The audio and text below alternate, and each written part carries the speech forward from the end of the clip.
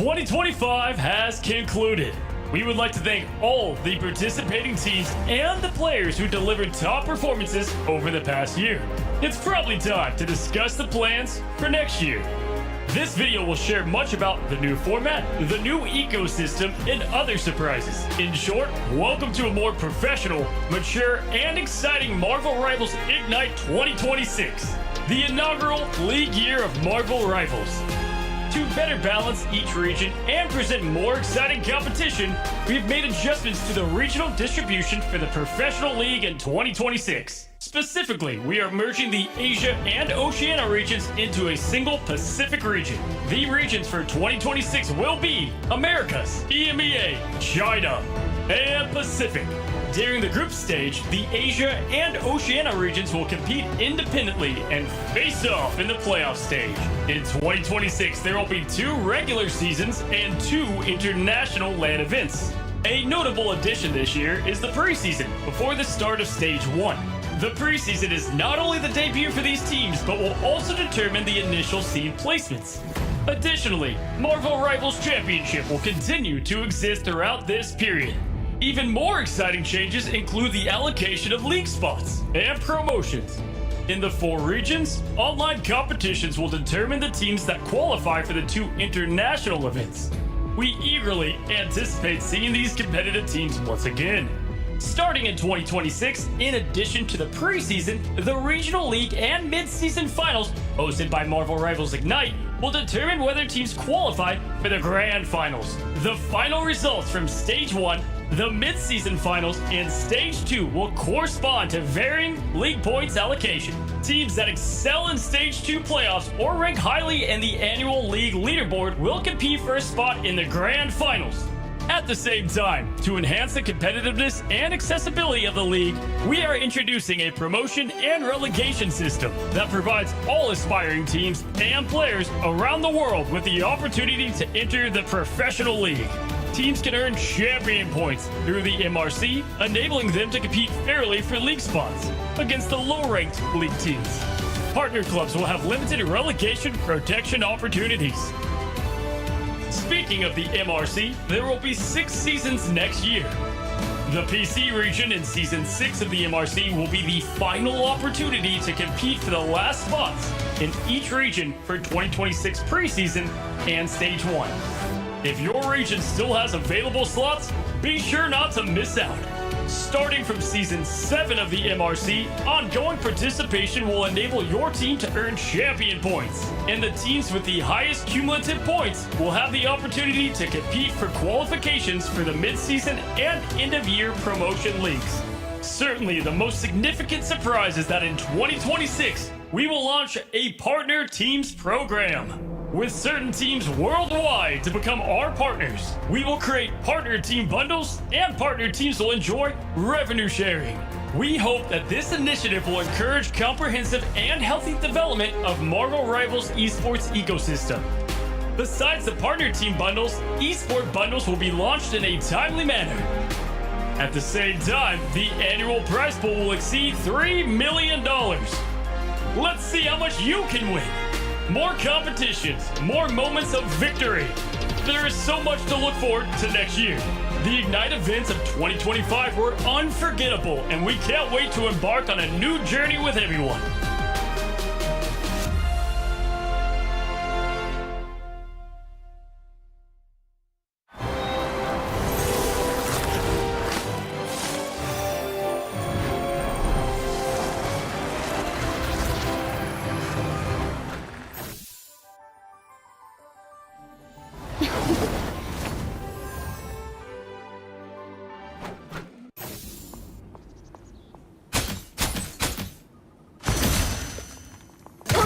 I'm trying to help.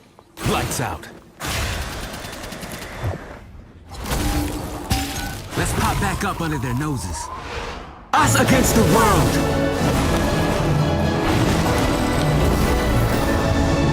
My time to shine.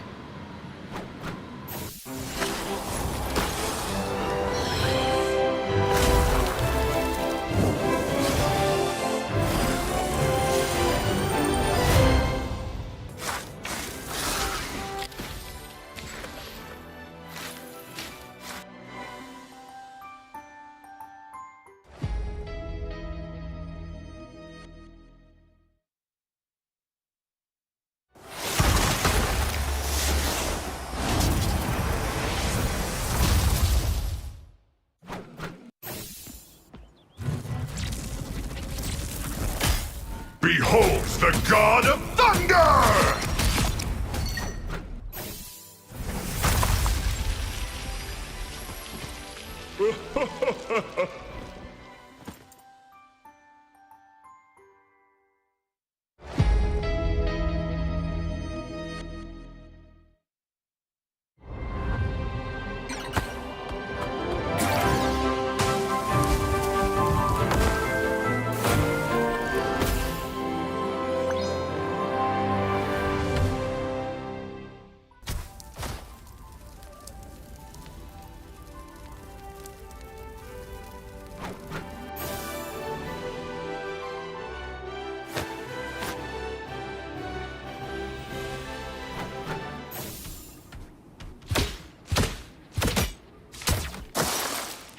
You know what to do, spiders? Time for some fireworks. It's spider time!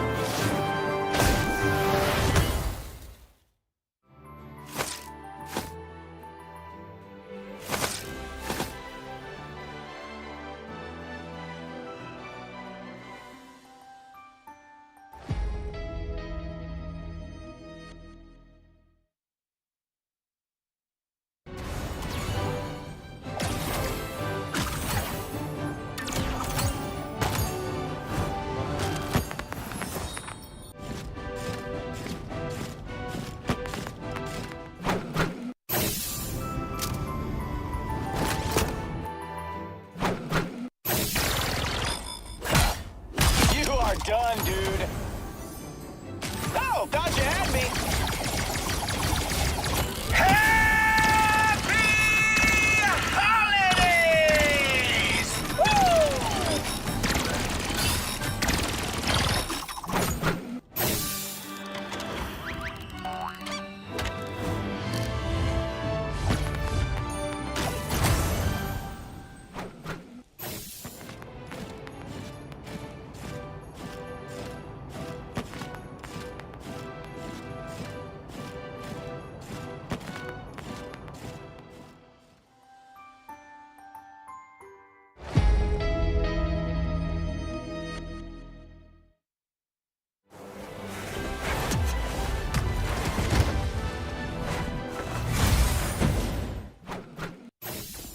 On the hunt.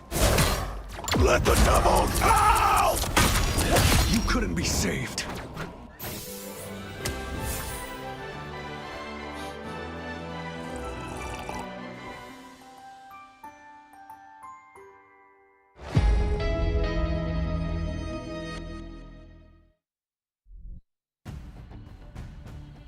Good morning, afternoon, or everything in between, rivals! It's time for some more Marvel Rivals Championship Season 5 Pacific. And coming at you today, it's Matsy and Liger.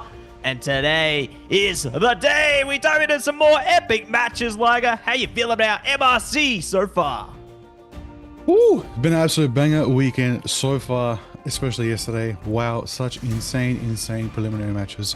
But now we're here, we're getting down to it. We're narrowing down closer than ever to our top 16, top 8, and then eventually those top 2 to find out who takes the grand prize.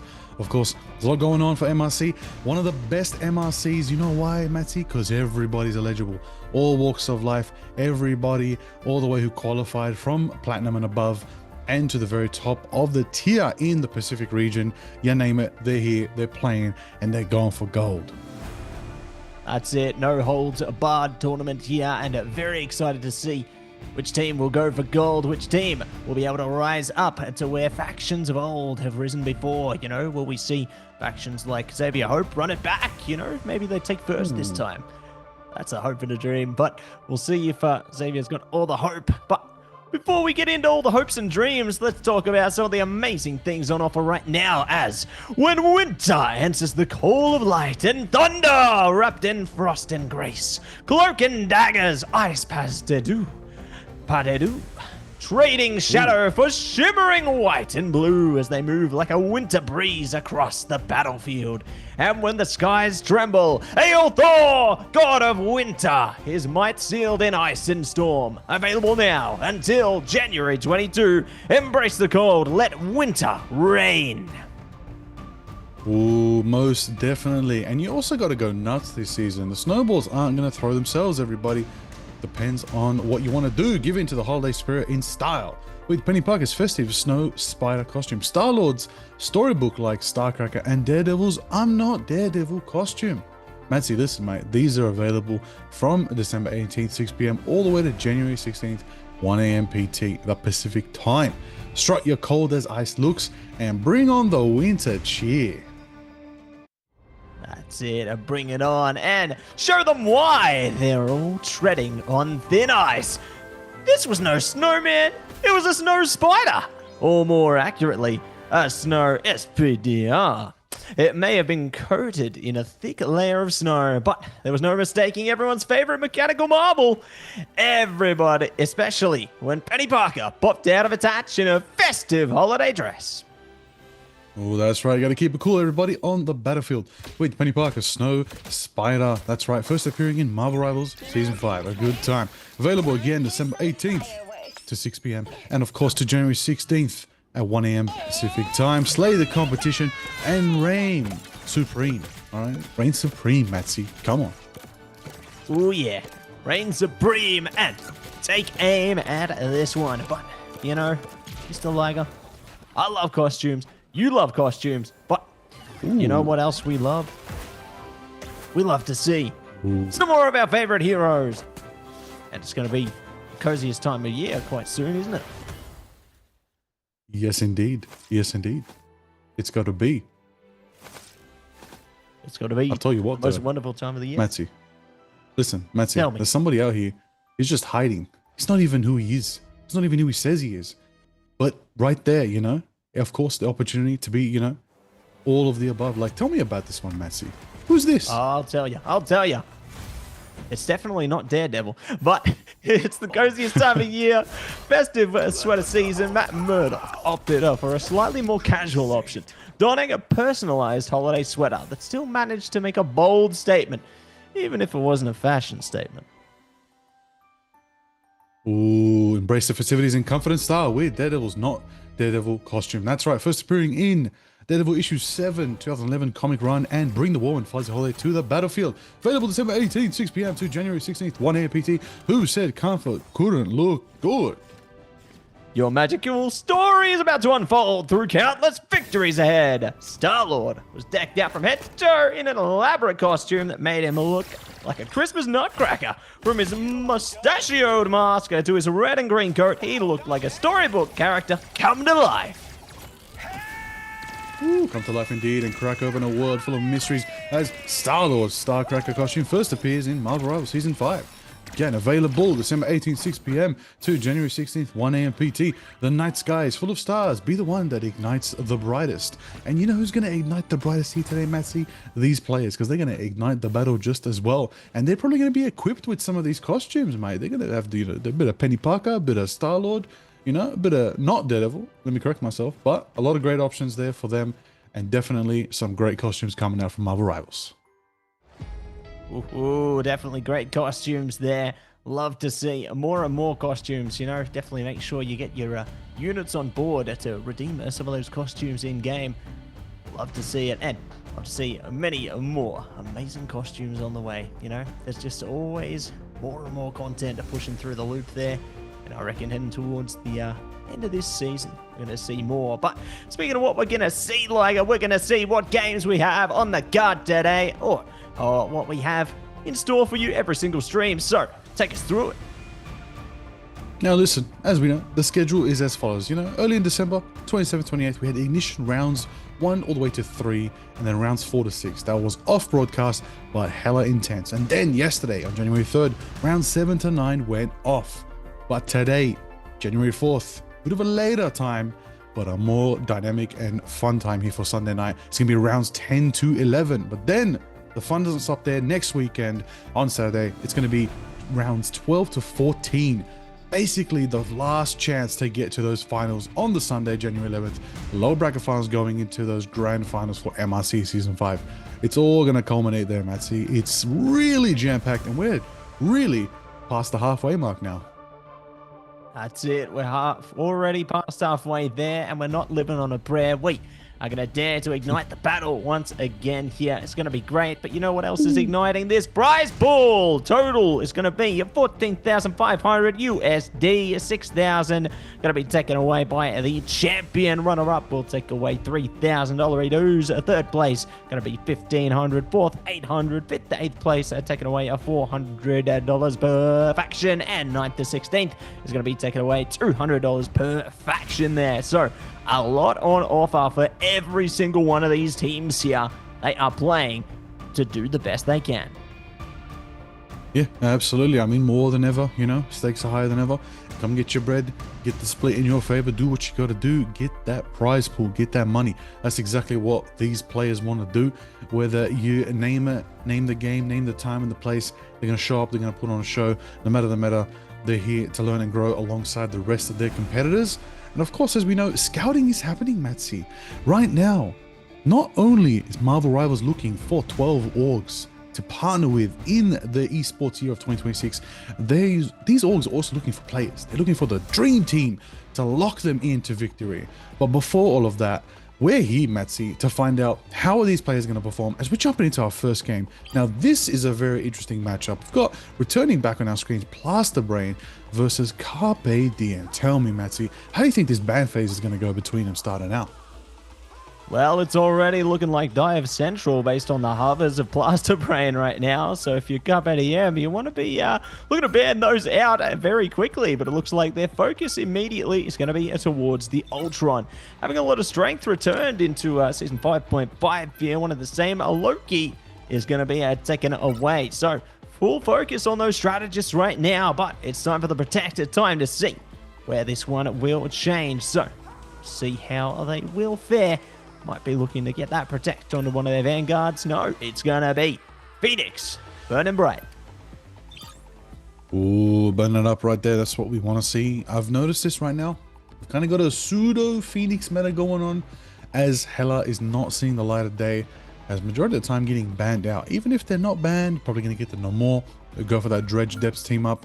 It's going to really, really get a lot of value. But Gambit, probably gonna easily have the highest ban rate and the highest protect rate in MRC Season 5. Gambit has literally defined the pace of Marvel Rivals Season 5 right now in the current state of the game, in the current meta. And really fun to watch and really fun to see how the great Gambits separate themselves from the even better Gambits. But you know who else is going to be locked out of love? It's going to be Mantis. Mantis is not going to be available for either team. To remind everybody, Matsy, MRC bans. Everything you see on the screen, they got that ban symbol, gone. They will not be in that map. These are 6 lobby-wide bans. And these protects, though, could be something spicy. Could be something spicy. But another strategist banned. That's 4 strategists banned. That's going to be Invisible Woman gone and out of here by Plaster Brain's decision. Now, this does leave a lot of different combinations open, right, in terms of the Vanguard lineup and the duelists there, because they haven't really diverted any focus towards those kind of fields as yet. You know, the only focus in that sense is the Protect onto the Phoenix and the Angela so far, and you already could tell they were kind of thinking about playing into this more divey composition, and now they've got the Protect onto that Phoenix, onto that Angela, so they're already setting things in motion on the Plaster Brain side to really set themselves up for success. So I'm getting very afraid for Carpe Diem right now. You know, the draft phase is looking terrifying. But speaking of terrifying, we are seeing the Bucky on the Protect for them. Ooh, listen. We've seen it. Looking at you, Josh Beaton. We've seen it. There's a lot of potential here to bring out something crazy with a bit of buck wild action. Yesterday, we saw an instant popped triple with the Kraken impact into like Angela's ult, Groot's ult, Heavenfall, you know, strangling prison. So many options that those two ultimates especially give to players. And if you got that wombo combo going, you bring out the little Bucky, it's a good time guaranteed. And Angela's protected. That's definitely going to be for Dragon, who's also going to ban out the cap. Surprisingly, they were hovering the cap, but they're going to lock it out and deny the chance of Looms bringing out cap. And it looks like Daredevil is actually open. Surprisingly enough, Daredevil has survived the ban phase. I believe we only had one game yesterday where Daredevil wasn't banned. Interesting. We're going to start off with a little bit of Matt Murdock action today, Matsy. I'm excited for this. Yeah, we'll see if they're bringing out that new costume as well, eh? It's not really Daredevil. Matt Murdock coming at ya. Hey, we'll see what they can do, though. Really excited to see how the players play into these compositions as well. You know, we always love to see a bit of combination around those gambits there. You know, they can let the devil out and really shred their opponents, combining those ultimates there. And I mean, one of the same, Plaster Brain can really elevate themselves another level because they have the Cosmic Yarn amplifier available. So they're just going to be pumping up the numbers, to say the least. And I'm kind of scared to see what they are going to be able to do with all that lager. But the compositions naturally evolving after you get into the server there, and naturally evolving as soon as you get right out those gates. I mean, this is the Armored Spider Nest team up right now versus, you know, a little bit of explosive entanglement coming out from Vey and Bindu. Now, Portal, to start us off from Jagan, going to be bringing out, you know, a bit of Pentagram and Farala panic mode right now, as they are going to, they're actually going to catch someone. Let's see. Oh, they're diving in straight, directly taken out. Clearly the Phoenix is already gone. That's the first pick of the night right there. And Rasputin is just doing the truncheon action, going straight for Eco, making sure the other Daredevil does not get value. Everybody's going in. They're just going to have to force Blaster back into spawn for a quick reset. And mission area is just about unlocked. There it is. Lock and load and ready to explode. And not going to be claimed as yet, though. Plaster Rain got good percentage there, but not going to be able to claim it until they get more of those KOs. Speaking of, they are exchanging blows. 1 for 1 there. Draz is going to be... Let's see if they can capture anyone else around the sides there. Good stall coming out from Can't Touch This. We'll see if they are going to be able to break it down, or they might bring out the Thor and go hammer time. Going to be waiting to see what they can do here. Listen, I've been inspecting a little bit of Mjolnir lately. You know, a lot of people trying to see if you know, Thor can sneak into the meta. You know, really a highly required pick that people really want to see finally get some Ignite time, some MRC time, some tournament time would be nice to see. You know, the God of Thunder, Mr. Thor himself. But until then, we've got his sister, Angela, absolutely just shish kebabbing the expectations of Carpe Diem right now with Dragon, just clean with it right there on the Angela. But bit of a interesting pick there, but clearly does take out the Can't Touch This situation. And there it is, Vey on the road, punching once, punching twice, and they're gone. Clearly another pick there, Snipsy with another Phoenix pick there, taking out clearly in return. It's a trade, and yet has anybody captured this point, Matsy? This fight is not ending.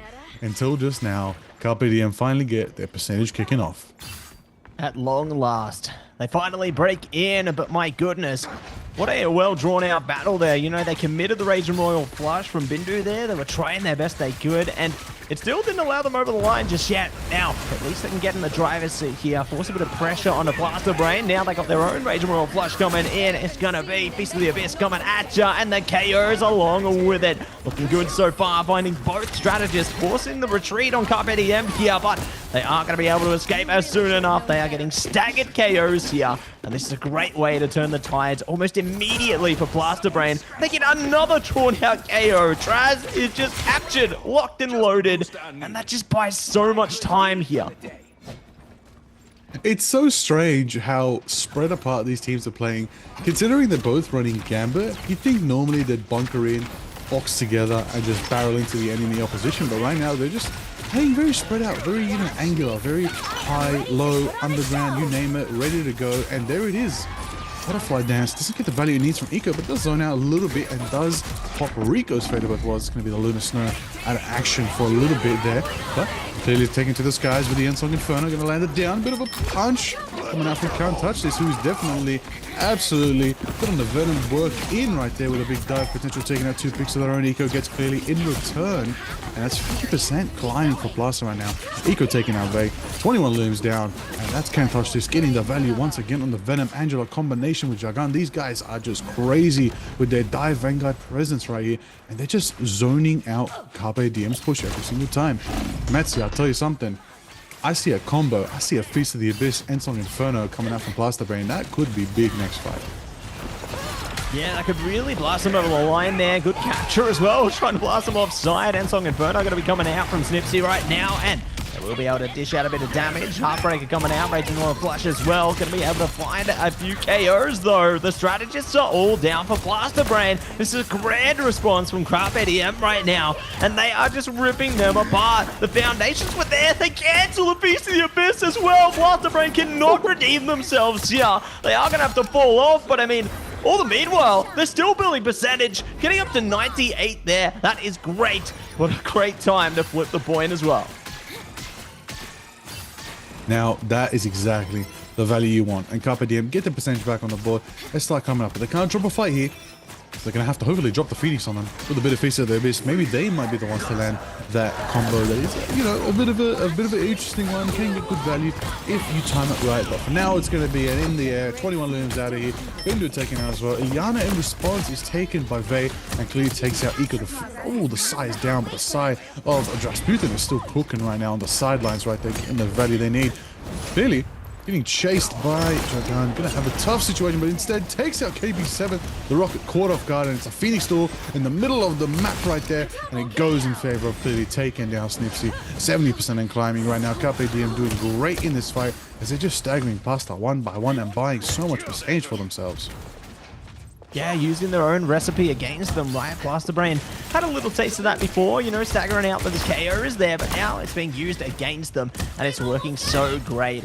OT definitely could be on the cards here if the teams keep playing the way they are right now, but now it's the battle of the ultimates. We're seeing the dance come out, we're seeing the Seer come out, Feast of the Abyss, into the everything here, you know, it's all going down onto the mission area right now, but now it's time to burn things up with that Ensong Inferno. Not going to be able to get past it though. Raging Royal Flush on deck. Try and see if they can elevate themselves across the line here. OT timer can't come sooner. Dear Ilyana does bring out the Raging Royal Flush just in time though. Not going to get KO'd. Ensong Inferno in response. It's all coming down here, Liger.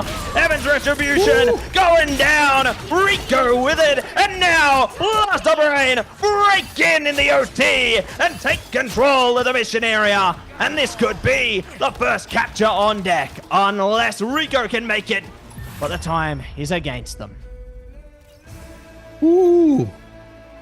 Love that. We love that. We love a 99 to 99 to 1. What's up? Ready for tonight. Imperial Institute of Science goes to Blaster Brain. We're going to take it to Stellar Space Fort. Good times guaranteed. Listen, Matzy, Dan and I were saying this yesterday. Warrior Falls. Whoo!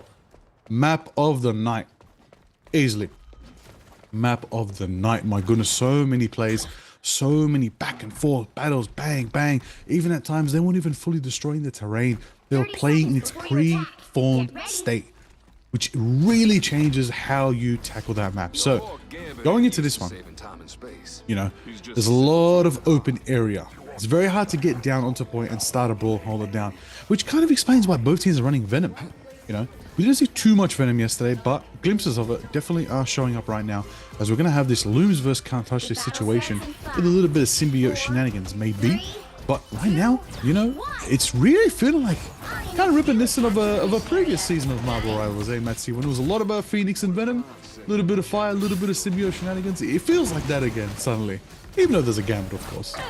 Yeah, a bit of Battle of Fire and Ice back in those times, but now we're going to bring the fire back into the fray here. See if Eco can bring it up. It's time to get dancing. Get groovy with it on the double KO. Almost up for 3. There you go. Breaking it in. And they will find 4 KOs out of that. And what a way to destabilize your opponent just as the mission area unlocks. That's going to allow you some early presence, nice and calmly. Ooh, there it is. Big flank from Eco. Gonna take some Just a little bit of a, a little bit of a jump scare for Carpe Diem. Just gonna remind him, like, I'm here, I had an option, but I didn't fully commit. I just want to let you know that I can get behind you, and I can definitely catch you out. And speaking of catching you out, everybody getting straight into Snipsy's ultimate right there with a big song in photo, taking out Rico and Bindo. It's a double KO, so 5. And we're gonna push on forward. Can't touch this. Is gonna take out Bay, taking out the Rogue. Eco follows suit, taking out Looms, and nobody gets to go to spawn. Clearly taking out Just B2. That's a straight up insane team wipe right there. My goodness, just refusing to let them just stay in spawn, forcing them to take that downtime in respawn. Yeah, not going to be able to let up whatsoever. You must stay online at all times. There's no time to refresh except for now. See ya coming online. KO immediate effect there. Blaster Brain are focusing down all the key targets here. Venom is trying to stay up front, but they're isolated from their team now, and they must reset once again.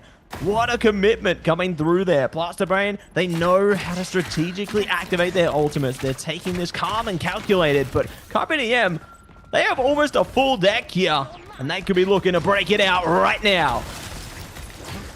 Ooh, there it is. Making it happen. Oh, they're going against the gold. Rico's going to be going with the Eternal Bond starting us off. We're going to see Eliana match the pace, dropping the absolute Royal Flush right there. Going to be raging forward. And then Draft Poutine is going to take the first step to victory in their eyes. They're going to start the dance of the butterfly. It's going to allow Eliana to get caught out by Bindu with a bit of pressure of their own right there. KB7 nonetheless is going to hit that BRB beacon and take out and bring back Eliana into the fight. Rico taken down by Jagan on the Angela. Big spear in action. Everybody's trying to go in. Everybody's trying to make it happen for themselves. Get the base. Snipsy gets a big taken out Bindu right there. Can't touch this. Is going to fall to the Looms. And it's 100% almost climbing for Clutch. Not even a contest. They're just getting picked off. Blaster Brain.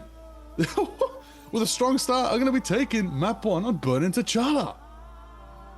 My goodness, what a change of pace, right? Between the first and second capture point.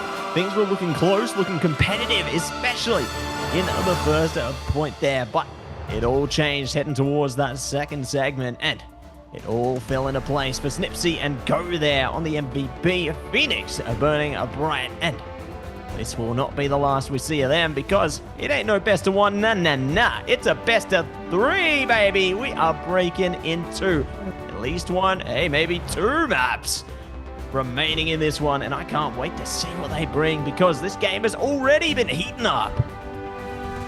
Absolutely. I mean, look at these numbers right now. Like, whoo!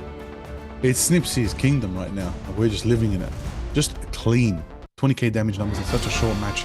So much value coming out from the Phoenix right now. I mean, you can see it backed up by the Venom dive. Just that one step extra on their composition than Carpe Diem were, and just constantly playing their advantage whenever they had it, playing to the high ground, really rotating, picking off targets, pivotal, just not allowing Carpe Diem to roll on in as a full 16. They were just keeping them displaced, keeping them staggered, and really chugging up their percentage. That's right, chugging it up, and they did manage to push their way through towards success in the end there. I was really impressed with how they were able to finesse their way through their ultimate management there, and they were able to find just such a calculated approach through. So, really well played by them there. Yeah, absolutely. I mean, I'm looking forward to map 2, how it's going to unfold between these two teams. Change up the game mode, see if maybe domination wasn't necessarily Carpe Diem's forte. Maybe they can bring out something different. I don't know about you, Matsy, man. Look, listen. First game of the day. First game of the set, you know. Sometimes gotta warm up quicker than that, you know. You gotta be ready for heat, fire, everything. Literally, Phoenix is the example of that. And get started and get it going right now. So I hope they're taking that time, communicate as a team, hit the, you know, just the mental books for a second and figure out how can we come back and, you know, seize the day, literally live up to their name and bring back opportunity for themselves. Or is it just going to be Blaster Brain with the big brain moves all the way, taking themselves into the top 16 bracket? It could be tight, could be dicey. You never know. We're going to find out very, very soon as the bands are going to be kicking off. And Matsy, I'll tell you what, Daredevil wasn't a band, but honestly, not a strong presence. It felt like didn't need to be banned. I don't think we'll see another Daredevil ban, to be honest.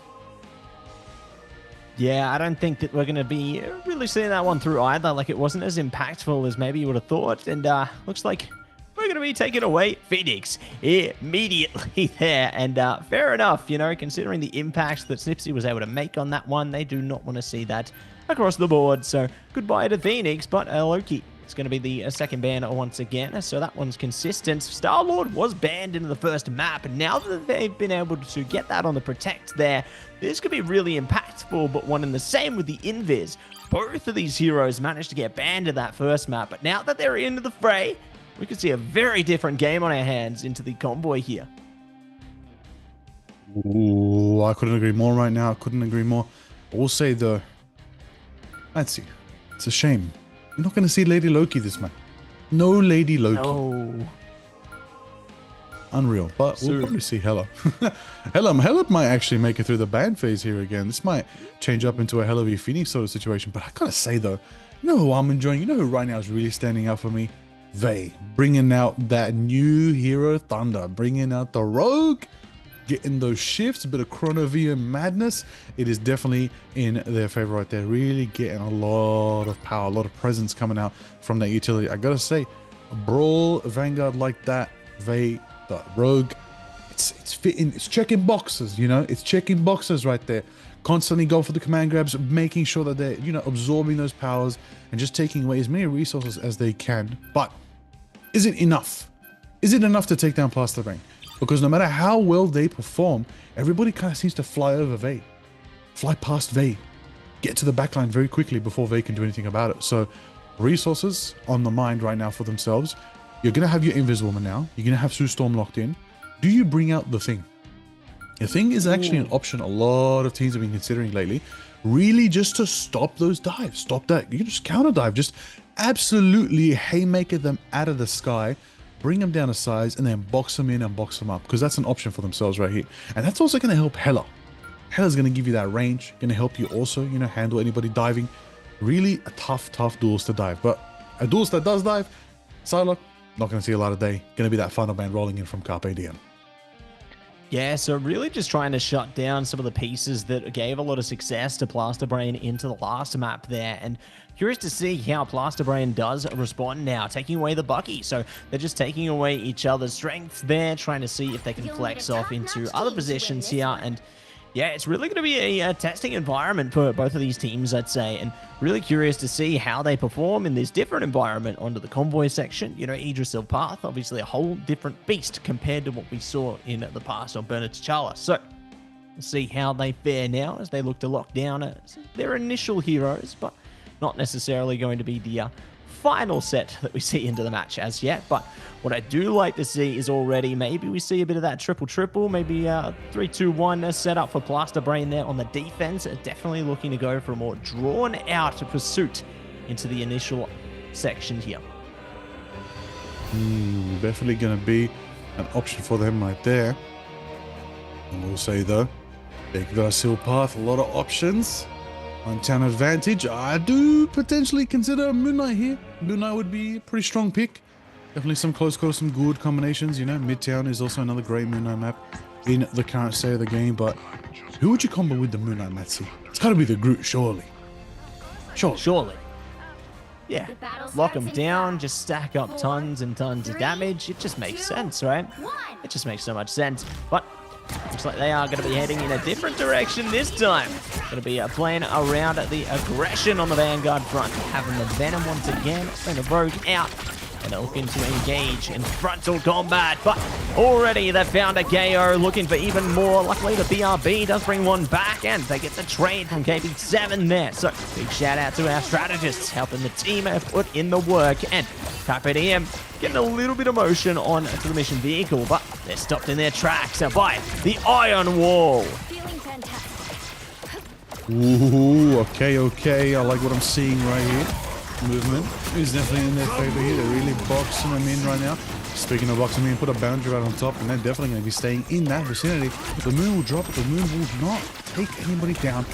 It's just going to be there to just kind of like, you know, nullify everyone's presence. Oh, big strangling. Holy, what a strangling moment right there from the group. Setting up Jagan on the spear in action. Angela right there, taking out 3 from Carpe Diem with a bit of backup and damage coming in from Snipsy. And it's good, and it's primed, and that's just the thing. This is such a unique triple Vanguard lineup. Angela, Groot, Emma. I mean, if we have statistics, that's got to be one of the rarest triple Vanguard lineups. But it's cool. I love it, right? Because you're able to utilize the Emma and the group to kind of keep things tight up front, and then you can use Angela to kind of bring the enemy to you. But Carpe Diem, in the meantime, have found a way to break past it, at least on this initial choke point, and it looks like they are looking to have a change of pace there with potentially a strange portal to keep this defense going as long as it possibly can. So, in a sense, it's still similar, you know, playing a similar role there of that more just stationary Vanguard on the strange there, but we'll see how it fares into this next fight as the portal's up and they're breaking in. Ooh, into the action is Gambit hitting the fold on him. Bindu taking out KB7. Dragon gunned out of the sky by clearly. Flay taking out Eco. Eco still has the BLB to activate, bring back Dragon, but the walls are going up and everybody's slowing Shred down, but it doesn't matter because the boundary's there, but the moon is above them in the sky. Will it be enough to get some pump action? It's going to be clearly with a triple KO on the Punisher and into a quadra KO certified denied. There it is, pushed to the first gate of Yggdrasil, trying to get a contest from a little bit of Eco Spidey, but it's not enough. That's a 4-minute, 5-second time bank coming up for Carpe Diem as they're heading through the second section of Yggdrasil. Matsi, I gotta say though, just the Punisher simply switching to the shotgun, just getting so much value. And honestly, 3 Vanguards, no matter how beefy you are, it's gonna hurt. It's gonna always hurt. It's going to be painful and you are going to feel it, but see just down they feel it right now as 21 Looms are going to be right in the back line there, shifting the focus a little bit from a Blaster Brain. Can't touch this, goes down. Good trade though, going to find the opposing Vanguard and looking for more. Clearly going to be able to find Eco there and see if they can isolate any further engagements here, but in the meantime, taking out some of those crucial defenders here is going to allow them a lot more motion on the mission vehicle. They're going to be able to push it around the corner here, and we could see maybe one final piece of defense here. But Eco, in the meantime, getting a fast one there. Nicely done to start this off. Ooh, a strong presence coming out from the Starcracker. Somebody listened to what we were saying earlier about, copping this costume in the Marvel Rivals shop. So good on Eco, investing in the future. But on top of that, clearly is, just ziplining into the future and just takes out Eco like that. The blink of an eye on the sidelines. Eco really out of position, got absolutely punished, pun intended. Now, speaking of intention, we got the Judge Jury Executioner coming out right now from Clearly, going straight into counter Hela and taking out the chance of Snipsy to just get value, and it goes down, and they're shredding through. The last one to stall is Jagan on the absolute Angela right there, trying to make it happen. Bindu is going to be going in and getting some value again on the Gambit. Very consistent Gambit, very versatile pick right there. Ileana taken out by 21 Looms, and Carpe Diem are just kind of putting the screws to Blaster Brain right now, just pushing through and just, really catching them off guard and denying their defensive potential. They're trying to bunker up, they're trying to get it going. The Feast of the Abyss is actually flowing, and there it is, a big pump action coming out from Clelia once again. Started us off with a double kill. Gonna keep funneling down damage down the cave right there, and they're still gonna open the door to the third and final section of Yggdrasil. They are just running down the ramp, Matsi. They are not letting Blaster Brain get a foothold of defense at all.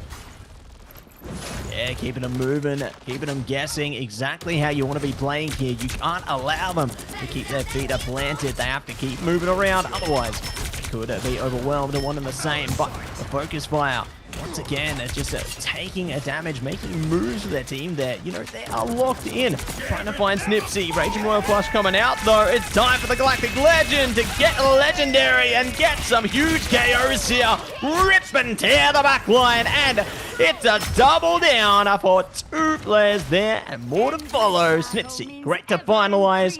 And a huge combination from the defensive side there. They can buy back a little bit more time for themselves, and they haven't overcommitted their ultimates either. They've still got Heaven's Retribution, still got the boundary, and they're close to the Goddess of Death as well. Listen, I just got Eco's playlist. They were playing the song Wham Bam Thank You Man, done and dusted. That was a clean ultimate combination right there, running alongside Ileana, and it did give them value, but right now they're going to have to be in a... Ooh, that Feast of Davis nearly trumped Blaster, but our boundary saved them from KB7 right there, putting them down royal style. They taking out Snipsy with a bit of rogue action, with a bit of Chronovium Master, and there it is. This time it's Drasputin's time to be galactic and to be the legend in the sky. Is going to triple KO, turning the tide, stopping a strong defense come out from Blaster Brain as they switch the pace and they keep on pushing. Only barely just a few meters left, Matsi. Ultimate's online. We're looking at Rico. Boundary could be there to, keep him sustained on the final push. But I'm looking at Clearly right now. Clearly hungry. Clearly is ready to start shredding. Judge. That's it, and time to shred up with that final judgment. We'll see if they are going to be able to catch this KO. So close, and they will be able to find it. Can't touch this has been taken, and they're looking for even more on the mission vehicle. They will be able to capture it. Now forced to stay into their spawn point there. Blaster Brain gonna have to buy a bit more time. They don't have long. They need to get on that mission vehicle quick smart. Otherwise, this could be pushing over to the second half here. Here we go. Eco ready. Get the burst fire through. Get the KO on top. Galactic Legend around the corner. They're ready. They're waiting. They're not going to be pulling the trigger just yet, though. They're able to find those crucial KOs just at the right moment. Oh, hook, line, and sink on that one. And they're looking for even more. This is a terrifying time to find this situation for Carpe Diem as well, because this could be the redemption that Blaster Brain desperately needed. Redemption indeed. 40 seconds left right now. Final chance for Carpe to push. Oh, it's looking tough right now, and I can hear it. I can see it. Ileana stacking the deck right now into their favor. If they can get a massive Royal Flush off, they're going to get it. They're going to go for it. They're going to commit. There it is, Royal Flush. Actually, it's coming out from Bindu, and then Ileana's one goes. But he's eliminated. Vay with the clean combination station, taking him out of the equation right there. Draken taken out by 21 Loops. Vay getting the pick on Ika right there. The boundaries are both up. That's the invisible Venn diagram situation right on time. 21 Loops taking out KB7. That's going to be value, but this Rasputin is trying to do it. Going for it. Rasputin's making it happen for themselves, but clearly he's there on the Punisher. Holding the mark. Holding as much firepower as they can into Plaster right now. And there it is. The judge, the jury, the executioner. The damage is just overwhelming. 2.7 meters. It's so hard for Plaster to defend right here. They're going for it. Last ditch effort after last ditch effort after. Venom dives in, holding it down. Can't touch this, but definitely is getting touched right now. And there is so much pain. KB7 doesn't make it to the end there. And that's a clean push to the very end of Yggdrasil. Time to switch things up, including which Clean as can be, and they will be able to push the full distance there. Amazing work coming in from Carpe Diem. They are proving themselves here. Exactly what you want to be seeing of a team of this caliber, making a name for themselves against a Plaster Brain. But now, the tides have turned. It's time for Plaster Brain to take aim at this one and see if they are going to be able to drive this one home as well. We'll see if this is going to be the one and only. Ooh. Mate, I'm telling you, Matty. It's looking good. It's looking good what I'm seeing right now. This could be a really back and forth one, Carpe Diem, had a very shaky start to domination, but on Convoy, they're absolutely confident. Live up to it right there. Now, what I'm noticing, it was open the whole time. They do have Namor and Hela. That team up is in full effect right there. That is interesting. That is very interesting for themselves. So, what options? But another thing I want to bring to attention. In the start of the phase before, there was the Moon Knight, but the Groot was on the opposite team. But now, Blaster Brain, they said, what if we run it together? Never mind. They literally switched last second. Can they hear me? I just want to see Moon Knight and Groot be successful. Why you gotta bring the symbiote shenanigans in? I'm just kidding. It's good, it's prime, and it's definitely the meta. Because right now, Kentoshi is literally going into the background, diving up, and putting Clearly on the back foot right there. Honestly, that's your win con right now. If you can try to nullify Clearly's range, Clearly will not get value. But right now, Clearly is getting value. Clearly is just throwing shots and taking out Vanguards. Like, what are you doing? Get a shield, get in there, and shut this Hela down. This absolute sniping demon right here. And backed up by Rasputin, the neutral space right now is just pure hostility for a Plaster Brain. Like, how are you able to push through such a defensive lineup? Yeah, they need to find that angle, like that weak point, to see if they can exploit, right? And looks like one player is looking to run it around the back, so they might actually find that opportunity sooner than they think. Snipsy, close, but not close enough. Oh, they do get it. Vagord's down. This could be the point they were looking for. Mac taking a bit of damage as well. Trying to see if they can pressure the mission vehicle up closer, but not close enough just yet. Oh, big damage around the side there. Not going to be able to get it. It's the Rage and Royal Flush. Going to try and flush them out. A boundary in consequence there. They find a KO and look for even more. Oh, no. no! They've isolated the strategists, they can't protect them! And this is the consequence! The counter-attack from Carpe Diem! Meteor on deck, ready to blow things up to extra proportion! Can't touch this! Taken down, and the trades are just coming through left, right, and center on both sides. I gotta give props right now to Vey on the road right there. Just complete understanding of the stalling in the air, animation canceling, combo canceling rogue right there. Just to be able to stay in the sky and block majority of Snipsy's ultimate right there. Just really not letting Hela truly unleash and just getting a lot of value. But speaking of an unleash, Eco is charged up by the Royal Flush right there. Gonna become an absolutely royal legend. Let's see if it's gonna get the value they need with a double KO. And they absolutely one shred insane takeout of fully charged Hela in this guy. And that's gonna be massive value for Blasterbane right here. 1 minute 40 on the clock right here. Can they take it to that first door? Or do Carpe Diem have a chance to contest?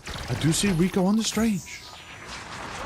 Oh, here we go. It's time for that portal combat. Snipsy snipes down a KO there. Psionic Seduction coming out as well. They are capturing them all in their alluring nature.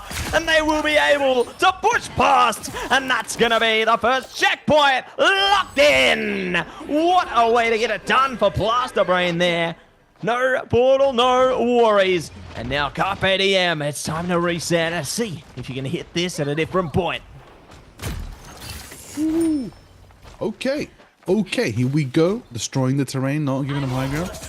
Fair dues, that is exactly what you want to do right now.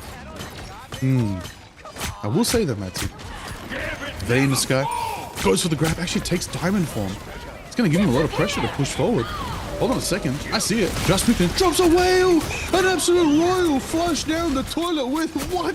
So much power pouring in right there. And absolutely taking out the pushing presence of Blasterbrain. Just when you thought it, Carpe Diem literally domed them right there. They just took out any momentum that Blasterbrain just obtained. Right now, 2 minutes 30 on the clock. You know, Blasterbrain's gonna have a tough time trying to retake here. As of course, as we know, Carpe Diem, when you're running the hell on the more, the neutral space is hostile. It's gonna be very difficult to take it back. But Matsi, something we haven't seen on our screen yet today, Magneto Meteor. I want to see someone get dunked there. Yeah, they tried to pop one before, right? But they didn't manage to get it. So we'll see if they are going to be able to get that dunk. Much like Dunkmaster Duep.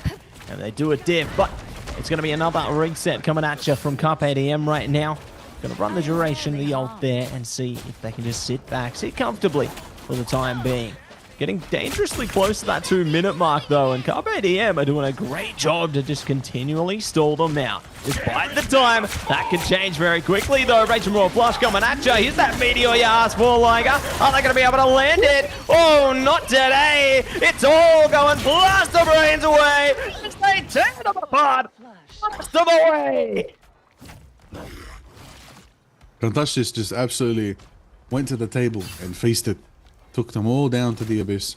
Big Venom crunch action. Love to see it when a Venom just gets that timing right and gets massive value from that ultimate usage right there. But still time on the board. Oh, Kantashi's gonna encounter somebody who clearly can handle them.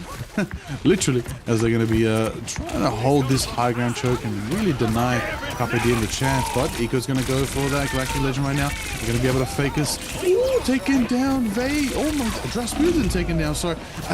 That is a tough trade right there. Clearly in return, Avengers their fellow duelist. Going to shut down the Stars, and this guy's going to give value to KB7. Who's going to take out Vey. It was just a bit too close and behind the car right there. 1 minute going and timing right now. Carpe Diem do have a chance. Clearly is lining up the shots. Jagan is going to be taken down. Clearly in return, take it down. Drasputin takes Snipsy. That's 1-2 to 1 down for Blasterbrain, and that's going to be the favor so far for Blaster's defense. But Carpe Diem, are the ones on defense here going to try to make it happen with a big whale potentially coming out from Horn of Proteus, Matsy? Could be big. It all depends on the timing of if they can get that Heartbreaker off from Vey and deny Blasterbrain pushing with ults. Ooh, it's going to be big to really time that correctly, isn't it? And the time is critical here for Blaster Brain, so they could be pressured into activating something early, but it looks like they are going to be activating the Heartbreaker nice and quick. Beast of the Abyss, one in the same as well, trying to drain him out. Rico's gone down. Meteor up front, try and see if they can turn the difference. There you go, they land one Liger, and they're looking to get even more. Eco, though, says, nah, you ain't running the show today. It's my show. Claim it, and they will take game of this one. One more Vanguard on the mission vehicle, and they say good night and push it to the final stretch on this next capture point. Almost there. Don't turn back now. Now, do they contest? Is there time? There's overtime, but is there time to contest? Is there a Drudge? Is there a Whale? There is the Whale, but it's not gonna get to contest, and another 90 seconds added to the time bank of Blaster Brain. No matter how strong this last-ditch effort fight is, they're gonna keep themselves in this game right now. Refusing to go down, Matsy. This map might go the distance. We might be taking it to overtime. Oh, I love it when you talk like that. It's just a sweetness, and I can't wait to see if we're going to get there, Liger, because the ults are now proving it could go there. Rage and Royal Flush in to the Galactic Legend, and they've already found a Rico. This is going to be dangerous. Big pressure on Bindu to keep their team online here, but 21 Looms goes down as well. This is good. They found a vulnerability here. They can push that mission vehicle a little bit further right now, have a little bit more flexibility. We'll see if Carpe Diem is ready to fight. I mean, I'm ready. I don't know about you, bro. I want to see something. If you're still here, we want to hear it right now. If Carpe Diem want to get themselves a map on the board and stay in this best of 3 series, now's the time to activate. But it's going to be Can't Touch. This is going to take Rico out of commission right there with a big Beast of the Abyss.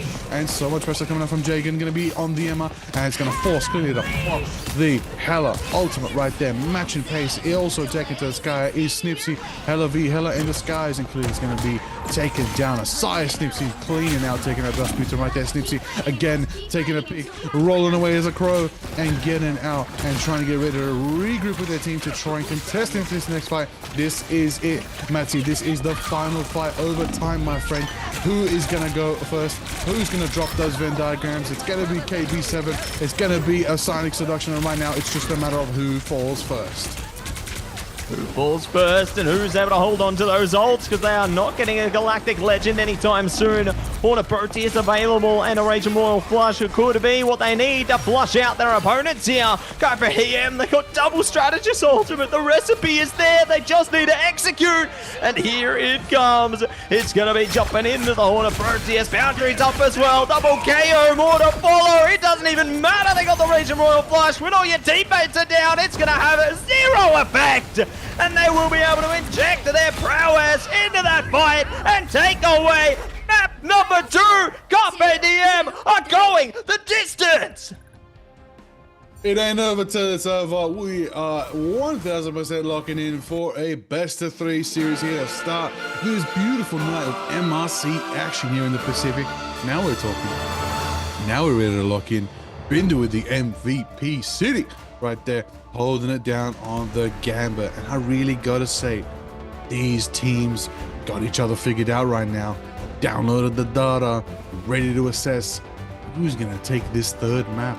I'm very curious to see what a 17-minute match. Wow, I felt shorter than that. That was just fully jam-packed, fight after fight right there. But I gotta say though, you know, it was a long one when we're talking about Bindu and KB7. Both getting almost 50k healing. Like, oh my days, KB7 actually hit the 53. Whoo, they were chunking.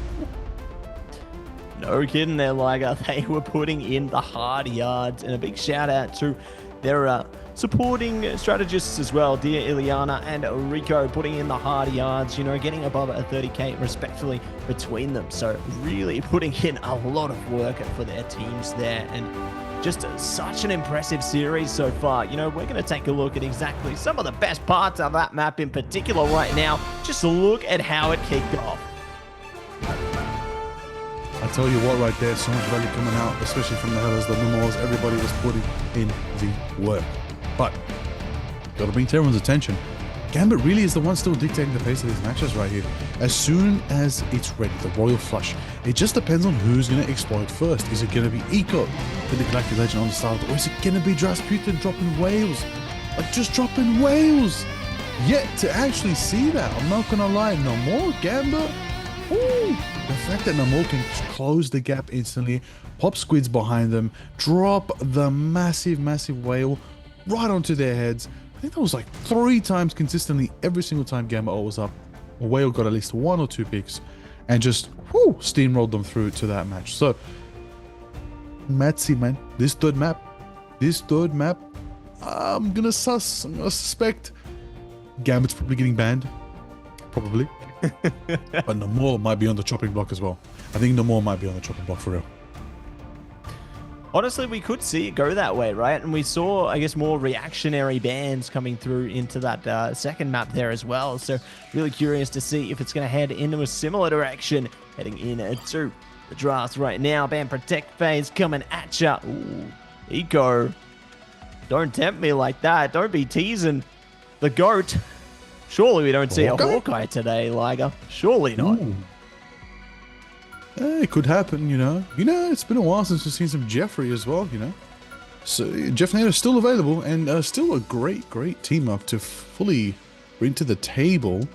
Invisible Woman out. Okay, you know what? It makes sense. The boundaries got a bit dominating there in that last round. It really can save you when you least expect it. I'm not surprised the Phoenix situation. If I was Carpe Diem, it makes sense just to knock out the Phoenix. But here we go. First Protect coming out from Carpe Diem. Who is the core that they want to build this team around? Who's that pivotal pick to save the day and help them seize the day? Gambit. Just to make sure they have that Royal Flush. They're going to lock down Gambit. Knowing Plaster Brain will have it too. They're like, nah, it's more worth for us to have access than for them to have access to him. And in return, Plaster Brain is going to finally get that Psylocke they've been wanting. So there it is, Psylocke online. Lady Loki out of here. Not available. Banned as well. And this next ban coming out from Carpe Diem, Matsy, this could really change the whole phase. Yeah, curious to see what they do with it, right? Are they going to ban something like the Hela? No, they're going to ban the Venom. They don't want to deal with that dive at Vanguard here. So, does still leave the Angela available. You know, we've seen Plaster Brain have a little bit of focus around that one before, so could be an option, but we'll see what else they are going to be cooking up here, because we have seen a bit of focus around a Cap ban before, right? So, maybe Plaster Brain look to bring that out themselves. No, looks like Carpe Diem at long last will be able to lock down Cap. So, keen to see that one in action, just like our Star-Lord running it back. You know, honestly, at this point, I could suss an Angela ban. Angela ban could potentially be here, but they might let it through and focus on another strat. Ooh! Whoa! Whoa! We've target banned Vey on the Rogue. Insane right now. The Rogue has been target banned. What? That's crazy. Pick your hero. Same on the other side, though, right? The Angela's gone too, so they're not playing games here, Liger. They are getting rid of all of their strengths once again. Very reactionary bans here, and very eager to see how things go into reality, because now there's no holding back here. It's time to make it serious and time to take it to see who will stay, who will go, who will be making their exit out of MRC here, Liger. It's all or nothing. Listen, what's wrong with Angela and Rogue, guys? Why are we banning Angela and Rogue? What's going on? What are your intentions, guys? We love watching Angela and Rogue. You know, shout out Emma on the screen as well. Shout out the 3 leading ladies of Vanguard. Absolutely chopping it up. You know, I mean, even Penny. Hey, listen. Hey, all the girlies. All right, everybody knows it. All the female Vanguards are just cleaning house right now. Absolutely just top of the meta. All right, and if you're a thing player like me, we're crying in the club. But don't worry about crying. I want to worry about flying, because I want to see how this is going to perform, because I'm seeing a Thor on my screen.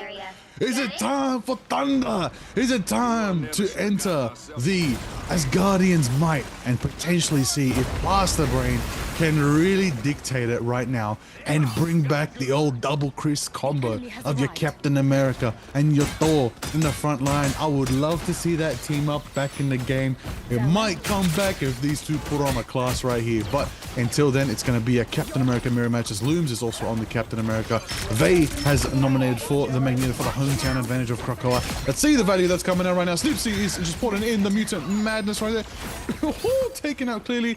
Vey taking out Kantosh. This is going to be back with the BR beacon, and value is gone right now as everybody's just having 1v1 bouts on the sideline, waiting for the opportunity to group up, get the right picks, and just phase shift and Rasputin taking out Eliana. That's going to be a -2 right there, as you're not going to have the rocket, you're not going to have the beacon, you're not going to have the sustain to survive the next fight. Kantosh is taking out Loom, and there it is, Matsi, the Thor, the Cap, they're in your face, and they're dropping everything right there in front of them, and it looks like Blaster Brain get their first percentage on the board.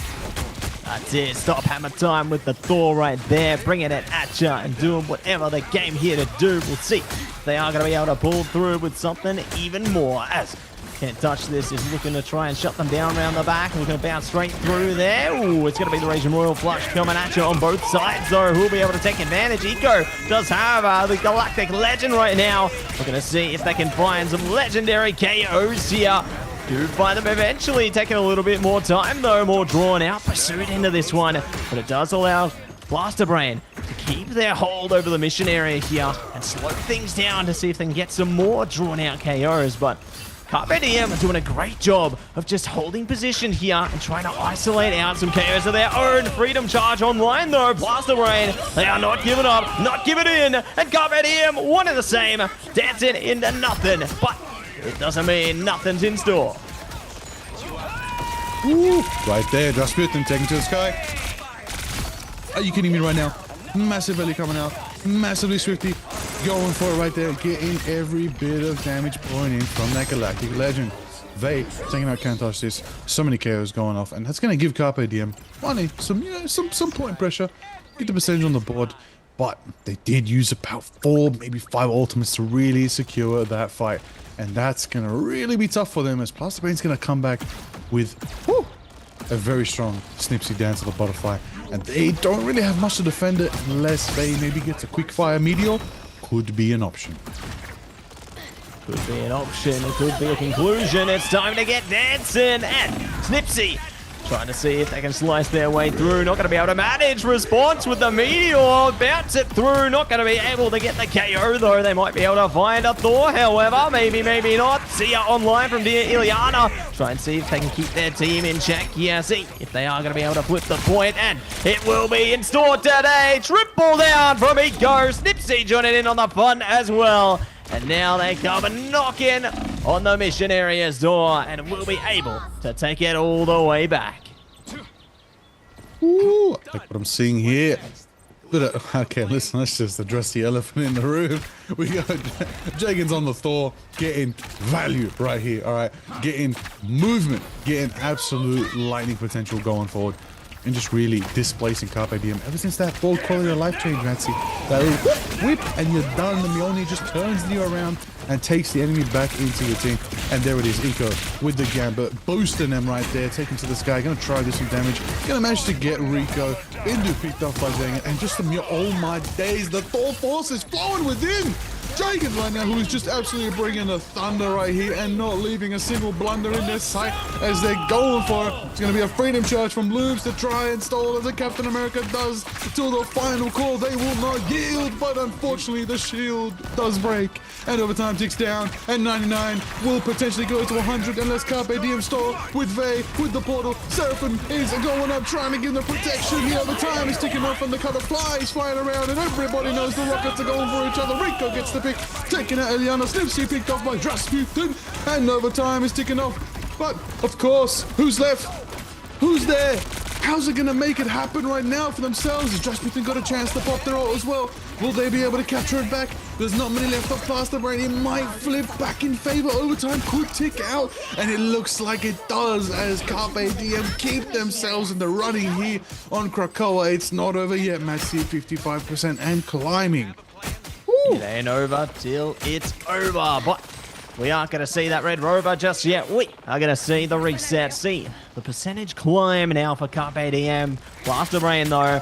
Ooh, BRB down. This is a good way to take aim at this one. I see an Ayamagamoto around the corner. I see Galactic Legend. It's time to see what Drasputin can do. They are trying to see if they can finesse their way forward. No one getting caught in its web just yet, though. So, wasted ultimate there, but at least they can hold them at bay for a second. Blaster Brain, though, not playing around. Avagod already waiting to ensnare them in the trap of the Ayamagamoto. They've already used the Maelstrom for one and pop onto more. Not going to be able to capture anything from it, though. Oh no, this is terrifying here. And Blaster Brain already. See ya into the dance to the corner fly. The KOs are coming in waves right now.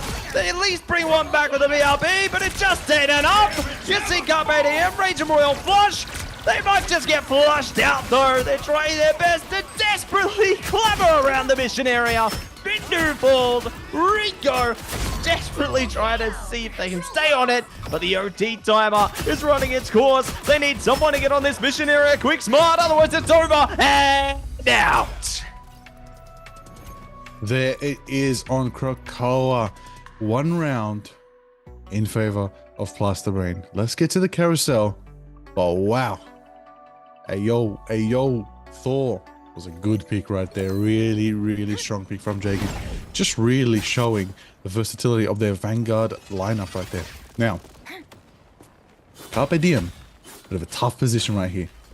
Whew, I would say they lost a bit of that winner's momentum from the last map, but you know, nonetheless, still options on the board for them, how they can approach this. 90% close for the Cutterfly. Clearly will be there. 21 Loons will have Freedom Charge next fight as well.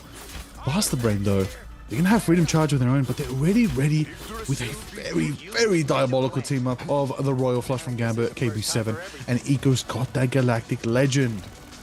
They can activate straight away, but right now, it's really just a matter of seeing what they can extract from Carpe Diem to really make them fight for this point capture to start us off. And they have to extract that greatness, don't they? You know, they have to really give it their all, because it's been such a back and forth series so far, and you would expect no less. Speaking of, KB7 already thinking about their Raging Royal Flush, and looking to rush her to the Endeavor. They are trying to smother their way past their opponents, and they will succeed with speed here, not conceding any space. They force them away and send them out of play. That's a one hell of a way to take control of the mission area. Ooh, like what I'm seeing right there. Blaster Brain, strong start, made absolutely exactly what they needed with just a Royal Flush. Just a Royal Flush. Wow. Really wanted to make sure they claimed it. And Carpe Diem took the chance to just give it to them early, knowing they can regroup. But now, because in the backline going to be backed up, and it's going to be there, Snipsy as well to follow suit. But in the backline, clearly is getting, Darkling is taking out KB7 right there. The value is in their favor. They're going to take out Jagan as well, splitting up the team right there. Carpe Diem played their positioning so well, executing a battle strategy on 2 different fronts, which allowed them to just really dismantle Blaster Brain's defense. And, you know, look, they got a 40% lead in the percentage, but, you know, with a bit of stall from Can't Touch This, actually, they're going to try to make it just a little bit more. But Carpe Diem's going to capture it now and start percentage on their side. It really will be interesting how it all unfolds. I gotta say, though, you know, ultimates to consider here, Loom still has the Freedom Charge. Since the start of the map, has not been used yet. Yeah, they're waiting for their perfect moment, aren't they? Waiting to see if they can find the opportunity. Speaking of, there it is. Now going to have that Freedom Charge barging in. Got a Thunder coming out with the dance as well. Galactic Legend now online from Drasputin, and we'll see if they are going to be able to capture anyone. It looks like they will. Drasputin, they keep it clean there, and will be able to shine bright into that one. Getting a double KO for their team and combining it with some sweet moves from their teammates. And that's how they even it up, and now we'll be able to speed to the lead. Ooh, okay, I'm seeing what I see right here. A lot of opportunities for Carpe Diem to try and hold this here. They got the Sonic Seduction, could be in their favor, but the side of Blaster Brain gonna drop that amplifier coming out right now. Cosmic Yarn gonna sow them into expectations here. Liana gonna make sure that's set up for them. Good value coming out. but Rico taken down. Kentosh just putting in the work right there, and straight on. Jagan going straight for Vade, denying the Emma presence, really shutting down that psionic pressure, going for their team, really protecting him, but going a bit too deep. Bendu does take him down for now. Kentosh just on the cap, holding it down, pushing forward. Snipsy shutting down just between his face shift, and just a bit too close for comfort right there. And there it goes, the cut of fly. Clearly taking out Eco in return. Snipsy takes the favor, taking out Bindu. Clearly forced to can't touch this, as again another turn of the tide as the percentage swaps back over to Plaster, who's going to try to get to their 78% mark. And it's going to tie up this percentage race right now. But it really is just going to depend on how Carpe Diem try to take it back in their favor. Or if Plaster Brain, which I do believe they are going to start up that gambit, and the Royal Flush is raging, Matsy. There it goes. Yeah, coming up, coming down, and we'll allow them to go to down on that back line there, leaving only a few players remaining. Look at this delayed KO in the works there. Oh, that's just so cheeky. They're just waiting till the last second. Looks like it could be a casualty in order. Unless they will hunt it down, and there you go. So great to just get that staggered KO there. Keep building up that percentage and just set yourselves up for success here. But fitting success, there could be more on the way. Down to the butterfly, right round the back. All strats off deck. Vigord up on the streets. They're trying to get the portal through. Galactic Legend, it's a last-ditch effort here. Blaster Brain are ready for it though. God of Thunder, trying to see if they can delay it. And here comes that Royal Flush Liger. They're doing what they can. Here they go. It's not over yet because Freedom still wants the charge. That's not going to be done as Kantosh just refuses to give up, and the Galactic Legend Eco takes to the skies. Bindu's going to get clipped by that. That's going to take Rico. That's going to take Clearly. Just when you thought it was in favor right there, they're going to switch the script. They're going to change the pace, and there it is. Punching through. Can't push this, but it's going to be a Freedom charge coming out, and it's not enough as Plaster Brain secure it for themselves with a big Asgardian Thor on their team. Everybody understood the assignment and knew to take the carousel and take Krakoa home. They take this entire best of 3 series to start off the day of MRC. Woo! That was a bout, Matsy. Good game, well played. Oh, insane. Insane in the membrane, and that's what they're gonna be in a Plaster Brain here. Eco getting the MVP there. What? Star-Lord. Love that costume as well. Make sure you cop it in the shop, everybody. Incredible stuff. Happy holidays all round. And just look at that stat line. So many plentiful KOs coming through. Pretty close on the finals between the duelists on Plaster Brain there. So it goes to show, you know, it wasn't just a one-man show. It was a team effort in trying to get those KOs through. And I mean, well, the same, those Vanguards very closely matched. But Draz Putin was doing a pretty great job for Carpe Diem as well. There's a reason they were the SVP there, you know. They were putting in the yards for their team, but it just wasn't enough into this one. Ooh, putting in the work right there. Love to see it, you know. Let's have a look at these moments, right? Whoa, what was a standout? Who was just popping off right there in that matchup right there between these two teams, you know? They were really going crazy with it, setting it up, doing such value. I mean, Eco, my goodness. Star-Lord, 14 final hits, Massey. Just putting in a lot. But we know who we're watching. It's the Lord of Thunder, it's Jagan. It's just putting in so much work right there. Snipsy with the cutterflies, just going consistent.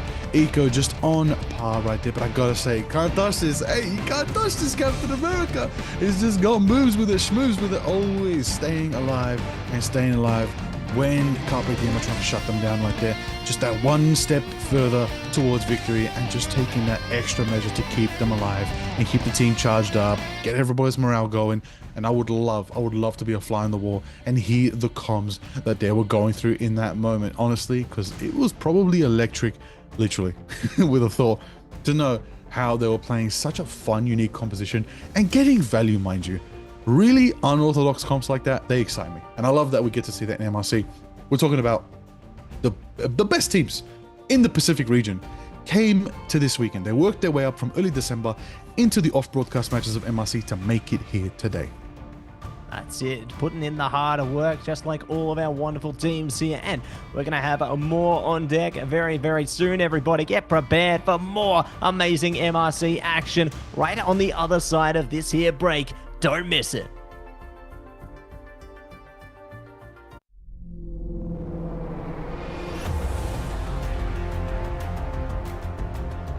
2025 has concluded. We would like to thank all the participating teams and the players who delivered top performances over the past year. It's probably time to discuss the plans for next year.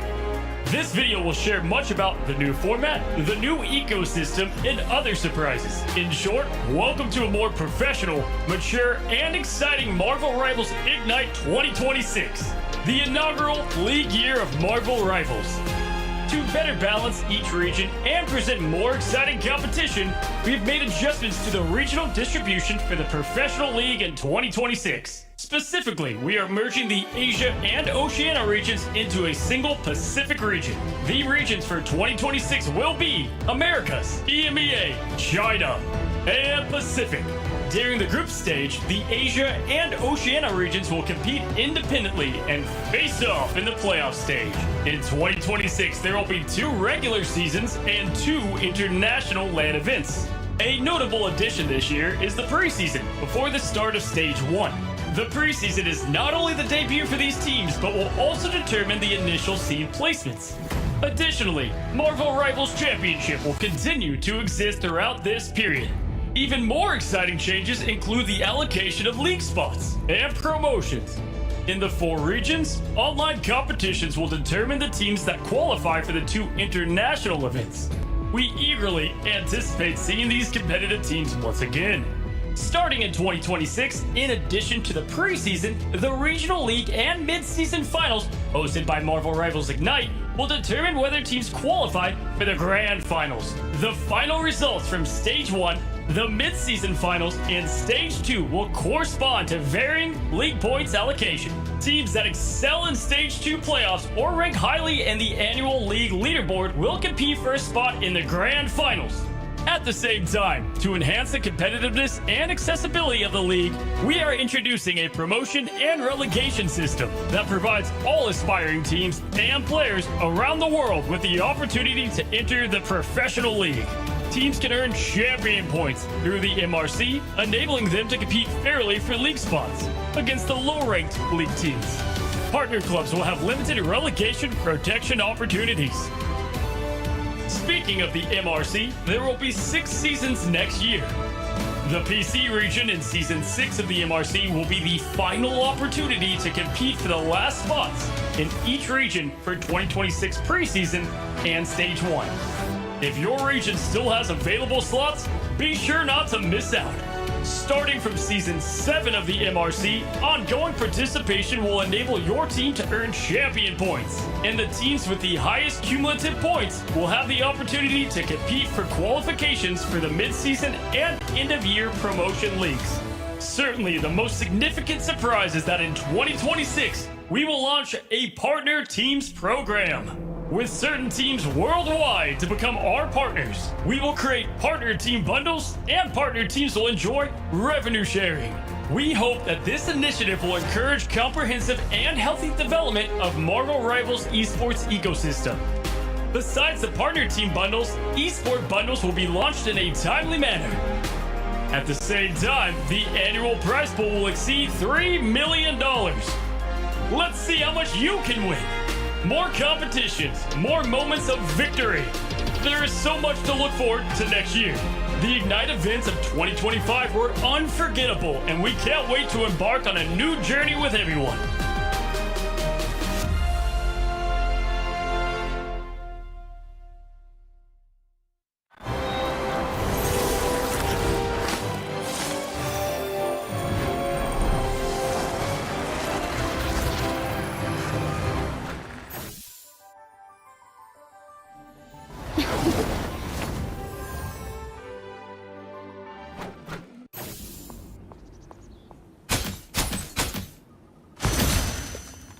Hold still. I'm trying to help. Lights out. Let's pop back up under their noses. Us against the world!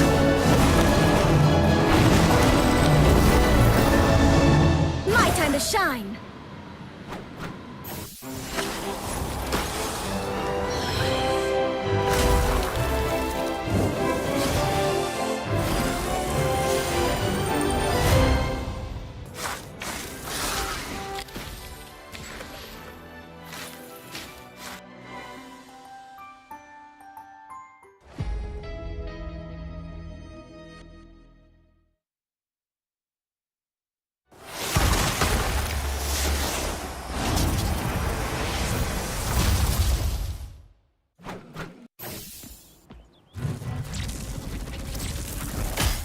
beholds the god of thunder!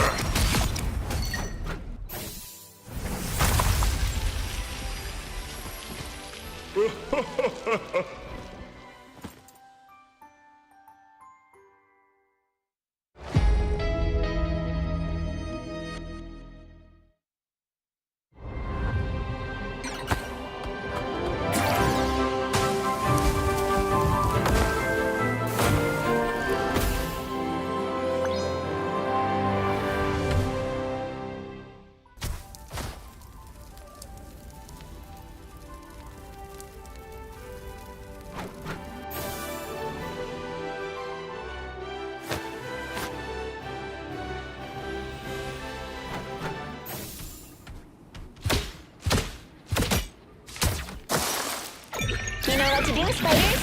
Time for some fireworks. It's spider time!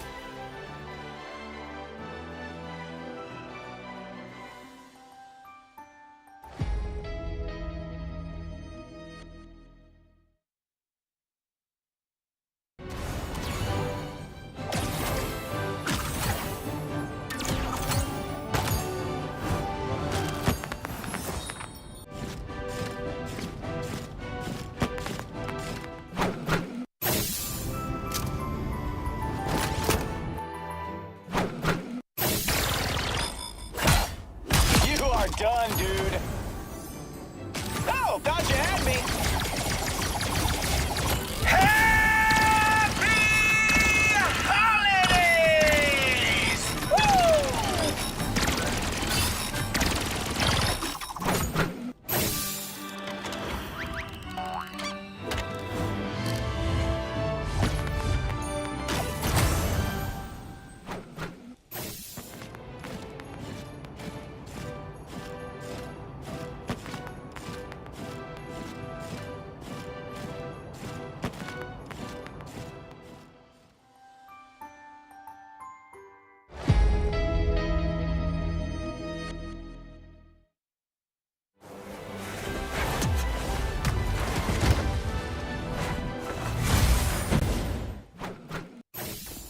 On the hunt.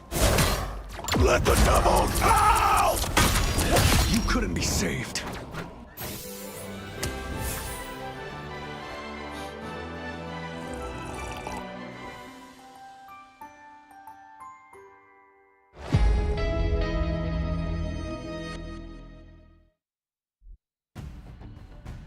Welcome back, everybody, to the Marvel Rivals Championship here in the Pacific region. It's Matzy and Liger, eyes like a tiger, ready to sink your teeth into these amazing series. We are going to be having amazing times here, Liger. We've already started off with an absolute ripper of a series. My goodness, they're bringing heat, and the day's just started.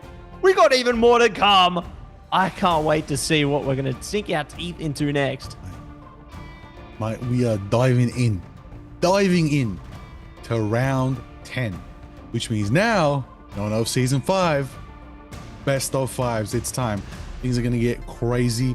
All right, these teams are going to have more time to digest each other's compositions, really tackle the ban phase going into those 3rd, 4th, 5th maps potentially. We'll see. Or could be a 3-0. Can happen. It's happened before. But I don't know about you, Matzy. I want a nice competitive bout. Give me the 1-3-3-1s, 2-3-3-2. I don't mind. Probably 4-1 somehow. Make it happen. But it's probably not. But until then, let's get a fun competitive bout. Let's get this next game going. We're going to get into it, Matzy. It's going to be a good one. It's going to be between Z10 and Xavier Hope. Battle of the Z. Who's going to claim the Z on their way into the next stage of the bracket for themselves? Only one team walks away with the big Z. That's my opinion right now. A lot more is on the line than just winning. Yeah, that's right. Find out next time on Marvel Rivals Z. it's going to be coming next at you. It's going to be real good. Real great even.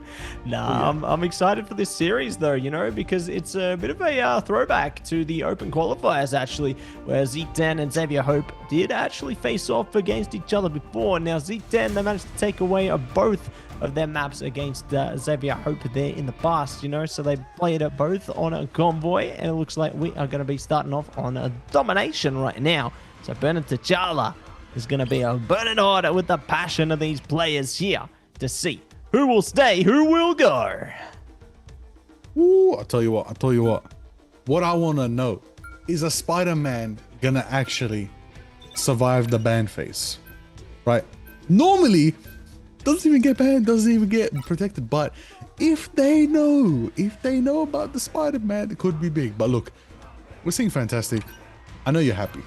I know you're ready to see a Brainiac moment, but there's a Blade. There's a lot of duelists on my screen right now. I don't think they're all going to survive the picking phase. But until then, they've protected Daredevil. Holy Zaho Spooky has potentially have a Daredevil for themselves. But, you know, going into this next one, you know, Kaidio back on our screen, Z10. We were watching them yesterday.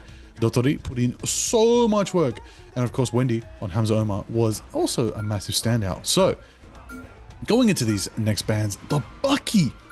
No Bucky. You know what? A little bit of a smart choice there. A lot of Bucky pain came from Z10 yesterday, so it's a pretty smart ban to start us off. But a lot of potential can come from this next ban. It's going to be Angela. Angela's been cooking it up, doing a lot of value, even today, even earlier yesterday. I wouldn't be surprised if more teams start banning Angela. Yeah, it wouldn't surprise me either, you know, taking a shift in the ban focus there. But when I think about Xavier Hope and what you want to ban against them, it's got to be the Magic. I can't lie, because they've used that hero so often before and found so much power from it, even if it isn't the duelist of choice of most. Xavier Hope always seem to make it work, you know. Spocky, Navoy always doing great stuff with their duelists there. So very eager to see what they are going to be playing into here. What they are going to be playing into right now, though, is the focus on both sides towards the Mantis on the Protect there, the Cap on the Protect. They are ready to inject those heroes into this game, and they are ready to deny Hela entry at that door. Say no more. Bernard T'Challa will have no Hela. But what else will be denied? It is all going to be inspired by Z10. Venom will be no more. Nobody's gonna get the Simio shenanigans going off, but I saw it instantly. Them Lord Lady Loki locks, triple L, but not taking the L. They want to bring out the Loki finally. It's been a minute, but it's available. It's gonna be matched with a majority of the time. It's gonna be Rocket. It seems these teams want to roll out with. Just, you know, have a bit of outsourced healing. Could do a lot of value there, but I'm really impressed right now with what I'm seeing. Kind of a pseudo mirror match. You got the Cap, you got the Daredevil, you got the Loki, you know, you got the Rockets. Honestly, it's really now putting the screws to, if these Vanguards and Strategists can match each other, it really just depends who's got that aim, you know, who's, hold on a minute, I take all of what I just said back. Is Navoy about to roll out on the Spider-Man? Are we about to see a Warrior Falls Spider-Man on MRC tonight? It's about to get webby. Oh yeah. About to get webby, and you do make sure that you don't get caught in those webs, otherwise you could have been hunted, the prey of the spider, but not going to be swept away by the spider. There's no penny today. But now we'll see how things go into the rollout right now, though, as we jump straight into action. Your wish has come true. It's Spider-Man on the rollout. No boy, going to be looking to toy around this one and see if they are going to be able to find the opening KO, as already they spring to action and looking to see if they can trade blows. You know, there's a lot of opportunity here, you know, with a bit of the dive coming out from Captain America. Would put quite a bit of pressure for themselves. Jerry taking out Spooky. The DD action is officially in core, and Lady Loki on our screens. Fish is the one to bless us today. Thank you very much. And it's also going to take out Jerry. Grabbed by Kaidia. Avenged immediately. Jerry's back with a BR beacon. Zaho is also going to fall right there. Studi and Secret are down. And so is Navoy. The Spider-Man has been put back into the pizza face. No way, sir. You've lost your job today. Gonna happen this time around, and they're gonna have to hit the ground running on the reset here. We'll see if they will be able to put themselves into motion here. I'm sure that the certified bench warmer Tamer is going to be watching keenly there for Xavier Hope. Shout out to Tamer from the original rendition of the roster there. But speaking of, we got Practice Spider holding back for the moment. We're going to do what they can. That's the boy. That's not where the objective is, my friend. It's up on the ground, but you know, nonetheless, down and out. Gonna come back from the respawn as quick as ever. That's what Spider-Man do anyway. Nonetheless, Spooky, you know, just gonna rotate around on the future 29-9 Devil right there. Matt Murdoch is gonna be pressuring something, but Hamza Omar goes for the shapeshift right now. Powers are yours, powers are clean, powers are theirs. What are they gonna use to try and take out a big Captain America? Taking a Spooky right there. Big power coming up from Jerry, and it's a triple Phoenix Ansong Inferno who hit the high note right there with Eggsy getting an insane flash triple KO right there, getting massive value, and the percentages just going up and up and up. Xavier Hope gotta wake up right now because Z10 are just absolutely sleeping on the point right now. They just set up camp. Yeah, set up camp. They got the s'mores out. You know, they're having a great time. And we'll see if they are going to be continuing in that direction as the God of Mischief comes out, bringing out the Seer Devil coming out as well. To combine with that one, additional damage should be enough to disparage some of the efforts from the 10 here. But bring out their own Seer, you know, keeps them in the game. And a Freedom Charge coming out on both sides as well. So they're just exchanging ultimates at this point.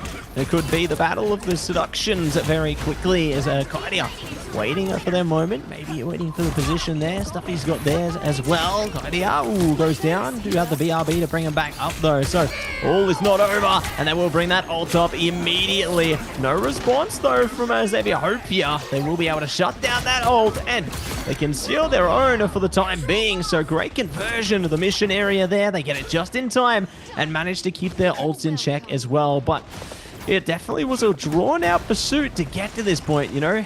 Changing things at 99% just gives you all that much more pressure to just stay online and stay in the driver's seat, because if you don't, that could be the first capture point just stolen away. Oh, that could definitely be something in their favor right now. Oh, everybody on. Oh, Spooky just nearly caught out in a bad spot right there. That's going to give Scrappy some momentum right there to try and regroup with their team, but we're not messing around. The Spider-Man is going into the backgrounds right there and is clipped by Eggsy right now. Not going to get out. The voice positioning was just unfortunately predicted by Eggsy. Jerry, though, is just crunching action right now, just slashing with those absolute blunt ends there and absolutely taking down two of Zaho right there. Big power, big pain, big pressure from the Daredevil. The Dezang is flowing right now. He's absolutely reminding them what realms and responsibilities are under his planes right there. And it's just Jerry going, Eggsy backing him up, Kaidia putting in the work, and Dottori is just clean with the rocket sustain. 99% overtime's ticking down very fast. I don't think Zaho have a chance to contest. Spider-Man tries and he's there with 1 HP and a dream is over, even though they try to get it going. But into Charles' first round, of course, the Warrior Force is going to go to Z10. Yeah, try as they might, they will not be able to ignite the battle this time. That falls in the place of Z10 here.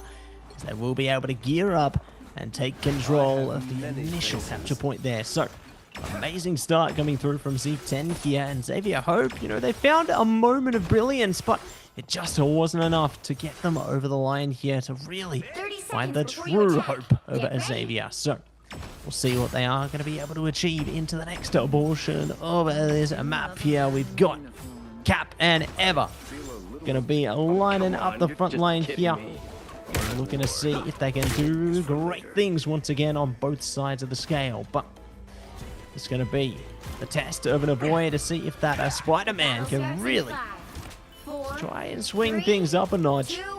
Well, maybe they'll get snuffed out once again by that Phoenix as they now look to burst out the gates. A mission area going to be unlocked in the next few moments here. But Xavier Hope, they really have to prepare themselves, try and see if they can find the right recipe sooner rather than later. Ooh, the recipe is a success. Actually, is who will attain it right now. Captain America making it happen. Kaidia with the Emma. Stuffy's going to be on the one to throw the first Sonic though. It's not going to give him much, but Hamza's taken down. Scrappy taking out one. Zahonovoy and Sukrep are down as well from Dottery and the Captain America. Putting in the work right there. Double KO's going all around. Everybody's hitting those shield tosses. Going forward, chasing the Phoenix. Going to force Ensong Inferno just to deter some damage and try to gain some of that HP back and get out of a tough situation. But nonetheless, Eggsy's going to get the value, going to get the pain, going to be taking out Stuffy right there. Choke slam coming out from Guardia. That's going to take out another Scrappy down. And that's going to be the Lady Loki on the back foot right now as Captain America's chasing and predicting and throwing the shield. Vibranium Pain going straight for Fish. Fish's bend, of course, still back in the fight from a good BR Beacon. But right now, Matsia, I'm telling you, Xavier Hope really needs to just full reset and regroup and take a fight together because Z10 are just really staggering them. Yeah, and it's just working out wonderfully for Z10, right? They're able to just take control of that mission area, build up more and more percentage as they go. Xavier Hope, they need to lock down at the moment, try and build up their ults and see if they can fight back here. Guardia has committed the Psionic Seduction here and now has set up multiple KOs off the back of one ult. They wipe out half of the team here. In fact, if not more, they get a team wipe out of this one pretty much. Scrappy desperately needs to get away. Not going to happen. So that's even worse off now. But, ooh, Spocky, I see you. You're bringing out Old Faithful. It's time to get the magic show back in action here. And let's see. They're going to burst on the scene like Houdini. Ooh, I like what I'm seeing right now. A little bit of a 1v1. Oh, never mind. Captain America reminds everybody it's a team game, everybody. Fight together. Fight with your team. We're playing in MRC. It's not a 1v1 tournament. It's 6v6. All of them trying to get going down together as we're going to see Eggsy taking out Fish. That's a big Ensong Inferno. Big pain. Just when you thought the amplifier was going to be there to keep him going, it's already gone. So speaking of already gone, it's going to be Stuffy. Taken down by Dottery. Jerry as well. Putting in the pain. Taking out Secret. Massive movements. Eggsy just absolutely lining them up right now. Even if Eggsy isn't the one to get that final hit, the rest of the team knows that Eggsy is just pouring damage into them right now. And I gotta say, Matsy, 80%, 90%. One last ditch effort portal from Stuffy could try to give Xavier Hope a capture here, but it's looking tight. Oh, it's getting even tighter now. We got the Seer on both sides. Off the back of the God of Mischief. Darkchild going to be committed by Spocky as well. Let the devil out on both sides too. Jerry, we're going to see what they can achieve with that one. They're taking a ton of damage. They're still up, still good. The boy goes down. Freedom Charge barging up. And now looking for more. Xy's out of here. And looking to trade blows once again, but it's Xavier Hope who take control here. And will be looking to instill fear into their opponents. Gearing on up, practice bot on the way out, and they will be sent packing. So once again, I feel a sense of deja vu here, Liger. We saw a similar action towards the tail end of the first capture point, and now it's happening all over again. Ooh, most definitely indeed right there. That is the pressure. Eldritch Whip's going out from the Dapper Stuffy on the, Sorcerer Supreme ready for a night out of the town. But right now you gotta get your team going and hit the night up and keep it going. 29% climbing. You can't lose a team play here. You gotta keep it going. You gotta hold it down. So what's the opportunity? What's the Agamotto gonna do in the next fight? Right now, Dottery is just gonna get, oh my days right there. Sukrep is the rocket taking down. That's the pain pouring in. Xy's taking out Stuffy. The ends.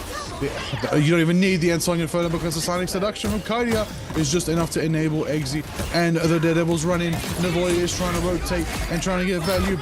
Big burning coming out from Eggsy with a triple KO. The Phoenix just doesn't seem to miss. Every mark of the Phoenix just burns expectations. And that's going to be map one of the Galactic Empire of Wakanda, and Burning T'Challa is going to go lock it down to Z10. That's it, Z10 burning in, coming at ya hot and bright into this one. They got eyes on the prize. They do not want to be eliminated out of this one because it's make or break for these teams here. This is all or nothing. There's no second chances. They're not a part of the upper bracket at this point, Liger. It's all or nothing. They have to commit or get left behind. And there's the first map. So a really solid way to start for Z10 here. I liked the little slithers of brilliance from Xavier Hope where they're able to convert the point at the last possible moments there, but they need it so much sooner, and Z10 just weren't allowing it. Yeah, the plays they're making at 80%, 60%, you need to make that at the 20-40 mark. You need to get the switch before they even get past the halfway mark, because once they take it back again, it's pretty much just a last chance fight after that to try and take it back. I mean, we saw it right then and there. 20 final hits from Eggsy, my goodness. Literally almost 3 times as many as anyone else in that lobby. So much pain pouring in from the Phoenix, just confident as ever with a chaotic posture, really confident in those picks. Double KOs after triple KOs after every KO, you know, is going straight to Eggsy. Even then, Jerry still put in the work, but it was just a time for Jerry to really displace all of Xavier Hope and just really frustrate the backline, which allowed Eggsy to just pick him off, take the off angles, get the value, get everything they needed to secure victory. And just there with them as well, Captain America can do the same. Predict those off angles, really pressure them, and really give opportunity right now. So that's kind of the lesson Xavier Hope need to take here.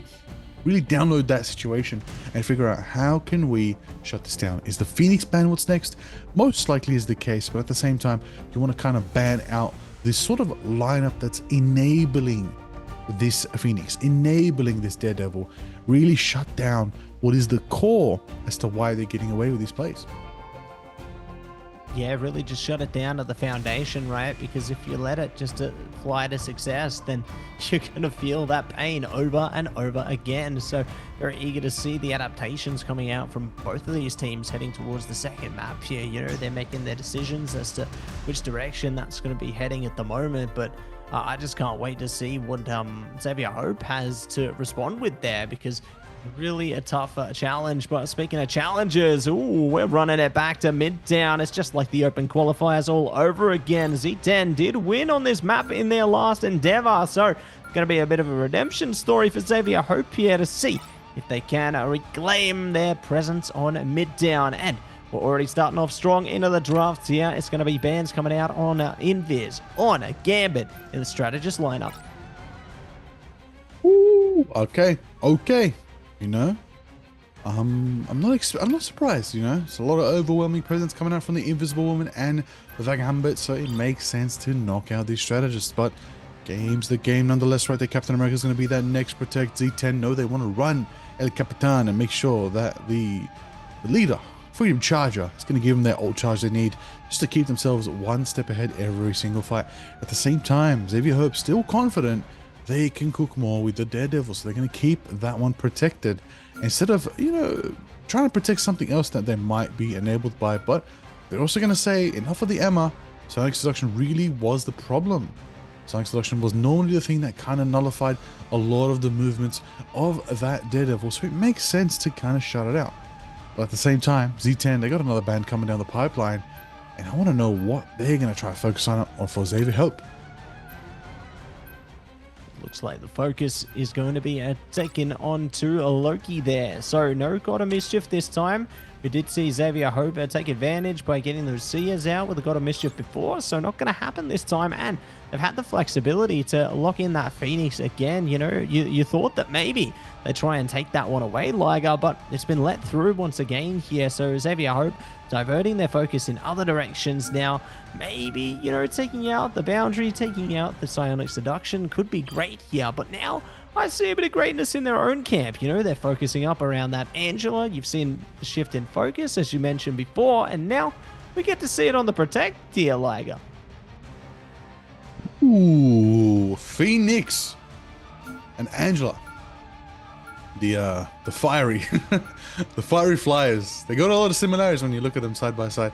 I gotta say, makes sense for both teams to hit that protect right there. Really enable them. Xavier Hope's got a lot of cooking potential with the Angela if they can really bring that on their side. But at the same time, Hela is open right now. Is Hela gonna get the ban? Is Hela gonna be even a focus or priority for this team? Iron Fist. You'll need Xavier a Hope. top-notch team to win this one. Do they have Yes. somebody Yes. mean with it? Jog my memory, Matsy. Who's the Xavier Hope Iron Fist player? The boy, the one and only. We saw it plenty of times into season 4 of the MRC, and That's right. so they shifted it through towards that Daredevil now. But you don't want to let that one through, because that Daredevil and Magic combo is exactly what placed Xavier Hope into second place last season. They were nasty with it. So maybe doing a bit of research there in the background, Z10. Don't want to see the consequences of that ever again. All right. Now, Midtown. As we know, backs the building to the Avengers Tower through Midtown, down the subway, all the way down Main Street. What is the goal for these teams right here is to get that fantastic car to the end. Take Herbie to victory when they're hitting their time on the attacking side. But, you know, Grand Central Station, bit of an interesting one when you get down to it. Very, very tough down there, but we'll see what these teams can bring out. I will say, though, early on, it could really get dicey. I think this is going to be really fun because we've got something we haven't seen in a little bit. Eggsy is bringing out that golden child. Adam Warlock is back in the fray. Ready for battle. That's my favorite duelist right there, Liger. Now, keen to see my favorite strategist coming at you, Eggsy on the Adam, but it's going to be a practice spot. Finding the opening KO there. Looking for more. Great response from Lil Monix here, and it's interesting to see the rotation of the roster, right? Xavier Hope, they're just kind of changing a player or two between the maps there. You know, you notice how there's no Sparky into this one. Ooh, okay, yeah, sure, that's a good point.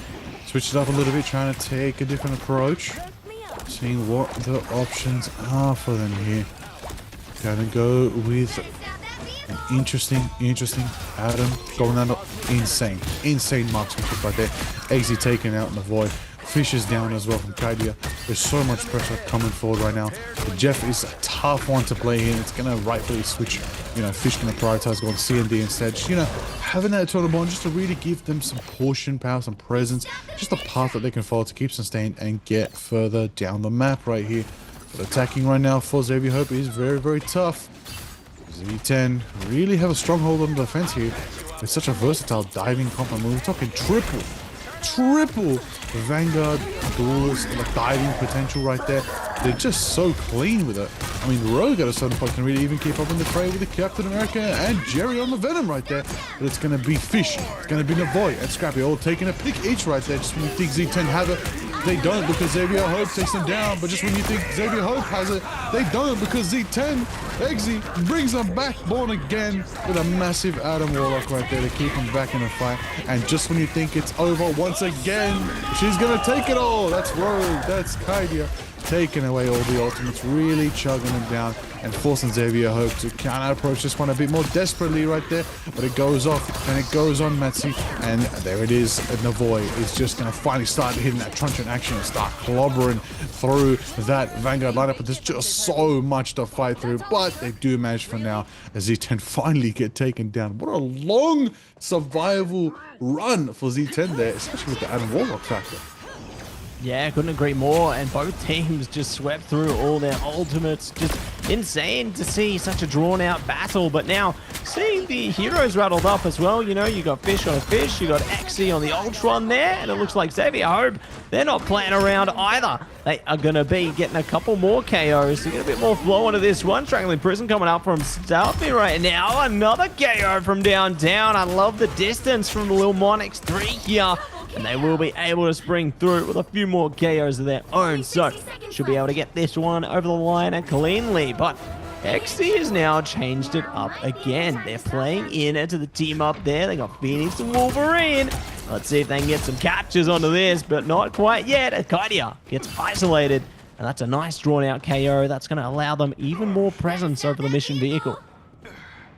Oh, absolutely right there. You're talking about it. There's just so much as they're going to get closer and closer to the depths of the subway, and they're being held so early on. Really, really tough position right now for Z10 to try and hold here right now. So on the mic right there, Lil Mon is definitely gonna bring out the and Song Inferno, and it could be matched with the Feast of the Abyss in the next fight. It really matters who they can get their first mark on the backline, taking it home to Omar the Jeff in the blink of an eye, and the Phoenix flies up and crashes down straight into Z10 and gets massive value for themselves right there. But it's gonna be oh, Fish! Fish is the Jeff with a bit of a Fish actually caught somebody. Taking Navoy and saving them from getting imploded on by Jerry's and Song Inferno. There's just so much right now. Also flying, but at the same time, Matsi, their fight is so far ahead that the convoy is still moving along. Still moving along, maybe not for long, as the Seer comes out from Dotori there, looking to see if they can take him out. And Xavier Hope going to keep a distance from this one. Exi already has the last stand available. Here we go. Ooh, straight down, looking to rip and tear, but they will not get as much flare as they'd hoped for, but at least they got 1 KO out of it. Speaking of, maybe more to follow. Practice bots down, now straightening up. It's Jeff coming out. How many do they get? Ooh, 2 big ones. Going to be sending them away. Isolated from the fight already. To say good night here. The timing's good, and they will be able to capture both. So, nicely done to create a bit of space, create a bit of distance here for their team. And Z10, they're just going to be calm with it for now. Cool, collected right here. I mean, look, these teams have done such little damage to the terrain. The high ground of the subway hasn't even formed yet. Look at the rubble just still piled up on that massive iron bot right there. They're going to get really, really dicey if they do enough damage right here to spark it up. And speak too soon. There it is. High ground's reforming just in time for Xavier Hope to take to it. And they're going to be able to collapse down to Z10 on the low ground defense in the lower bunkering corner here. It's going to be interesting to have the cooldowns, have the ultimates to set them up right here. Stuffy trying to get in position. Oh, a massive jetpack grab, and they throw Stuffy into the backline and take the group down. Massive, massive power. Back with the BRB beacon though, Stuffy is there thanks to Secrept, but it's still gonna be a resource expunged by Z10. Strangle Prison going to be coming out from Stuffy now, though, trying to turn things around. Piece of the Abyss as well from Scrappy here. They're just using ult after ult, trying to see if they can make a dent here, but nothing sticking. The Seer will be able to allow them to fight back as well. Practice bot right on an avoid there. Good way to start things off. Scrappy in a bit of trouble as well, taking a ton of damage. To Griff there. See you later. There's only Fish alive right now, and the KO comes through from Jerry. Everybody's falling on that end song Inferno, and they will be able to reset. And that is going to be a clean hold from Z10, allowing them not much distance to cover here. And Xavier Hope, huge pressure on the defense now. Including which side you're on. That's right, most definitely. They are holding it in their favor here. Seeing how it can all unfold for them. Seeing what the composition is going to be, switching it up as they defend. Really just exploring their options right now. Gotta say, Matsy, feeling the efforts of a Gambit Loki band, seeing a lack of healing massively right there. Massively. Teams are going down way quicker. Fights are definitely not being drawn out as much as you expect. But if you really want to hone that in, the Storm Moon Knight. Interesting. Because we know Xavier Hope is going to be rolling it with the triple themselves. To hold that defensive position, Z10, they're going to answer it early, running out with that absolute burst shredder comp coming out from Exy on the Moon Knight and Jerry on the Storm. This could be a really strong defense for Xavier Hope, or Z10 have called it early. They're going to be able to push very, very quickly. Yeah, they might just be able to sweep their way through. We'll see if the Jeff and NATO will allow them the power that they're searching for in combination with the Moon Knight, the Daredevil. There's just so much aggressive presence in the works here, but it's going to be switched up to a Magneto. So it's a bait and switch on the Daredevil, but that's a-okay. That can still do so much work with those heroes there. But what I love to see is the God of Thunder back once again in this matchup, and Xavier Hope are certainly going to be hoping for some electrifying gameplay, but so far no good. As Stuffy goes down, brought back by the BRB though, so all hope isn't lost, but Fish going down does create a little dent. The strategist lineup here, Scrappy in a bit of trouble as well, holding back, and they will eventually fall. So the casualties lighting up, and the wall crumbles just as it's built, and it will allow Z10 to spill their way forward closer and closer to that first capture point. Most definitely right there, as they're going to keep it pushing forward. So Groot, oh, Portal coming out from Fish. Going to keep them in concession, going to keep them still fighting the good fight right here. As if you hope do not want to let Z10 get that first gate without a bit of a fight. Going to be baiting out the hand of Khonshu coming out early from Exy. It's going to get a little bit of pressure, but not the value fully they need it. But in turn, Jerry back from the BR Beacon. All the action going forward. That's going to be Navoy, Truncheon action, going forward, swinging, making it happen. Maelstrom and Madness is enough to take down Hamza Omar. That's going to be Zaho Fish getting the value there. Little Monix taking out Jerry. Dottery falls as well. That is a strong defensive portal coming out from Fish right there that let Xavier Hope really stop the momentum of Z10. But 2 minutes 30 on the clock. All Z10 got to really do is just get one more fight on. They should be able to add more time to their clock and head on down the subway. It's really anybody's game. Anybody's game. The time to take aim at this one. Akamoto up top. Ooh, they do get the freeze there on the XC, but the opposing is Jeff coming out. What a capture to come through. Gonna isolate them all the way back towards their spawn there. Not getting the KO, but creating that distance from the Vanguard is huge for them. Fish in deep trouble. And they should have fall down. There you go. Traded out though. Freedom charge coming up from Scrappy as well. They're doing whatever they can to just buy time here. Dotori does bring back practice bot as well.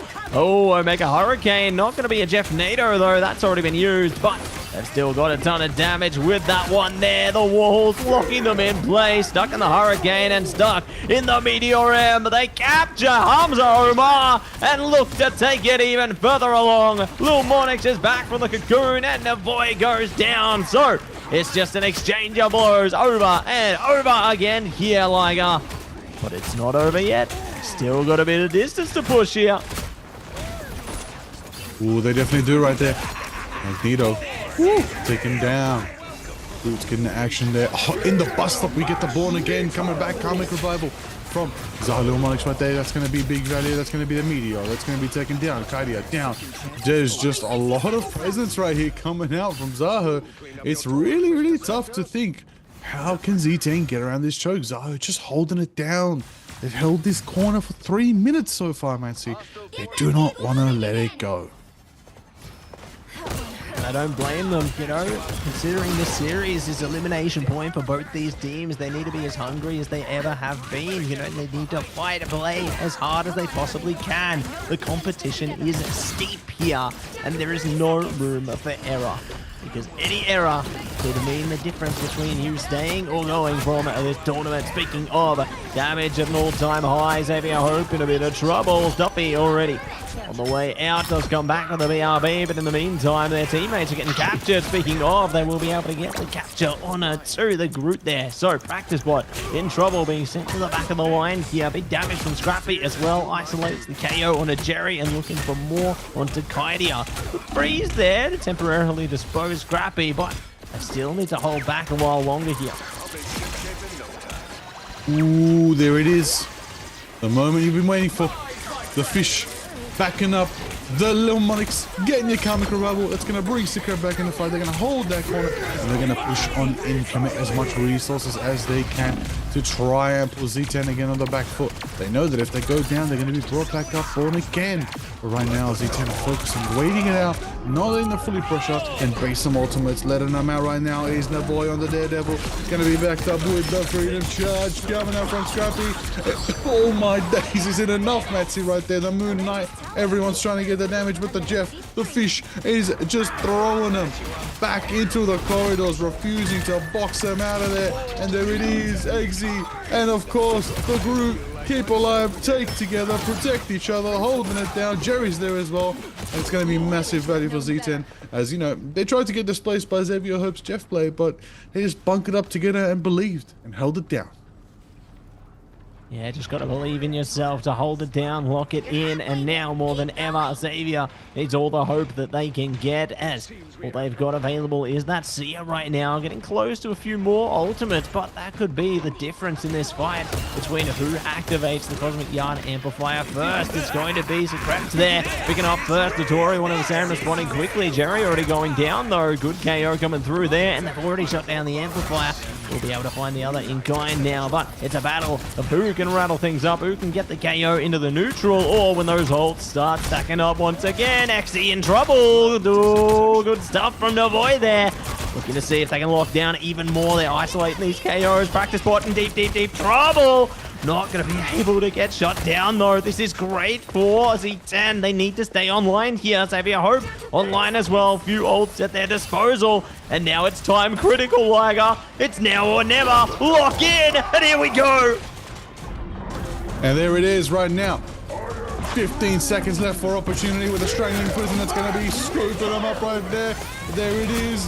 Novo's down, Scrappy's down with a bit of tree trunk in action coming out from practice ball. There's going to be the Phoenix taken to the sky, and Song Inferno is going to be the song that is sung as it's holding its note in the sky, and it's going to not land down, but it's going to give Valley, it's going to give Iron time, it's going to give Jerry the opportunity to go 1-2, hit him with absolutely fire right there. That's going to be the Jeff going for a bit of a scoop. It's Jeff time, but there's no time. There isn't a chance right there as they're going to be going downhill, stalling out as much as they can, but Z10 just have a push power right here. Xavier Hope have a chance to hit the Freedom Charge store. That's going to be Scrappy. We drop an amplifier from Secrep that's going to keep it going, and then it's going to be Fish taken down, Secrep taken down, Eggsy's on the Bucky. Kraken Impact is online if they need. They're just going to land one buckshot after another buckshot, and they're going to go for the Kraken Impact right now. Landed a point blank onto the boy, and another Kraken Impact to take out Stuffy, and that's going to be again and again, and they're done with the ending triple KO. Z10 insanely take the subway there, and of course, Z10 do win the map in a strong defense into a powerful half the map push, claim victory here in this bout. There is still time for another map if Z10 win this match. See, they claim the 3-0 series, but if Xavier Hope want to show signs of life, now is the time. You're one map away from falling out of the event, or you're 3 maps away from a massive comeback. And that's going to be tested by their opponents here into map number 3. Z10 are on a generational run into this series so far. They are 1 victory away from progressing into this tournament, where they will be fighting the loser of the upper bracket games, results pending, and very excited to see who their opponent may or may not be, you know, depending on the outcome of this series. But we got to check out the best parts of this here map here as we take a look at the highlights right now. Just look at these sweet plays. Practice Bot was on a tear on that cap.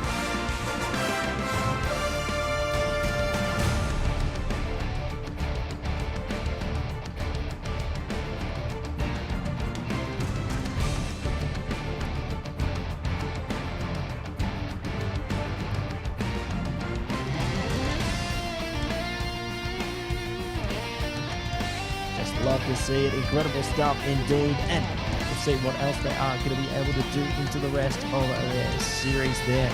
They have a lot of amazing stuff in a store there, and very excited for what else they are going to be able to do. But definitely really a solid second map there.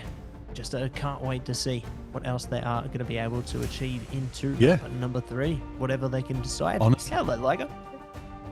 Honestly, hey, listen, you know, sometimes, you know, there's abilities in the game that can silence. I think something hit me at one point there, but nonetheless, what we can know is that this is a moment right now, as I mentioned earlier, you know, Xavier Hope, you gotta get yourself sorted and figure out how to take this series back into your grasp right now.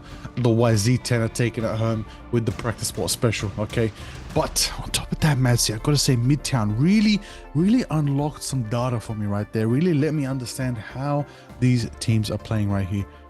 Throwing out Gambit, throwing out Loki, those bans, bring in a lot of different compositions, role switching especially. But look, I just want to get into this next map. I want to find out really what this ban phase is going to be like.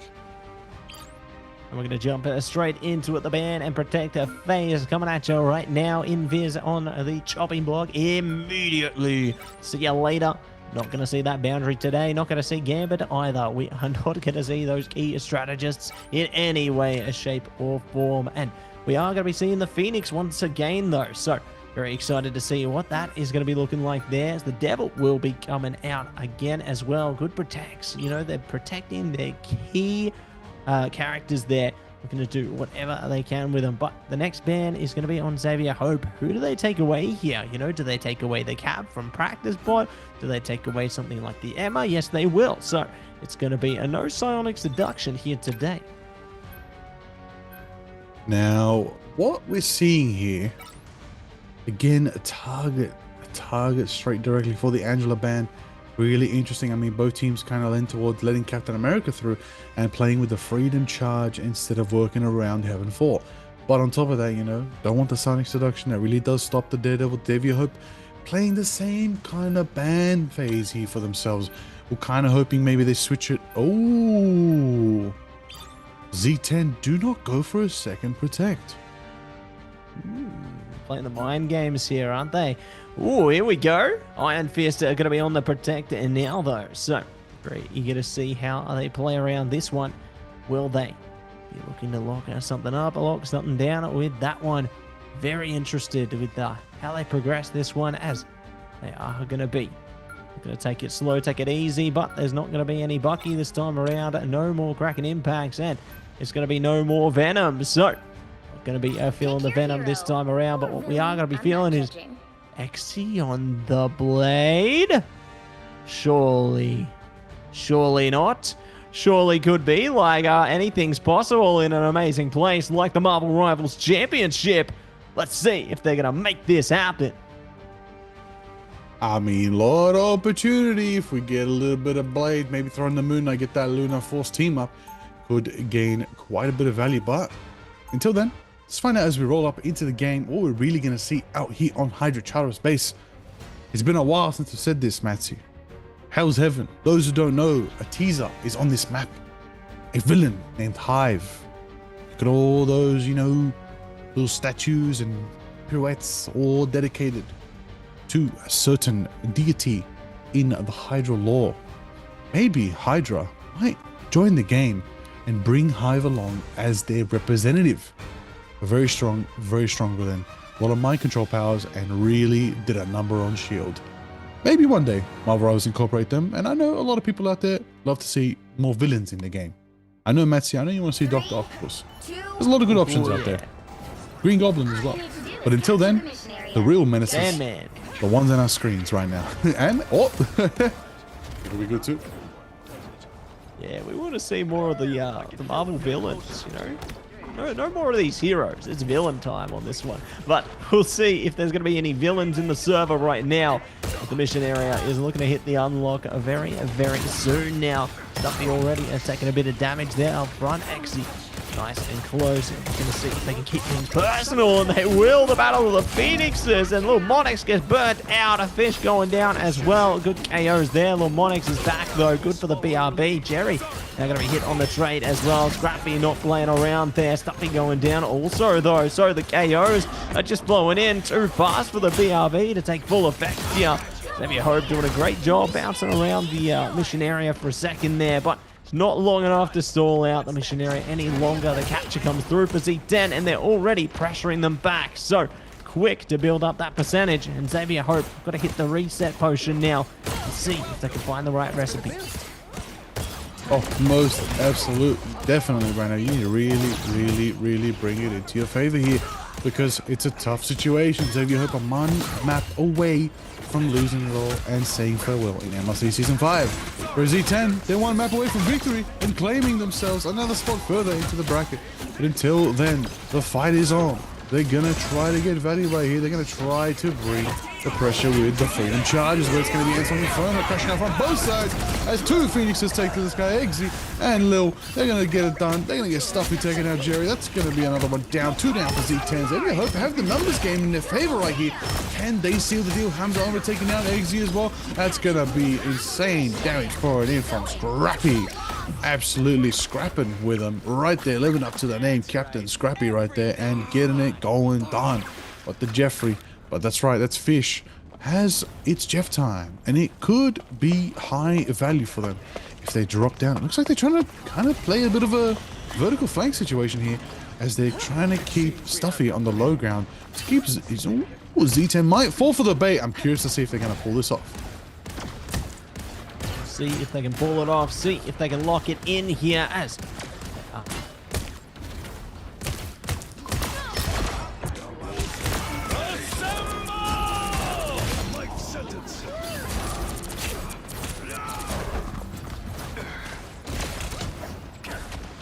Back to my old self.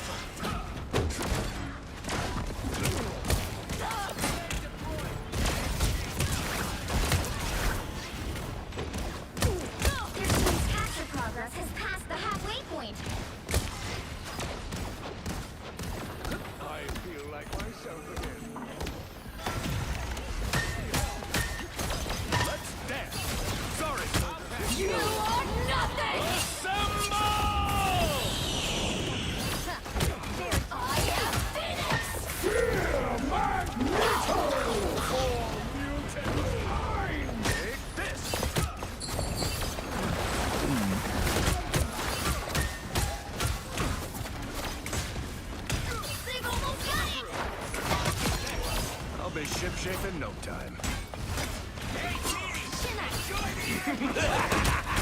This is real firepower! Sorry, soldier. Friends, gather around. You better get a look behind you.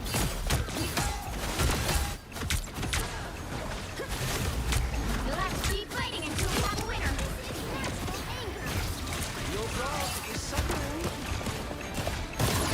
Here we go. We are on a line and all ready to go. OD timer up and in action here. And let's see if they can bring it back here. Xavier Hope going to be doing whatever they can. Stuffy goes down though to Dory, converting the mission area and looking to do whatever they can.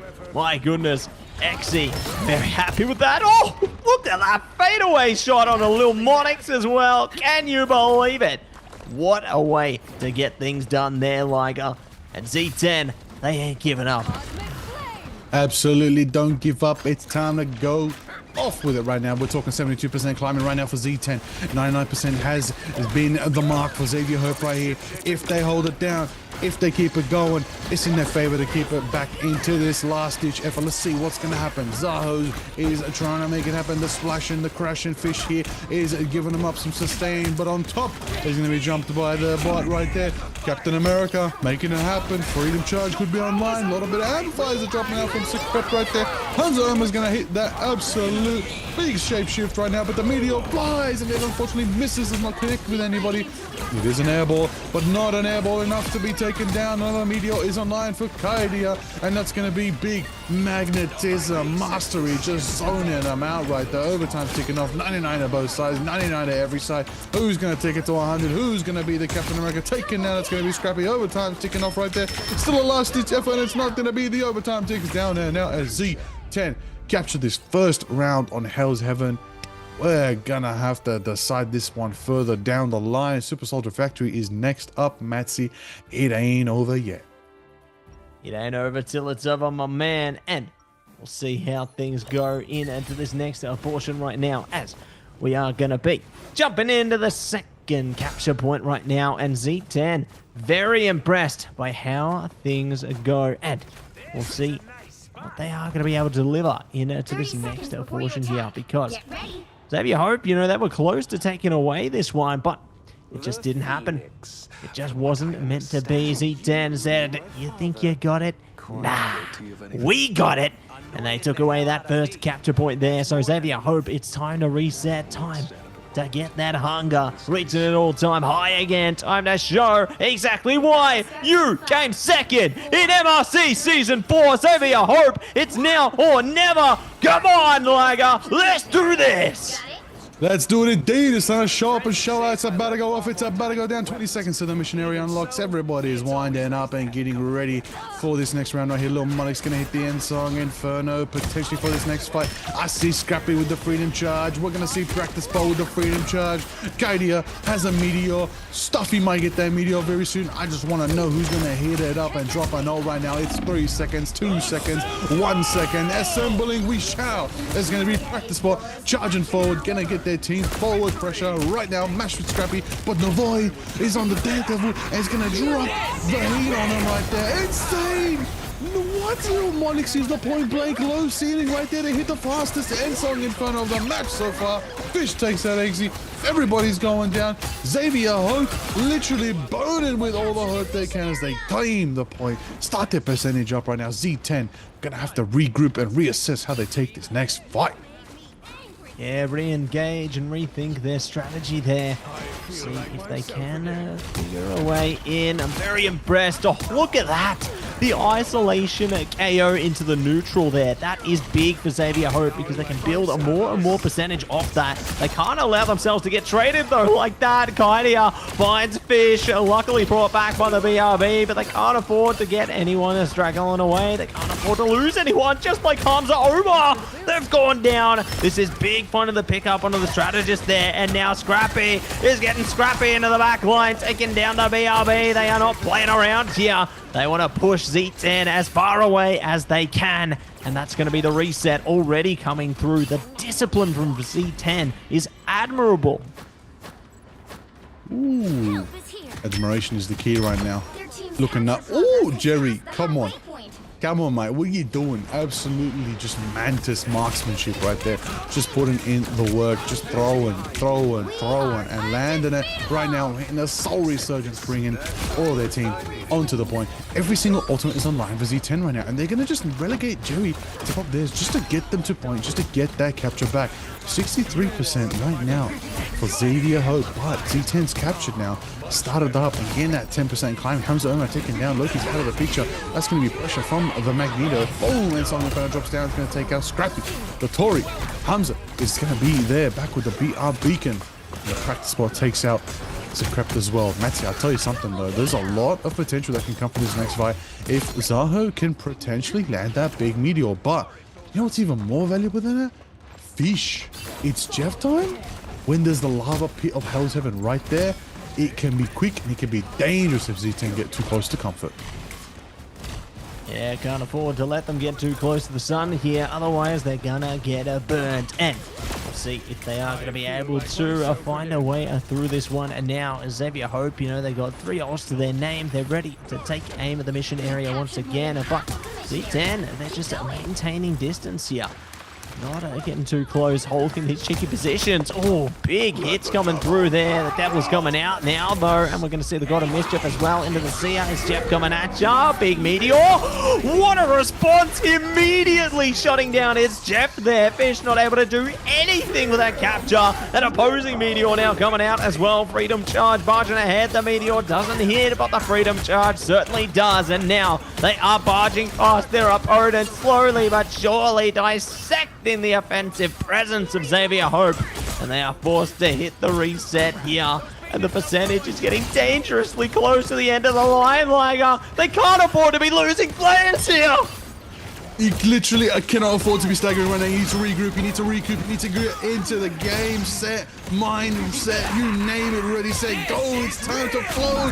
There it is. The amplifier's down just as fast as it goes up. The voice line wasn't even completed by the Rocket Raccoon. A Phoenix over the shoulder right there from Claudia, taking out Stuffy right there. And that's going to be the overtime, ticking out 99% in favor of Z10, 63% for Xavier Hope. Can they bring it back? But it can't happen right now with Little Monix taking pigs, taking out XZ. And there's the burn. There's the Phoenix. The Ensong Inferno takes its first time down to the end. There it is right now. Overtime is ticking off. They're trying to get through. They're stressing the portals, are regressing. And there it is right there. The amplifier once again taking out. There's the pressure. Overtime still ticking. They're still contesting. They're still holding. Xavier Hope refused to give up. Hope living up to the name, but they're falling right now. There's so much pain pouring in. Z10 is there. 2 are down with the Jeff. Spitting out the enemies. Oh, he's going to take them off the map. Sacrificial lamb. And that's going to be 2. Jerry and Hamza are down. 99% still in favor of Z10. But the overtime ticks down and out as Xavier Hope live up to the name and keep themselves in the game. 70% and climbing. There's one more fight here. One more fight. One more chance for these rosters to advance.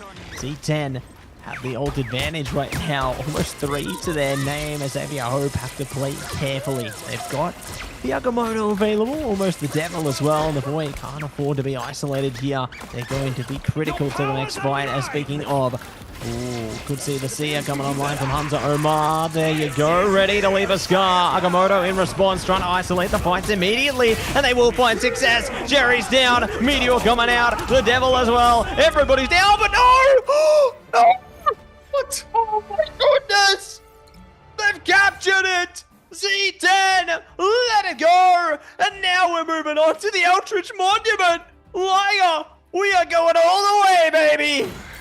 All the way to this third map, we are deciding to get on the final round of domination on Hell's Heaven. This is it. The pillars, the destructible terrain, the high ground, the low ground, the tunnels, the lava, the waterfall, the lava fall, I should say.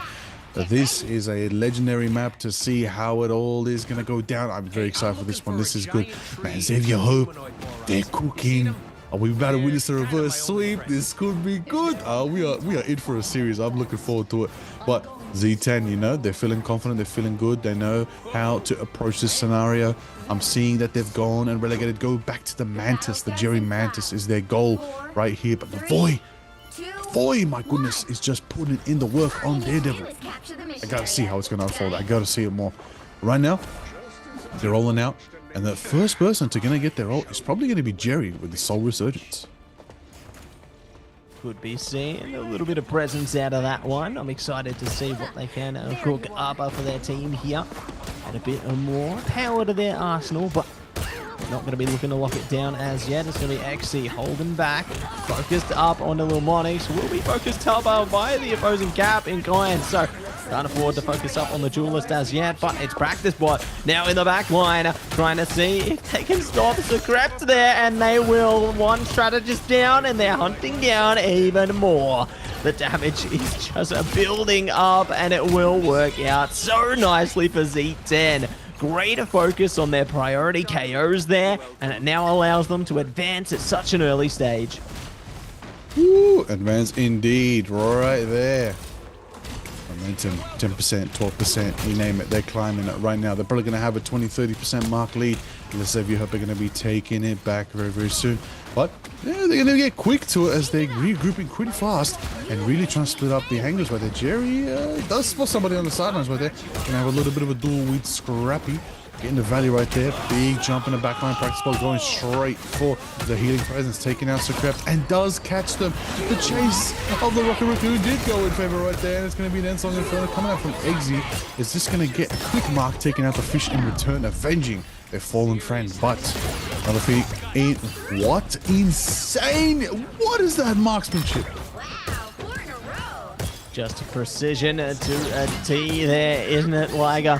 So sharp, you think they're Hawkeye, and they are going to be just that guy into this one as they reach for the sky and have a high supply of KOs flowing in. Do. Here we go, but let's see which way the river's going to go now. And Avoy are trying to focus up here. Not going to be able to lock down enough damage for a KO yet. Exy already isolated. Nice stack up there from Stuffy.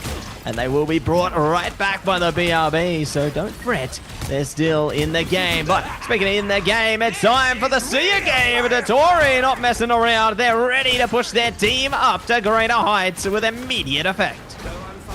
And immediately you're going to need to push forward right now because Z10 are 90% inclining. This is your final chance. Xavier Hope Meteor flies, but doesn't cry. It's a point blank shot on Little Monix who couldn't dodge it. But now it's Stuffy's turn and they get a point blank on the Tori. The Meteors are firing. The Dunk Masters are in full effect right now. They are getting value as the Magneto should. But that means the Phoenix is on the ground. That's going to be Eggsy with the Ensong Inferno. It's online, but it doesn't matter because Eggsy instead is just going to land shot up the shot up the shot up the. Everybody's going to take it down. Ensong Inferno crashes down. It's going to get Zaha. That's a double KO for Eggsy. 99% over time. Sticking off Xavier Hope. Do not have any more hope left as they lose that chance. And Z10 claim Hell's Heaven. And they do carry forward into the bracket. Oh my days. They have done it. They have taken down Xavier Hope. So that will be all she wrote for that series, Liger. And my goodness, what a series it was. Incredible efforts from both sides there. Xavier Hope fighting for dear life, going the distance on domination. But C10 just take aim at that one in the end and will be able to claim their victory, a 3-0. But my goodness, 3-0 in the scoreline, but that's not a true reflection of the series. That was close by all means there. You could see the hunger, the determination from both of these teams. They desperately want to fight to stay in this tournament. And Z10, they're going to be pushing on. Yeah, absolutely. I mean, you said it best. 3-0. Mate, that was so close. They kept us on the edge of our seat just every single time. You know what? Let's jump into the highlights. Let's have a look at some of those best moments from that last match on Hell's Heaven right here. I mean, Eggsy is just a big standout, just absolute MVP. Well deserved right there. MVP of the series also, I would say so. Kaidia putting in the work as much as they could as well. Big meteors towards the end there, which really gave him value. Fish putting in a lot of Jeff healing. I gotta say, Jerry on the Mantis.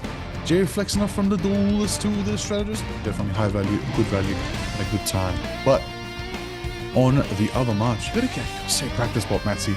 Tell me about Practice Bot. My goodness. They cap. Just so impressive, right? They were able to isolate those KOs for their teams. Really just giving the backline a hard time a lot of the time. And speaking of giving them a hard time, Exy never let up. They were relentless. They would not allow Lil Monix even an inch of freedom to play around there. Xe was just a mess. It was just so difficult to deal with so many aspects of Z10. Like, Xavier Hope just struggled there, and it showed. Yeah, absolutely. I mean, right now we can see it's a tough matchup for them. Tough matchup. You know, a lot to do when you got to hit those books and figure out how to go into the next bout. I gotta say, a tough one, but it's still close series. I mean, we're talking best of fives now. Like you said, eliminations are on the mark right here. It's very tough for every team playing today, but best of luck to them all. We still got a ton more games to watch today. It's gonna be fun. That's it. Gonna be fun, and we're gonna see them right on the other side of this break. Everybody, don't go anywhere. More great games coming right at you.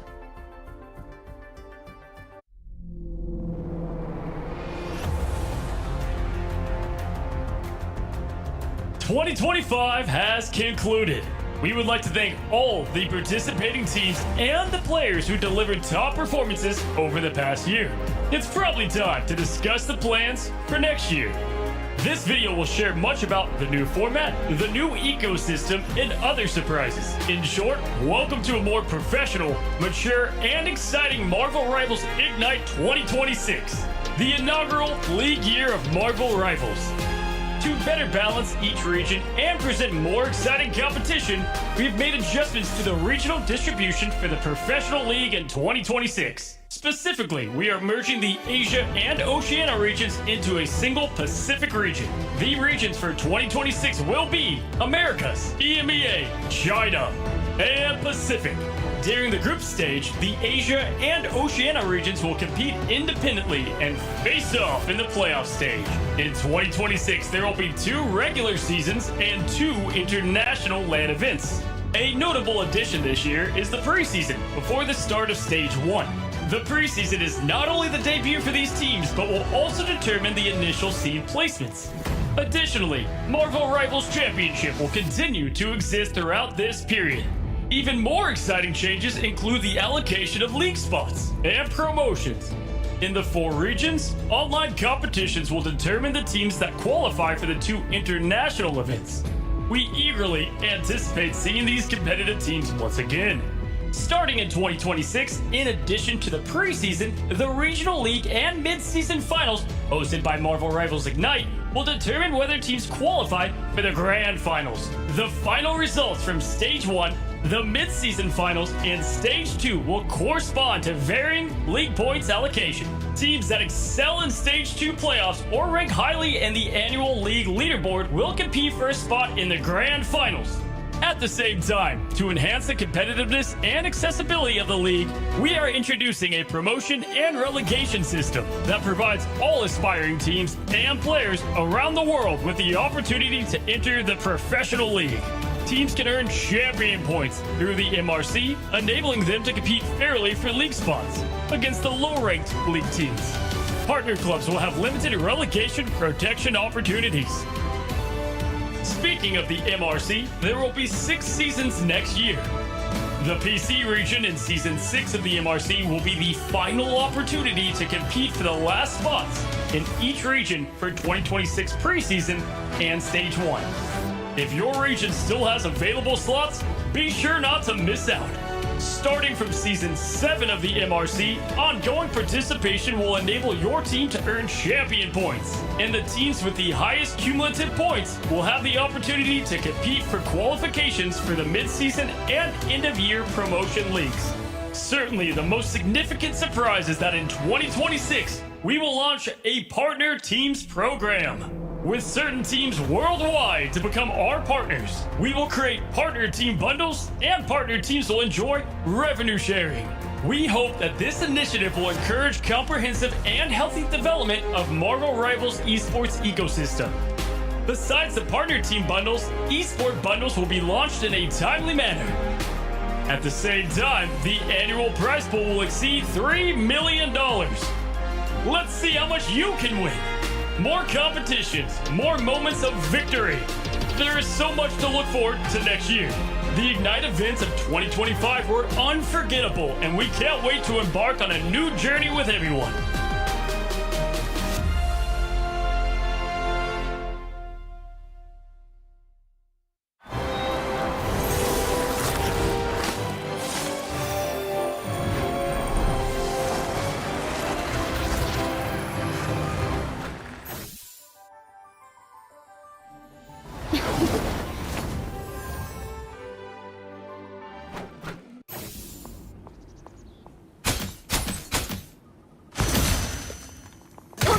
I'm trying to help.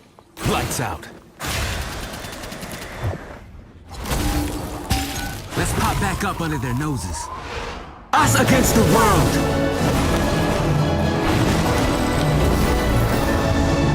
My time to shine.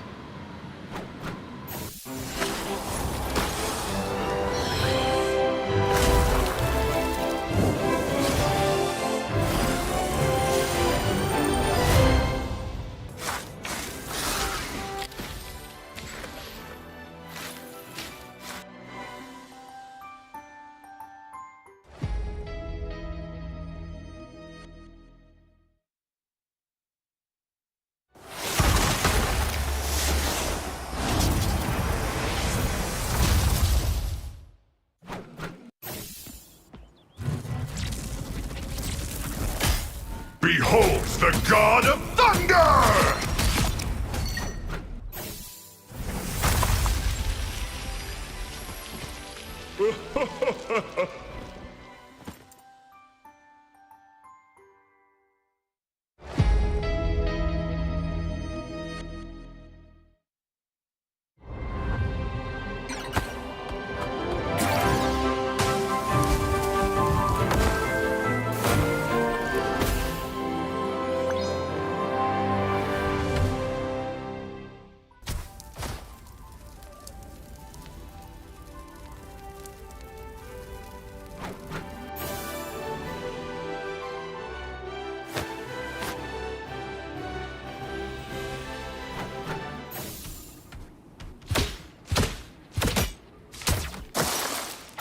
You know what to do, spiders? Time for some fireworks. It's spider time!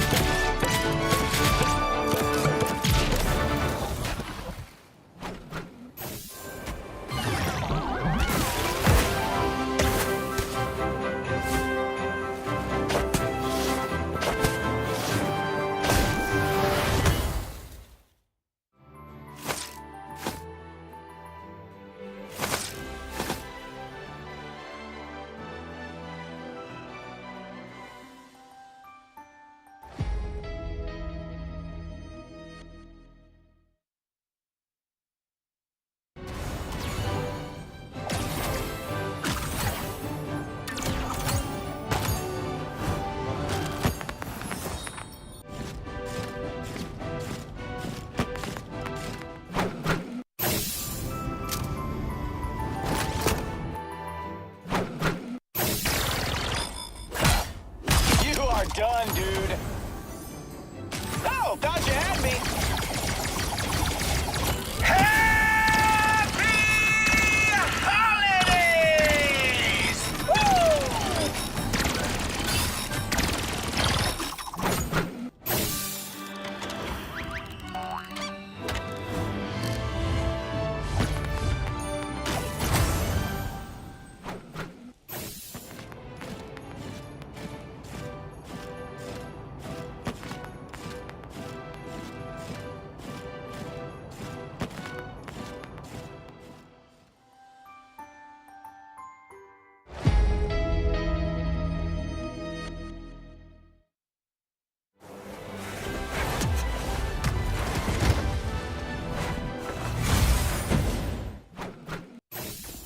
On the hunt.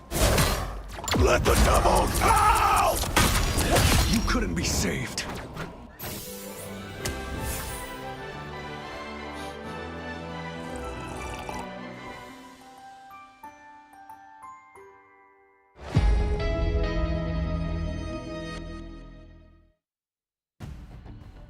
Welcome back, everybody, to the Marvel Rivals Championship here in the Pacific region. Matzy and Liger ready to take aim at another game. Here we have so much great action on deck, and it don't stop right now. We got even more ready for everyone's viewing pleasure here, Liger, and I'm excited to see some of the teams we're going to be looking at. You know, it's some of the teams that we haven't seen before, so we get to take aim at some of the new kids on the block, so to speak. Well, look, listen, you know, there's There's a very interesting team comp coming out from what I've heard from these two teams. Some unorthodox things. We see a Black Widow. It might actually be a Black Widow, but nonetheless, you know, we got Tedek Thunder versus the, and we've translated it. It says Australian Embassy. What a team name. I gotta say, one of the team names of all time. Right there. Yeah, that's a pretty solid one, I gotta say, but we'll see. I love the creativity, right? Because you think back to like season 2 of MRC where you had Yoyang 1, which was basically the retirement home, and now we got the Australian Embassy. Like, there's a lot of creative names and aliases out there, so I love to see it, and I can't wait to see what else is going to be in store here, Mr. Liger. But we got our picks on deck here. We are seeing the Gambit locked out, Angela as well. Interesting to see that one focused first, right? Oh, interesting. There's, I mean, yeah, that makes sense to some regard, but sad day. We don't know to get to see the vet Angela, but nonetheless, a Venom is also banned. Okay, so right now, what I'm sensing is a very strong dive Vanguard presence coming out from Tedek Thunder's usual Vanguard picks. So locking out the dive really kind of forces them to play more back to front comps, more broad comps, maybe even bunker, leaning them towards, you know, the crutch of triple strategists. A lot of teams try to avoid using it, but they know when push comes to shove, if you're struggling, just bring out that third strategist, probably the Mantis, maybe an Atom. Really changes the tide. You still maintain good damage, but you're healing just, you know, triples. So nonetheless, Phoenix protection makes sense. A lot of teams right now have just been really putting the hours on Phoenix, as Hela is just way too banned way too often. So if you really want to be like just fresh on your marksmanship, constantly adjusting to the hipfire, it's gonna be the Phoenix players out and about. And then Emma protected now, after we just had a round where Emma was banned 2 maps in a row. Yeah, that makes a lot of sense right now. Emma is definitely a strong pick that these teams want to get through the ban phase. But the Jeffrey, Mr. Jeff, does not survive the bans. In a quick little side note here, Liger, as well, since some of us might not be aware of what some of these players' names stand for on the Australian Embassy. So to start, we have Little E the King, or King Little E, is our first player on the Australian Embassy there. We've got AQU, or Poor But Stylish AQU there. So love to see that one. Then number 3 on the Scarlet is going to be Don't Let Mag Ult, pretty much, or Stop Bags Ultimate. And afterwards, we have 7 Shrimp Burgers. And then following suit, we have Money First. So interesting to see some unique player names once again there, Liger. Yeah, you know, honestly, I like it. You know what? Because we're in the Pacific. We are what I like to call the mini international region. You know, you get a taste of a lot of different regions when you're playing in the Pacific. You know, Pacific's a big area, guys. Biggest ocean in the planet.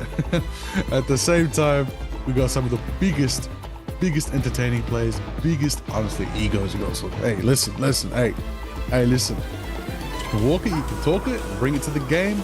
Fair play, fair dues.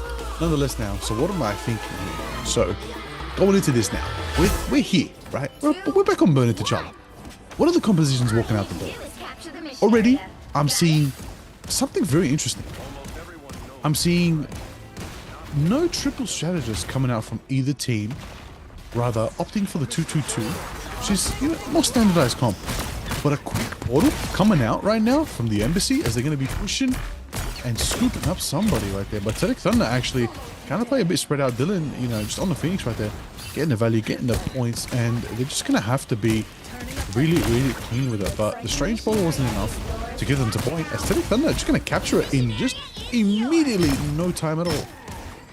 No time at all. Rise or fall. No time at all. They aren't playing around, but they are going to be taking down the KOs nice and quick. Goodbye, Poison Radio. RF are going to be traded in consequence. So nicely done here. Psylocke looking to see if they can lock it down, lock it in, and take this one for a spin there. They will shut down some of the runes. So good to at least minimize some of the healing impact here, but they could be in a bit of trouble. Boundary coming up as well.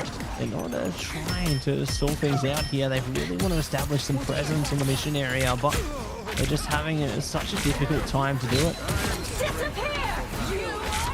All right, there is gonna be an Ensong Inferno right now, crushing down. That's gonna be Dylan taking out the Bucky. Bucky's gone, and so is Aku taking out the Groot right there. So much value coming out. Invisible Woman, it just constantly applying so much pressure. The S tier Invisible Woman just reminding everybody why she throws hands out here and was the MVP of the Fantastic Four at times. So now, 56% of climbing, 57, 58, 59, we're already going to 60. That's going to be the value for Tedek Thunder as they just keep on winning fights right here against the Embassy. They're getting mad value. Mad value, and it just don't stop. We'll see if they are going to be able to prop us something else up out of this one. They're taking it nice and slow. Got a lot of ultimates out there already here. Ooh, big hits already coming through. But Fed, I love the discipline. They don't overcommit to the fight there. They're just trying to throw jabs there.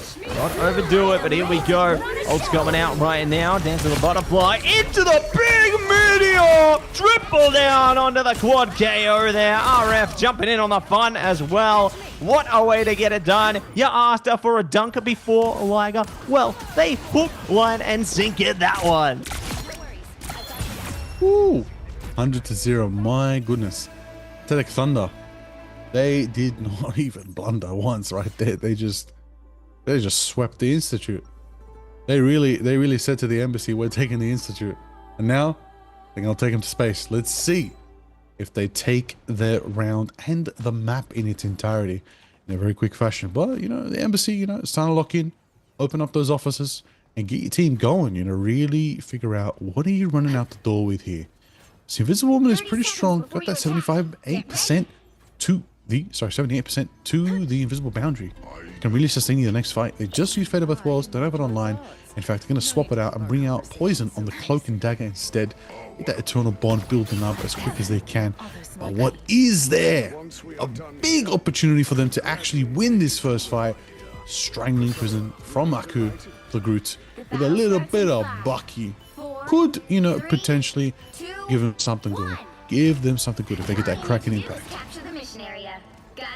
See if they can get something great and impactful out of that, as there's going to be a lot of Krakens on deck. They really put themselves in first hand with that one, but we'll see if they are going to be able to launch it, as already got a bit of nullification towards the mission area before it's even come online. Aku already in a bit of trouble. Ooh, got a mischief coming up. Boundary at the ready. Nid ready to go. See if they can flow this one ahead of us. There you go. They get it down at timing, and Song Inferno as well. Opposing boundary coming up here too. We'll see if they can pull through with it though. Nice carbon crush coming out there from the Emma, and we'll see if they get the Strangling Prison through. Great ult in response. They do catch RF though through the mix. The KO's good, but they aren't good for any more. So forced to slow things down. Big commitments of ults though from Tedek Thunder there, and this leaves the Aussie Embassy at an advantage, but maybe not.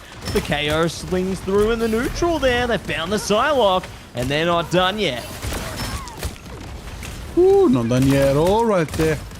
So the Embassy's building up that percentage, but Dylan is landing marksmanship after marksmanship after the Phoenix marks building up for themselves. They can land that combo. It can be a big Ensong Inferno, but it's going to be the Meteor flying high from Slux right there. That's going to be a good value pressure, and it doesn't matter because RF is just reminding them who's the real one now here, who's the real assassin, taking that first, second, third step to the butterfly style right there and getting that reward. But look, listen, it's not even used yet. They just got the picks as they did. In the next fight, we might finally get to see the dance of the butterfly.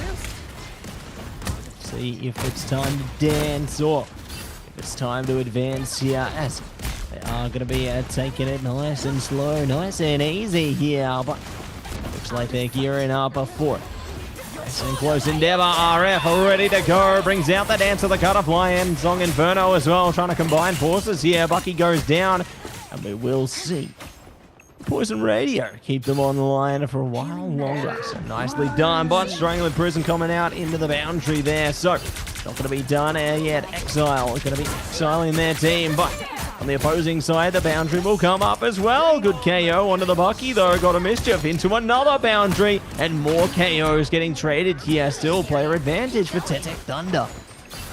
Ooh, a Venn diagram moment in the house for the Invisible Women. making that happen right there. But RF is still reminding them who is the one on the side, getting the value. Again, Tedek Thunder just holding it down right now. Just again climbing up to that 70% mark right now. If I was the Australian Embassy, I would not want to lose another fight right here. I want to keep it going. So Embassy's really going to need to try and get that Bucky impact. And you get that Kraken going, try and line it up. But options are on the line. Let's see how it all unfolds. They're going to be dashing in. And my goodness, they are pushing to the spawn doors right now of the Embassy and just getting so much value. Let's see if they can try to turn the tides here. Catch Tedek on the back foot. They do get one, taking out the side. It's going to give value. O's now here putting in the work. They got a Kraken impact. Probably now would be the time to blast it, but they do get stunned. And a meteor flies and crashes down, chomping down the HP. That's going to take 3-4 down the whole team. Getting wipes right there. 100 to 0 once again. Not to 0, sorry. 100%. Barely a chance to get the overtime. As they do. That's right. Tedek Thunder do clean. Burn into Chala. Taking it in a 2-0. Take it away and ready to play. Nicely done on the opening round of domination there, and ready to see what else they can achieve heading forth into their future map. But Dylan FPS, the one to watch out of that one, hitting the MVP on the Phoenix. And great to see Phoenix, you know, finding a lot of presence for a lot of teams here. They've done plenty of great work, and sure we're going to see much more about that once we get in the highlight reel. But just look at these stats. 11 finals coming out there. RF are definitely not one to brush by as well. You know, they did a lot of great work with their Dance of the Butterflies there, assisting their team to isolate those KOs. But Slux as well, I love to see the potential they had. You know, huge KOs with the Meteor there, getting some great right clicks as well. It was just really impressive at how they just strung things together. But speaking of stringing things together, let's take a look at these highlights. Woo! Highlights, the lights of my life. That's what I want to see right there, reminding me those moments when they really burned it up, especially Dylan putting in the work. A lot of invisible presence coming out from XR right there. Slux with the triple Magneto Meteor. Woo! Talk to him in the court to finish off that play. That is exactly what you want. But I need a bit more Bucky in my life. I feel like there was so many opportunities. Also, Bucky, take that Kraken impact. It may happen soon. It just really depends if they can try to execute it going into the second map. It is all on them at the end of the day, Matsy. So, going to this next map, there's a couple things to adjust there to see, of course, if they can make it happen for themselves. But that was a very, very convincing win for Tedek Thunder right there. Really, the Embassy got to show up a little bit into this next round. We'll see how it all unfolds. I'm keen for the next map. Yeah, I'm keen as can be as well. Like, you know, I think that there's definitely going to be a lot to prove heading into this next map, and I'm eager to see which direction the teams take us ultimately, you know, whether they go to the Convoy, Convergence, or whether it could be something else entirely. It's all going to be their decision. You know, do they stay or do they go? Which way are they looking to flow this one? Could be domination all over again. You never know, Liger. You never know. Could be. There's a lot of potential here. A lot of cool things. I'm keen for the game though. Let's just actually jump into it, Massey. Let's get it going. Boom, into the game we're gonna go. It is gonna be a good time. Let's have a look. Tedek Thunder versus Embassy. We are on map 2, everybody, in this best of 5. That's right, 5 series here in season 5 of MRC. We are here for MRC. Let me remind everybody what they're watching here, Matsy. We are here. What are we playing? The game, Marvel Rivals. Why are we here? Season 5. What for? It's a tournament. These players are the best in the Pacific region. We're gonna see how they all unfold. Remember, at the end of the day, what are they playing for, Matsy? $14,000 500 prize pool. 14. Are you kidding me right now? That is massive value. And the winning team, Matsy, walks away with 6,000. Okay. That's what these teams are playing for. Fun and games? Hell yeah, the game's fun. And we definitely love the games. But they get a little bit of moolah if they get up into that top 16 spot. Guaranteed some money. But speaking of money, Captain America has been protected. They have invested in Mr. Steve Rogers right there at the same time as the Embassy have locked in Mantis for themselves. Gotta say though, these two teams, they definitely got that friction now as they are really starting to, you know, play these target bans a turn earlier than before. They're not hesitating this time. I'm curious to see what those final 2 bans will be. I think those will be the differentiating factor. Yeah, eager to see what they are going to be changing here as they've taken out the Loki now, so no more God of Mischief.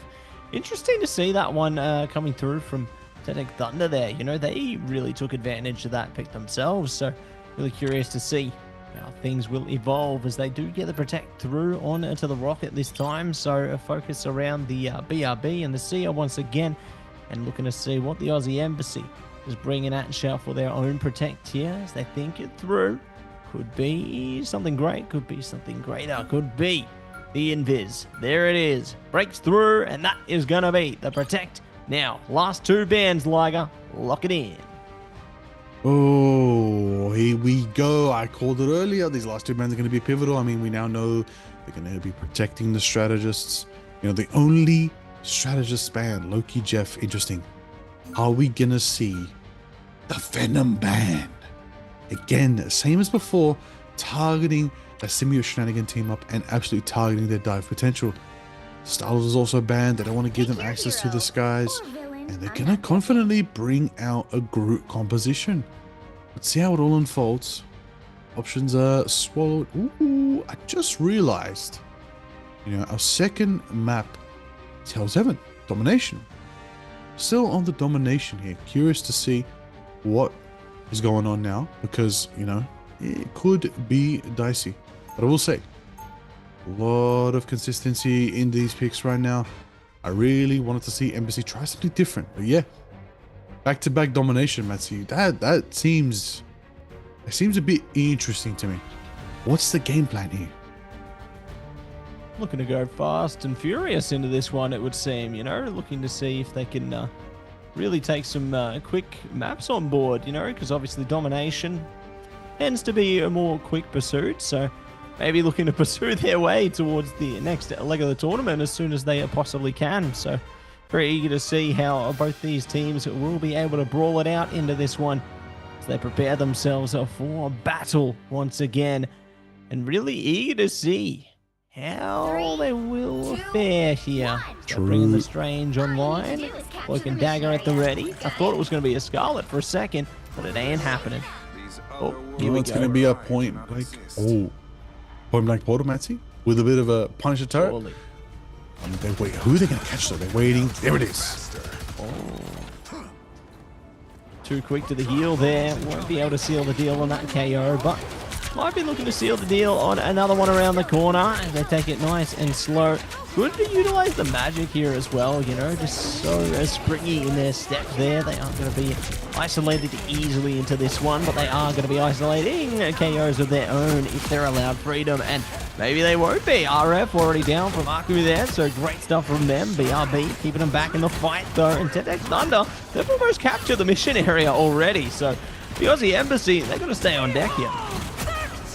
Oh, definitely have to sign up for a very, very, very, very interesting time right there, as they're going to be trying to push forward, trying to get the value they need. Boundary is online, giving them a bit of sustain, but it's just not going to be enough. And there's a woman of the Embassy right there. Sustain. Masterman Man is coming out. Exiles taking it down. The Embassy Strange gets the value and taking out Slux as well. Big Punisher making it happen. And a lot of the damage blocked from Dylan right there. That is just a clean Doctor Strange movement right there coming out from Embassy. Let's see if the Agamotto, the next fight, could actually be enabled and get some good value. It really is depending on how they can launch that forward and try to scoop up Telic Thunder, but Telic Thunder, they're going to come back with a boundary. They got a Meteor as well, and Freedom Charge will build up the rest of those ultimates.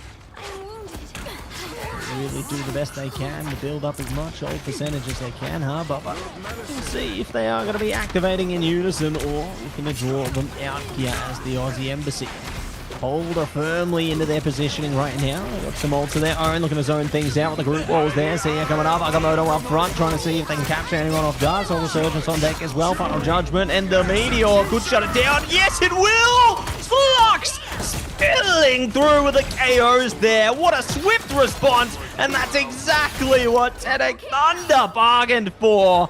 Oh my days. And they still have ults to spare here, Liger. That was devastating. Amplifier with a Meteor, that's going to be massive value, knowing that, of course, the Embassy Had to use 3 ults to defend there and didn't get the value. That's a very tough position for them, but nonetheless, they've still got a good eternal bond. They got the boundary. They'll be able to sustain the next fight. They've got to start up a fight and try to get contention back in their favor. Let's see how it all unfolds. There it is, the eternal bond directing them apart to point. Ooh, choke slam taking out the freedom charge in Ved right there, just denying him just a little bit more. It doesn't matter nonetheless. I see a bit of a switch. We might see, you know, a bit of Dark Child action soon. There's the shield. There's the pressure. There's the boundary. There's the invisible woman coming up from the embassy, giving sustain and trying to focus the pain down and get some value right there. And what do we see here? And potential for Aku maybe to get a stranding prison. It could be big coming out from the group. Could be big, but not big enough. It's going to be Exile getting the big impact there with a boundary. Double KO as well. Holy moly. Strategist, no worries. It's actually a duelist there because I got a triple KO on that one. So Exile putting in the work and making it hurt there.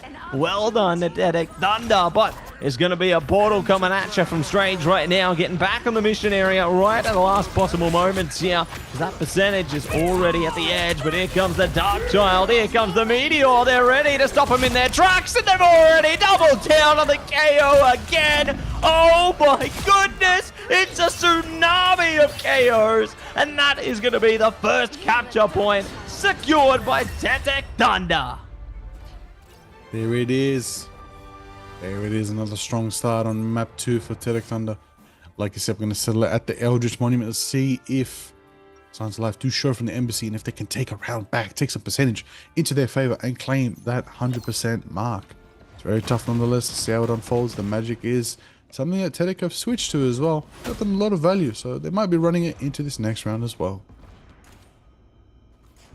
Oh, they better be. They better be running it through, running it back, and we'll see if they are going to be able to bring it back right now, because they're going to worry about the Aussie Embassy right now. They're pretty close to pretty much a lot of their ultimates. Full arsenal, if not mistaken. The only thing Dedek Thunder have right now is a Seer and almost a freedom charge there, so definitely could be some good moments to take advantage of here. It would surprise me if Nitsia did manage to pull that Seer off maybe at an early stage. Try and see if they can get an early advantage onto the mission area, get some early control there, but we'll see how they play it out right now as the gates are now opened and they're looking to shut just as quickly. Mission area unlock very, very soon here. They're desperately clamoring around to get percentage here, but we'll see who can gear up in towards the initial KOs early, because Gormwood Walls are coming at you. The Ironwood Wall is coming at you as well, so isolate KOs nice and quickly here. Now here we go, Liger. It's time for the unlocks. Time indeed right here. Let's see if they can try to get the value they want with a bit of magic in the backline. Slashing and does secure the Punisher, getting massive value. Can we potentially see the Invis try to keep sustain? Undefeatable instead, coming out. The Mantis can give him sustain with the Resurgence. It doesn't matter because RF is just going to scoop him up. Big magic, big swinging, big blade action right there. Just going to get another pick with a triple KO. Subtly taking out the Mantis. That was a very strong one. It's going to get stronger and stronger here, and see who will be able to win this bout of strength into the next portion as Dedek Thunder take the initial percentage onto the mission area here. They're looking to keep it that way by already trickling through points of damage. Yeah, just tight angles there, but the Aussie Embassy, they aren't letting up. Ooh, they could actually get caught by Dylan FPS if they're not careful. Speaking of, RF gets caught out, so nicely done by the Aussie Embassy. Now looking to see if they can get more Dark Child coming out. The Seer from Poison Radio, Final Judgment, they're committing here and ready to see if they can do more with it. The boundary, though, does keep them online a while longer. Maybe not. They thought about winging it up, but Exile thought better of it. Now they wait things out, look to rinse and reset here, perhaps. But they're not going to regret not committing that ult, because they do have it available for the next fight if needed. Backslaps and bear hugs. Shake it up. Oops, looks like we'll see when Liger gets back from Kamatage here. Maybe should be back on deck in a minute. We'll see how things go. But here we go. Back. I tell you something, mate. I've been saying this for a while now. Slux's meteors are actually going to be very pivotal in this next bout. Invisible boundaries are both going up. You've got the Venn diagrams right here again. Now, on top of that, there it is, the magic. There's the portals, the limbo. It's going. An up slash, taking them out. That's going to take Punisher. That's going to take the Invis. That's going to take another 1, 2, 3, 4. Close the door on the embassy right there because they are literally getting swept by Tedek Thunder in this fight. And they do take percentage back, but they did get a good 42% lead. So there's a strong showing from the embassy. However, on top of that, with that as well, Matsy, there is a big ult coming up right now online. It's going to be Nitsid with the Amplifier. If they can get that up, they can give a little bit of juice, a little bit of power to RF to be able to win the next fight. But at the same time, with the Embassy, they're going to have to deal with this Captain charging into their face right now. And they're only 5% away from Resurgence. That might be sustained, but if they get taken down, they're not going to get it. But there it is. Taken out, slashed out of position. There won't be a chance for Mantis to get the Resurgence off, and it's gonna put the Embassy back into spawn as the Dark Child is just barreling forward, pushing him through right there, Matthew. Pushing it through and breaking it in, and we'll see if the Aussie Embassy is going to be looking to send Tedek Thunder to camouflage themselves. If they have a portal online, it maybe could be an option here, but they're already looking to trickle that percentage back in their favor. See ya online from Nitsid, though. Got us to death online. Big ultimate response from the Aussie Embassy. They try and isolate a big there you go. Exile down. Good to shut down the strategist lineup. But they're already right back with the BRB, so it all didn't matter. Maybe it did, though, because the Aussie Embassy are trickling through even more KOs there. So it's a big commitment. They do still have that final judgment available and the Agamotto, but they will be able to flip the point right when it mattered. And here's the thing, Liger. You get what you asked for. The thing is here, baby! Hey, it's Big Bang Grim, and it's not going to be pretty when Ved is walking down range on the big thing right there. You got to be careful. Those haymakers can fly. We can definitely see the Yancey Street Charge getting some value as well. But for now, the Mantis, the power, just lining it up, rhyming it up, and there it is. That's going to be another shot for shot from the Embassy, 77% and climbing. They got one chance to hold it here and finally get themselves a round win. That's what they need for themselves. They can keep it going, but Tedek Thunder pushes in onto the backline, focusing down. They're going to be going straight into the face of the final executioner. The judgment is going off, and the Flash Meteor takes out the Punisher. The double boundaries drop. That's going to be both Invisible Woodmen putting it forward, but the Agamotto into the Eldritch Whip is going to be enough with a little Maelstrom as well to take out Slux and Exile. That's big. Embassy Strange making that happen right there. Overtime sticking down and out. Maelstrom charges at 60%. They expunge it for now. They're going to keep it going. They're going to put down the portals. They're going to keep in contestation, but it ain't over yet. Another Pentagram of Ferala is coming out from RF, who's going to keep another portal going and bring their team back from spawn. Tedek Thunder don't want to hold it down. They're going to bring the thing. They got clobbering time. The question is, who's going to get caught and stopped by a massive Agamotto coming out from RF? RF now sends them, even when they're out of breath, they still got more to give here. The Seer allowing them even more presence, and just when you think the Aussie Embassy are bringing it back, Tedek Thunder bring the counter attack, and we'll send them back in. Soul Resurgence at the last moment there, but they ain't close enough to make it work. So that's going to be Hell's Heaven taken out by Tedek Thunder, up by 2, and that series point into their favor. And my goodness, what a series this is turning out to be, Liger. And Slux on the MVP, no damn doubt. Slux was cooking on those dunks. Oh yeah, big Duncan City right there. Absolutely meteors flying at massive mutant madness magnitude. You name it. That's the way you want. That's what you want from your Magneto player. That's the power you want. A lot of damage blocked, massive accuracy, 68% accuracy, highest accuracy on their team. Come on, mate. That's from my Magneto. That's crazy good.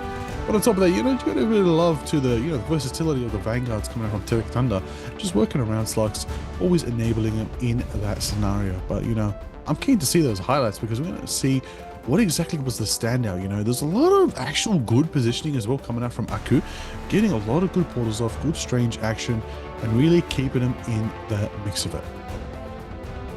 Yeah, really able to keep them in the mix there and really able to just bring us so much presence. And just look at the highlights right now. Best way to showcase all the best moments of this game. And there it is, Lux on the dunk. Once again, just putting in the work here. Going to do whatever they possibly can. And there was more where that came from. You know, it was just a magic show all throughout the initial portion. And Slux doing it again with the dunks. Just so funky with it, Liger. You love to see it. And Magic is back at it all over again. RF just doing waves with that hero. And they just continue to tunnel into that one over and over again. Oh, absolutely. Come on now. That's exactly what we're talking about. Massive value always going out, and it's good and it's grand. We're going to look forward to it going into this third map. Keen to see how the matchup goes. Could be 3-0, could be 3-1, could be a reverse sweep.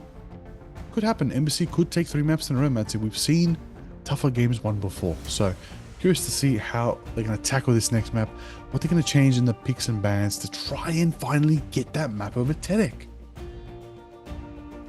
They're going to try whatever they can here, right? They're going to try something different because they've found at least some semblance of success. You know, they've been able to flip the mission area at some points there, but it just hasn't been enough. But it looks like we are getting enough of that. It's time to go to our third map here.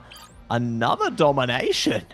My goodness, it's the triple threat, Liger. Celestial Husker coming at ya, and they're already hovering over the king of the bounce themselves, Mr. Fantastic. Wow. Okay. A little bit of Mr. Fantastic. Interesting. Interesting to see that hover. We'll say though, the Jeff Protect changes things up a little bit for Tedek. Let's see what comes next. Let's see what they are going to be looking to achieve next. So they've already lost Angela and Gambit, Jeff on the Protect, and now the focus is on the Aussie Embassy here.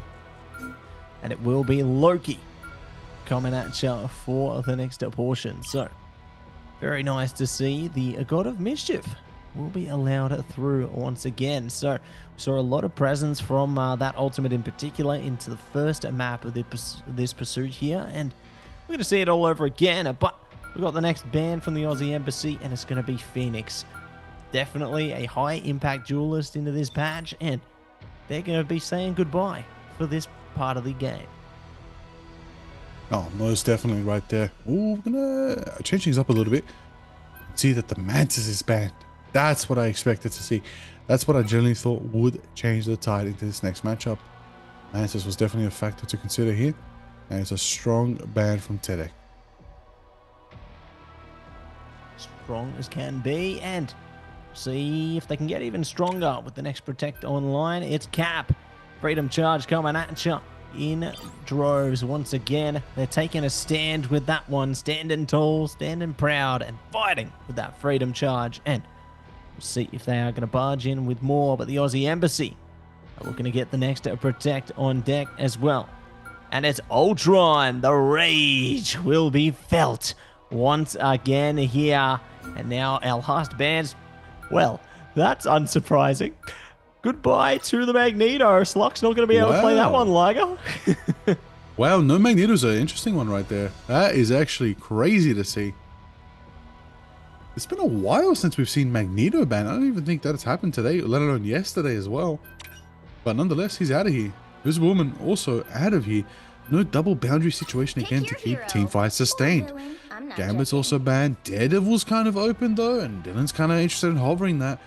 Venom's also available again, so that Vanguard sort of situation. Have the Venom now. They still did lose the Angela, third map in a row with that ban.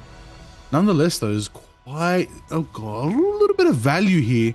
Curious to see what they'll run out with, but Loki is genuinely protected here, and we might get that Loki situation going out.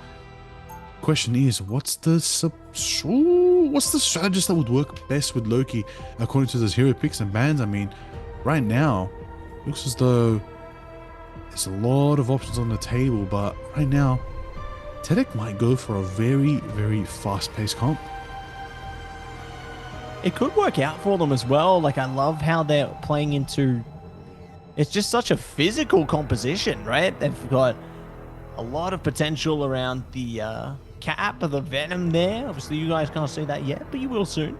You know, they got the Cap and Venom focused up there. They got the Iron Fist and the Devil coming out as well. So it's a very in-your-face composition if they stick to that. Not quite. So it's going to be the Psylocke there, but still, it's very upfront and personal. It's going to be really key that they protect their strategists here, and it's great that they have those high mobility strategists in Jeff as well as the Rocket there. But we'll see how they fare against the Aussie Embassy right now, as they got a combination of their own, and they're ready to spin that recipe with the Ultron and the Loki, and they're running it with the Rocket as well. So 3, 2, 1, let's get it done. Ooh, let's get it done indeed right now. Mission area is going to be unlocking right there. It's accessible, it's on, but didn't get some taking out air bright the Loki. That's the massive value right there. They're going to be getting it going down right there. We're going to see more potential coming out. Red on the Venom, making it happen, getting a lot of pressure with that, taking out Aku, and that's going to be the Punisher taken down from, Slux is just doing it on the Cap now, did it on the Magneto, banged him out, said no worries, no stress, I'm going to bring out the Cap, and I'm going to still put you down and put the pressure on your backline, and that's going to be the value that Tedek Thunder are going to start off with as they get that 15% right there, Matsy. But I'll tell you something else right now. It's got to be careful because Aku's actually bringing out the Rogue, and that might be the answer to handle Dylan's Daredevil. You reckon they got the answer? You reckon that could be the opportunity here? We'll see if it is going to be enough. As they hold it back for the moment, Dance of the Butterfly is available for RF now. So first ult to potentially many online. Dylan FPS going to be KO'd out. That does come back with the BRB there, so all hope isn't lost yet. But see if they are going to be able to capture anything else through here as Tedek Thunder continue to build up that percentage there. They got It's Jeff available now as well, and there it is. Speak of it, and it will appear. Now looking to gear on up. They've captured many a player, but Dance of the Butterfly going to stop them from isolating that It's Jeff, and so they will be able to wipe out the majority of their roster with a combination of ultimates there. Feast of the Abyss even coming out as well. They committed 3 ultimates to that fight. They really wanted to lay it on a thick there, Tedek Thunder. But in saying that, they've still got a bit in their arsenal. You know, they still got the Seer, letting the Devil out, Freedom Charge around the corner. But the Aussie Embassy, they're getting scarily close, but it looks like they might not have the chance to be. Seer taking out Galactic Legend online. They're trying to focus up on the Star-Lord right now. And we'll see if they can get past the Psionic Seduction. Here we go, Liger. Absolutely. I mean, statistically, you're looking at 6 ultimates online for the Embassy there. They shouldn't be keeping themselves locked in spawn. They should be popping those ultimates and taking space, taking names right there, just like Red's doing, taking out Air Bright. The return Earth is taken down, but Red's still cooking, and there it is, another 100-0 as they take the first round. So let's do Husk. Volt's theirs. We're going to the hand. That's it. Hand open or shut.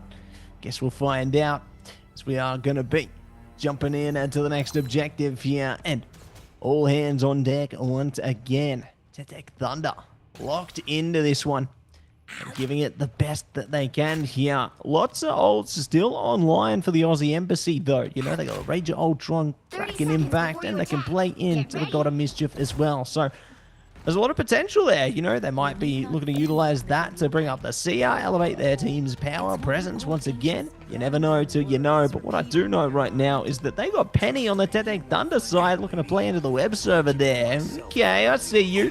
Might just be for this initial part of the map though, but we'll see. There you go. Not going to be looking to get too much from it. Back to the Cap. So here we go, Liger. The gates are going to be open. They're ready to seal their fate, seal the deal on this, and we'll see how they fare as the mission area gets unlocked very soon and they prepare for the next bout in battle. But Slux is bringing out the Rogue.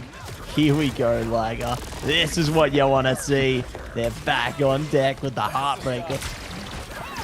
Ooh, I'm going to expect nothing else right now. You bring out the Rogue, you get opportunity, you get an explosive entanglement. It's not an effect because Gambit's banned, but nonetheless, you'll still get power absorption, Chronovian presence, and a lot of AoE that you can really use to zone out some duelists. And right now, that's their key right here. If they can just grab someone, secure it, Data will be there, then we'll be there, and they'll be able to get the pick and start snowballing after that. But there it is, the Venom, the Crunch, so no, the priority is to take out the Emma. and that is going to get them power. That's going to take down a lot of Vanguardian presence coming out. Startled as well picked off, and that's going to give them the source. RJ on the side, RF putting the work in, and there it is. Moments away from a chance to land it big. Gonna play it safe, play it smart, and just focus on the back line, buying the team some time, keeping up everything they can right now, so that Tay Thunder can finally start capturing. Like they're not going to be capturing anytime soon. Goddess of Death are going to isolate them away from the mission area. Hornets it there and taking out Galactic Legend online as well. So very aggressive stance to try and shut Tay Thunder away from the mission area, and they will find that success there. RF has been brought back though. Nicely done by the BRB there. So they're already back with a fighting chance here. They managed to counterattack in a wave. So nicely done by Tay Thunder to just get it done, and they will take the initial control. My goodness, just when you think the Aussie Embassy is going to stroll by, nah, Tay Thunder, bring the thunder in name and nature. Ooh, most definitely indeed right there. That's the key right now as the Zong is going out.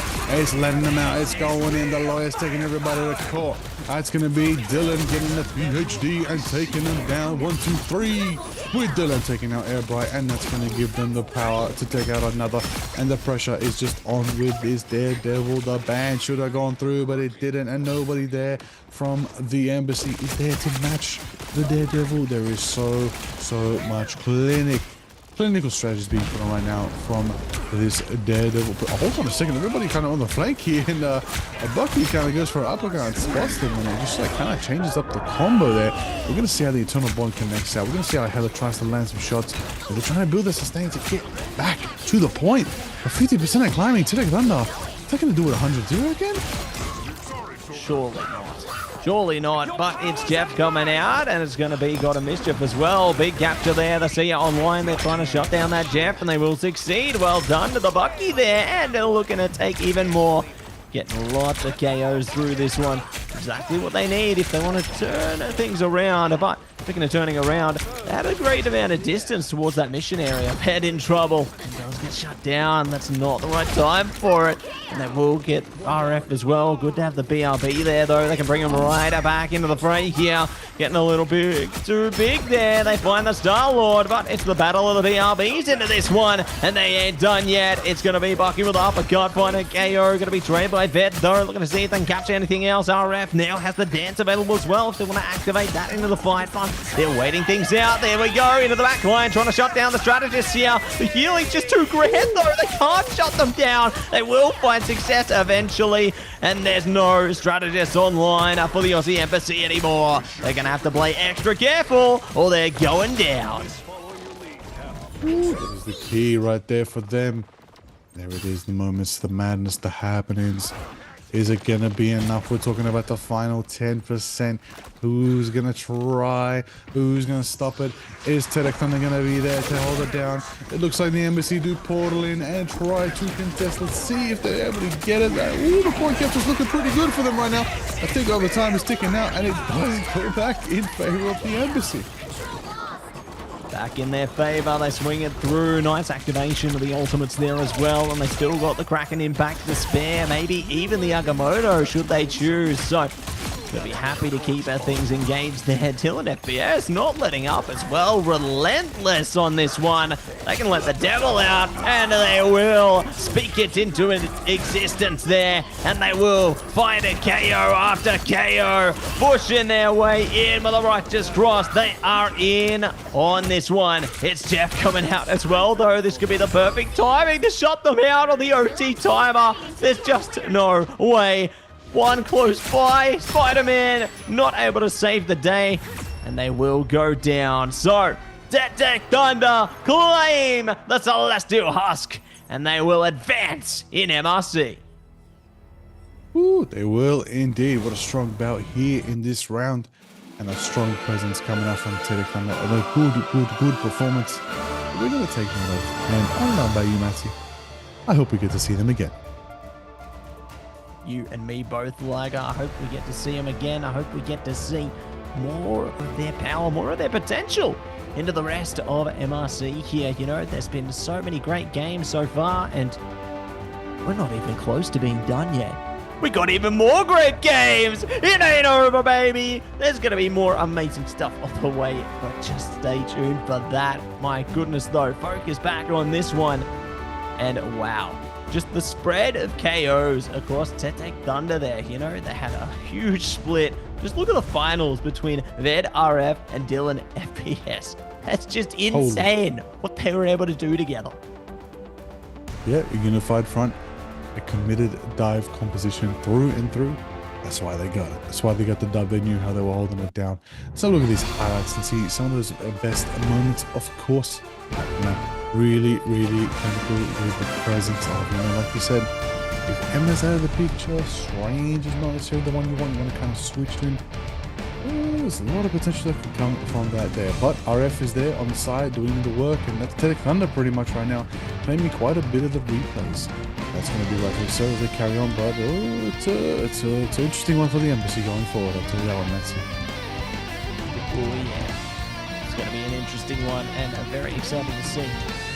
Going to be able to achieve heading forth because, my goodness, just amazing games that we've seen showcased here thus far. Mr. Liger, one.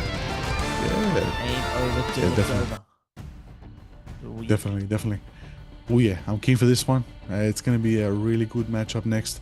A lot of people have been wanting this one. A couple people in the chat have been requesting this one. It's going to be a really good time. A banger certified nonetheless. And as we know, actually, what we can actually give people a little cheeky update. I believe round 11 has begun. Round 11's matches are currently going pretty crazy. And again, as always, you can check out the in-game client and all of that above. It's a lot going on for MRC Season 5. That's it. A lot going on, and we're going to lock it in right after this, everybody. Check it out. On the other side of this break, we got amazing games ready to come. See you soon.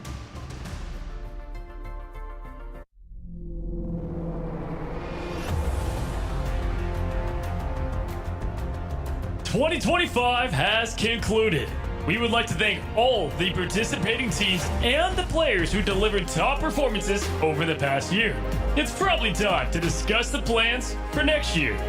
This video will share much about the new format, the new ecosystem, and other surprises. In short, welcome to a more professional, mature, and exciting Marvel Rivals Ignite 2026, the inaugural league year of Marvel Rivals.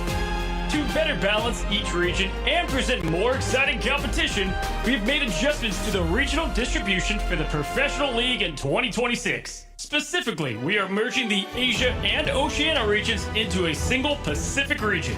The regions for 2026 will be Americas, EMEA, China, and Pacific. During the group stage, the Asia and Oceania regions will compete independently and face off in the playoff stage. In 2026, there will be 2 regular seasons and 2 international LAN events. A notable addition this year is the preseason before the start of Stage 1. The preseason is not only the debut for these teams, but will also determine the initial seed placements.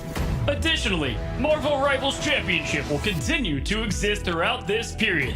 Even more exciting changes include the allocation of league spots and promotions. In the 4 regions, online competitions will determine the teams that qualify for the 2 international events. We eagerly anticipate seeing these competitive teams once again. Starting in 2026, in addition to the preseason, the Regional League and Mid-Season Finals, hosted by Marvel Rivals Ignite, will determine whether teams qualify for the Grand Finals. The final results from Stage 1, the Mid-Season Finals, and Stage 2 will correspond to varying league points allocation. Teams that excel in Stage 2 playoffs or rank highly in the annual league leaderboard will compete for a spot in the Grand Finals. At the same time, to enhance the competitiveness and accessibility of the league, we are introducing a promotion and relegation system that provides all aspiring teams and players around the world with the opportunity to enter the professional league. Teams can earn champion points through the MRC, enabling them to compete fairly for league spots against the low-ranked league teams. Partner clubs will have limited relegation protection opportunities. Speaking of the MRC, there will be 6 seasons next year. The PC region in Season 6 of the MRC will be the final opportunity to compete for the last spots in each region for 2026 preseason and Stage 1. If your region still has available slots, be sure not to miss out. Starting from Season 7 of the MRC, ongoing participation will enable your team to earn champion points, and the teams with the highest cumulative points will have the opportunity to compete for qualifications for the mid-season and end-of-year promotion leagues.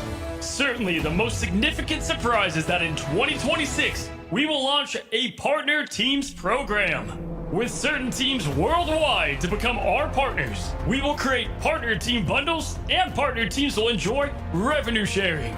We hope that this initiative will encourage comprehensive and healthy development of Marvel Rivals esports ecosystem. Besides the partner team bundles, esport bundles will be launched in a timely manner. At the same time, the annual prize pool will exceed $3 million. Let's see how much you can win. More competitions, more moments of victory. There is so much to look forward to next year. The Ignite events of 2025 were unforgettable, and we can't wait to embark on a new journey with everyone.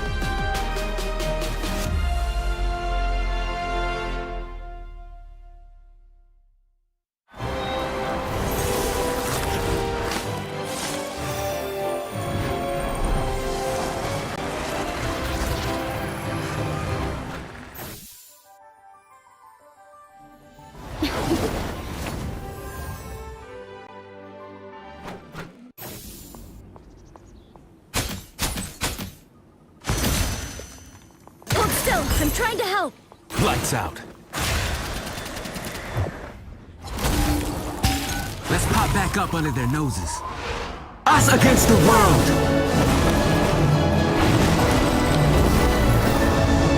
My time to shine.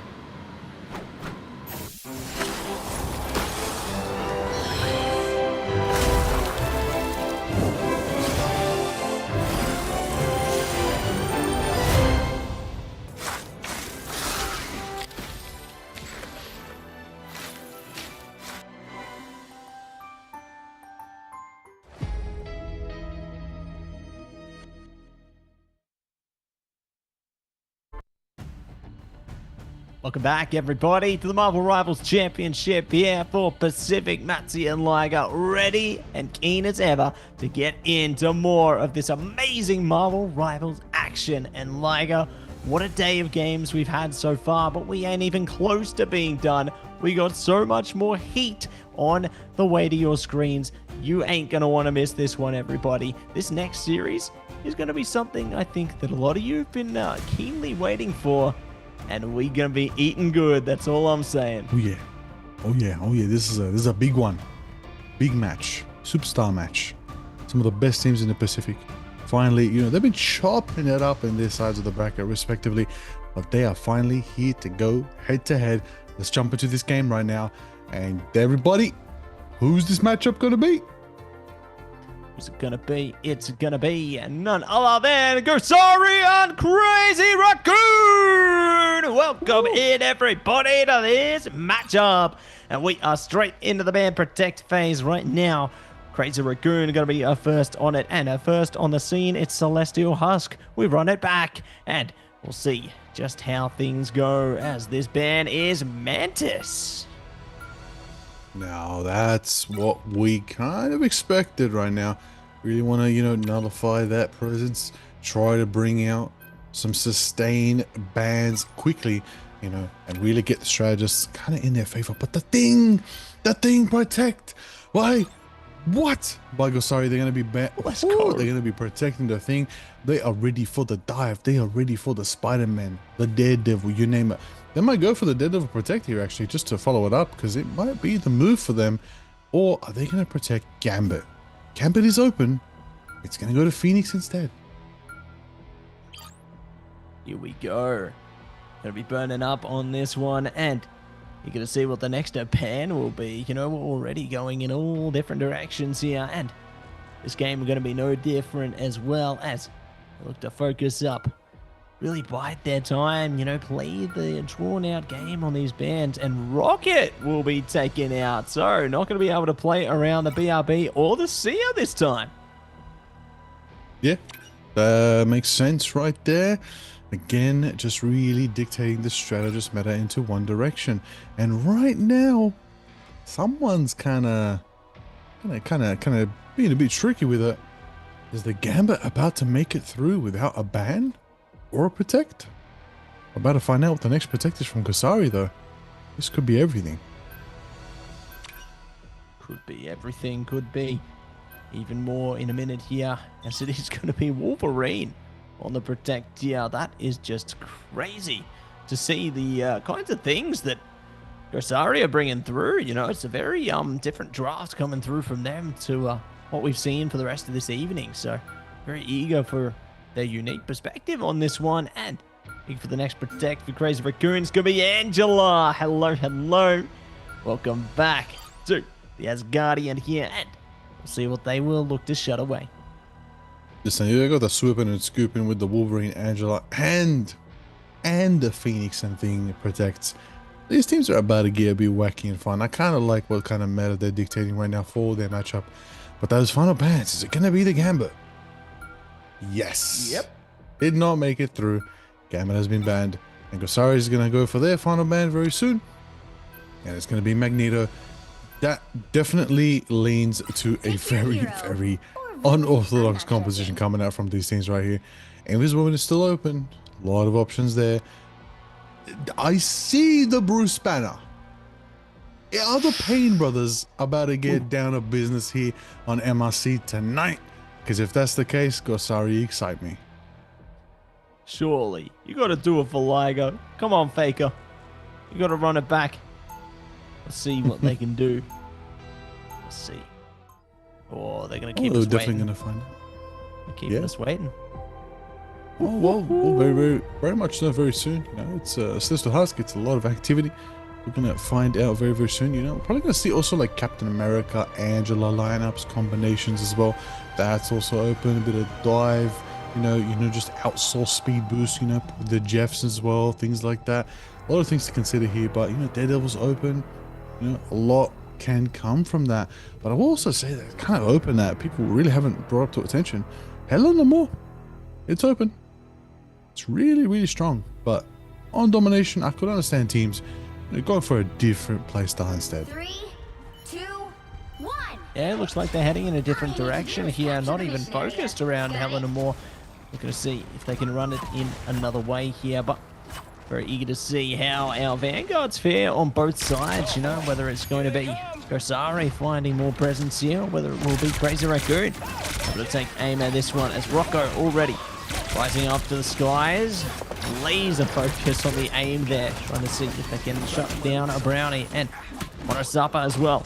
Just going to be sticking back and marking their opponents, so their team has that awareness there. They can play around it and see if they can manage to isolate some of these KOs. Here we go. Enjoy the show. They will be able to find the Arky. Nicely done to begin here, and now they're looking for even more. Phoenix trying to get away. Brownie in deep trouble, and they will be able to crawl their way back, but they're done. They even close to be done. Rocco does go down though. Good trade on the Piggy here. So both teams are getting a slice of the pie here, and no one has staked their claim to the mission area, but Kasari, they find their form.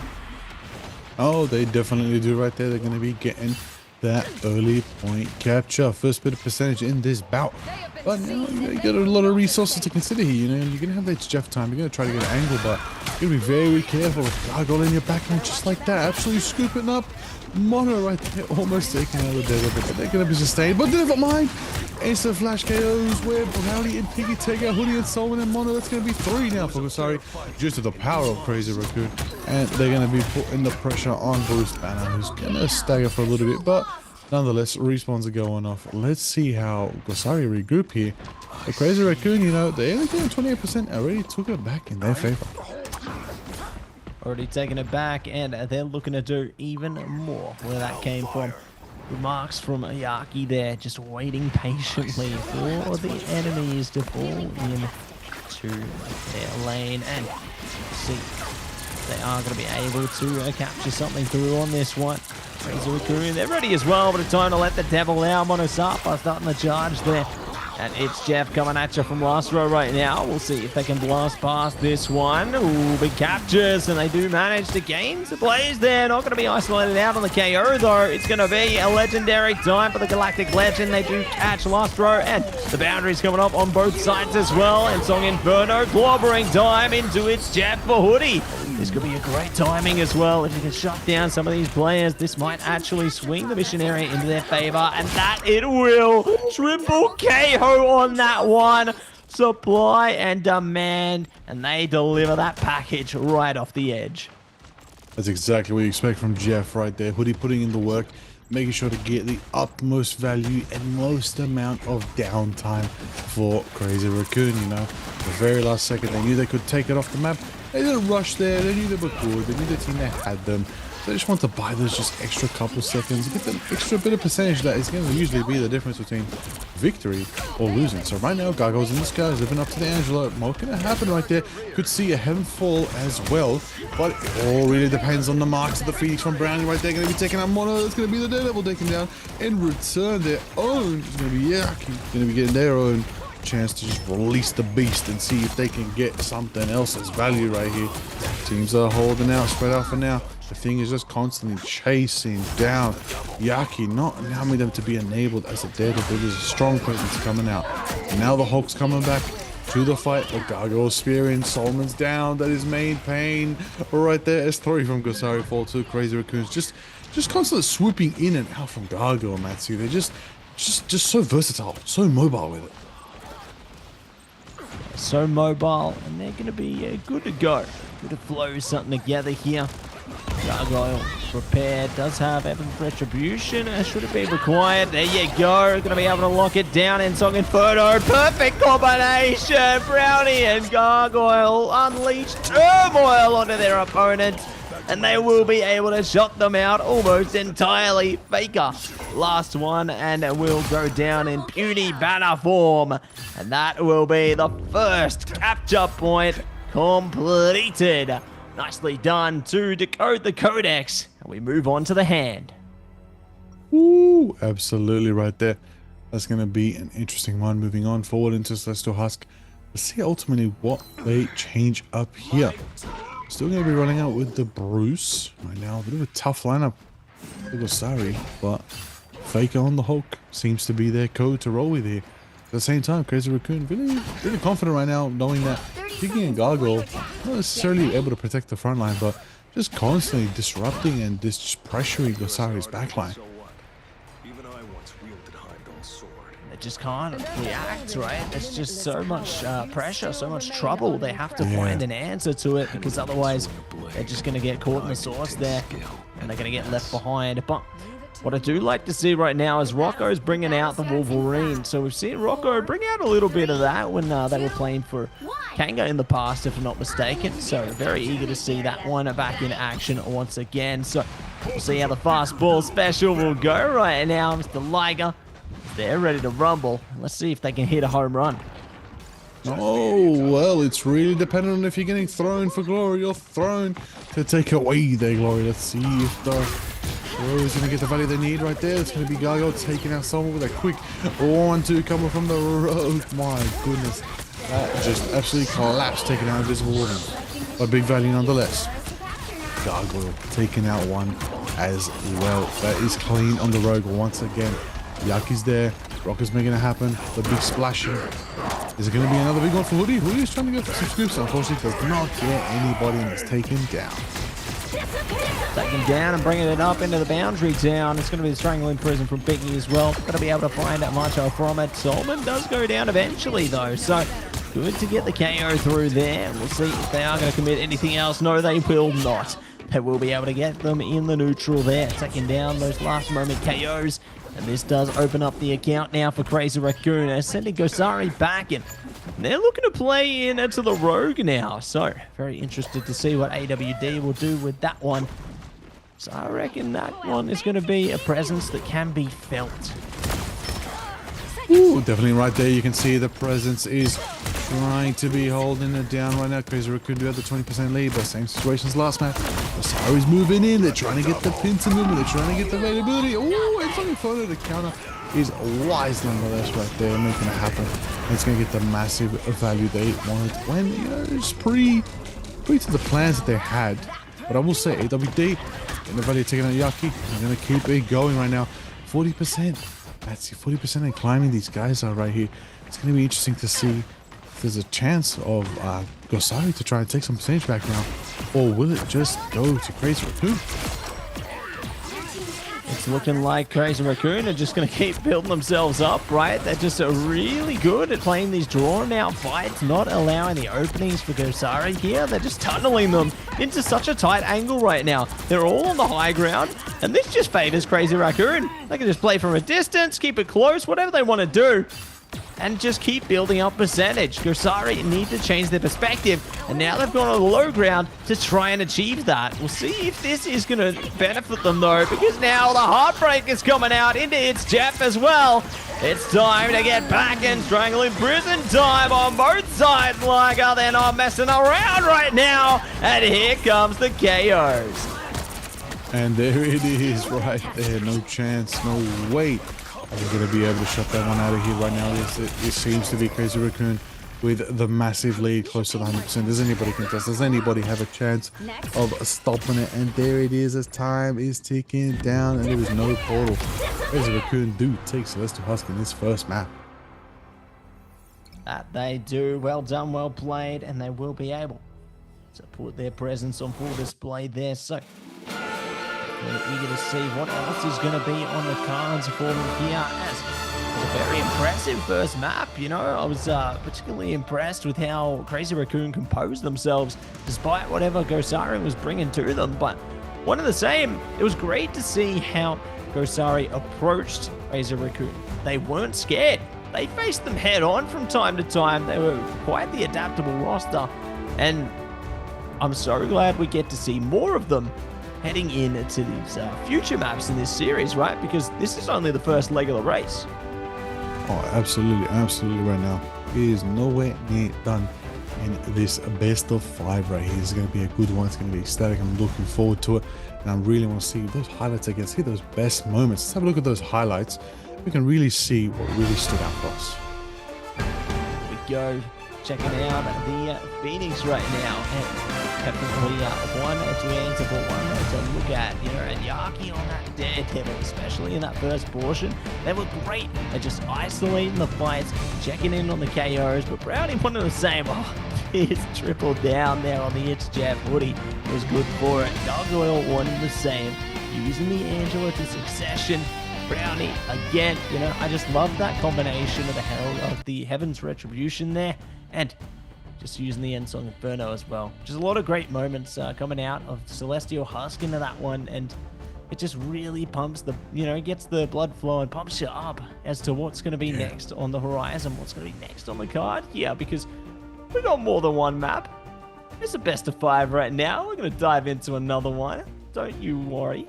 There's more where that came from, and we'll see if this is going to be Gosari's chance of redemption here, because Crazy Raccoon, they are looking hot right now.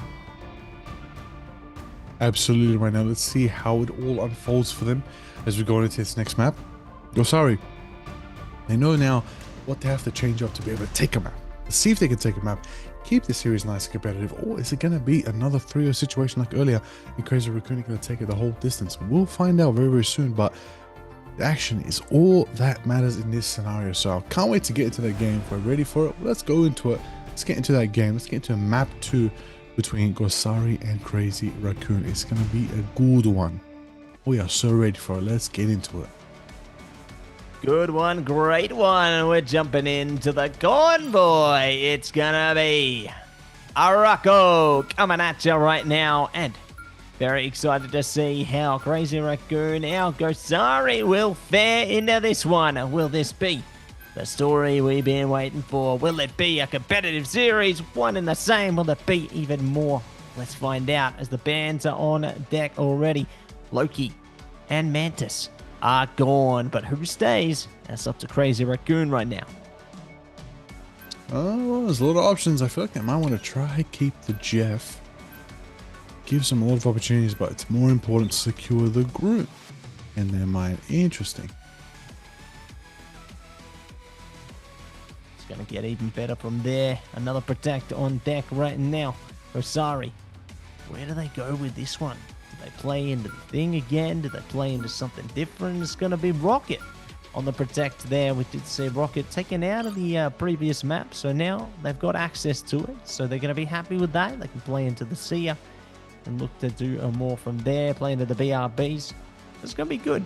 Could be great even, but see what they will be looking to isolate, try and shut down some of the critical heroes for Crazy Raccoon. It's going to be the Cap actually focused this time around.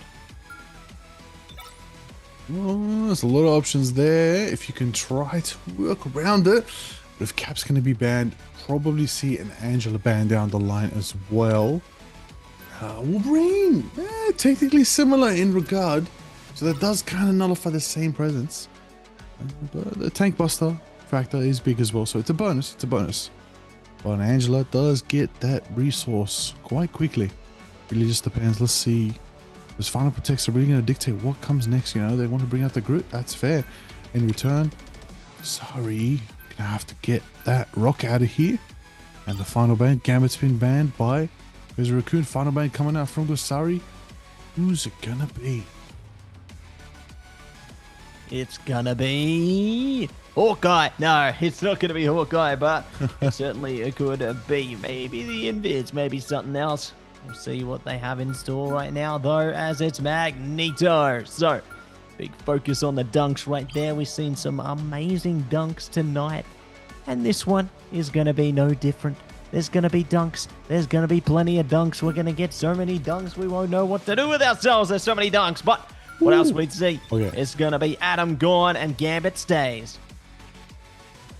Oh, okay. No karmic revival nonsense. Just going to have to go with that for now.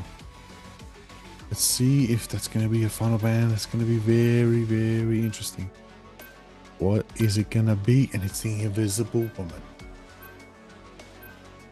There it is. No boundaries, no worries, but we'll see what they are going to be looking to do. It's the further portions here. As they are looking to look. Is that a blade? A blade? Ooh. Perhaps. No, they're just teasing us. They're just teasing us.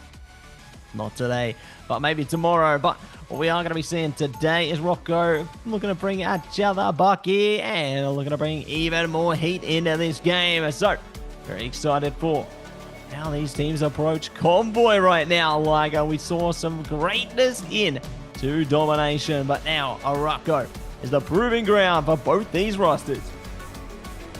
That's true. That's true. Right now, it really matters more than anything to keep it going and win this matchup nice and early. Because it's inevitable we might see these two situations in a favor to meeting these teams again across the battlefield. But for now, they're facing each other off right here as we're going to Racco. We're keeping an eye on that pit right now. Know for a fact that Piggy the Angela wants to get there very, very quick. Quick as lightning, we'll see just how fast they are going to be able to take control of this one.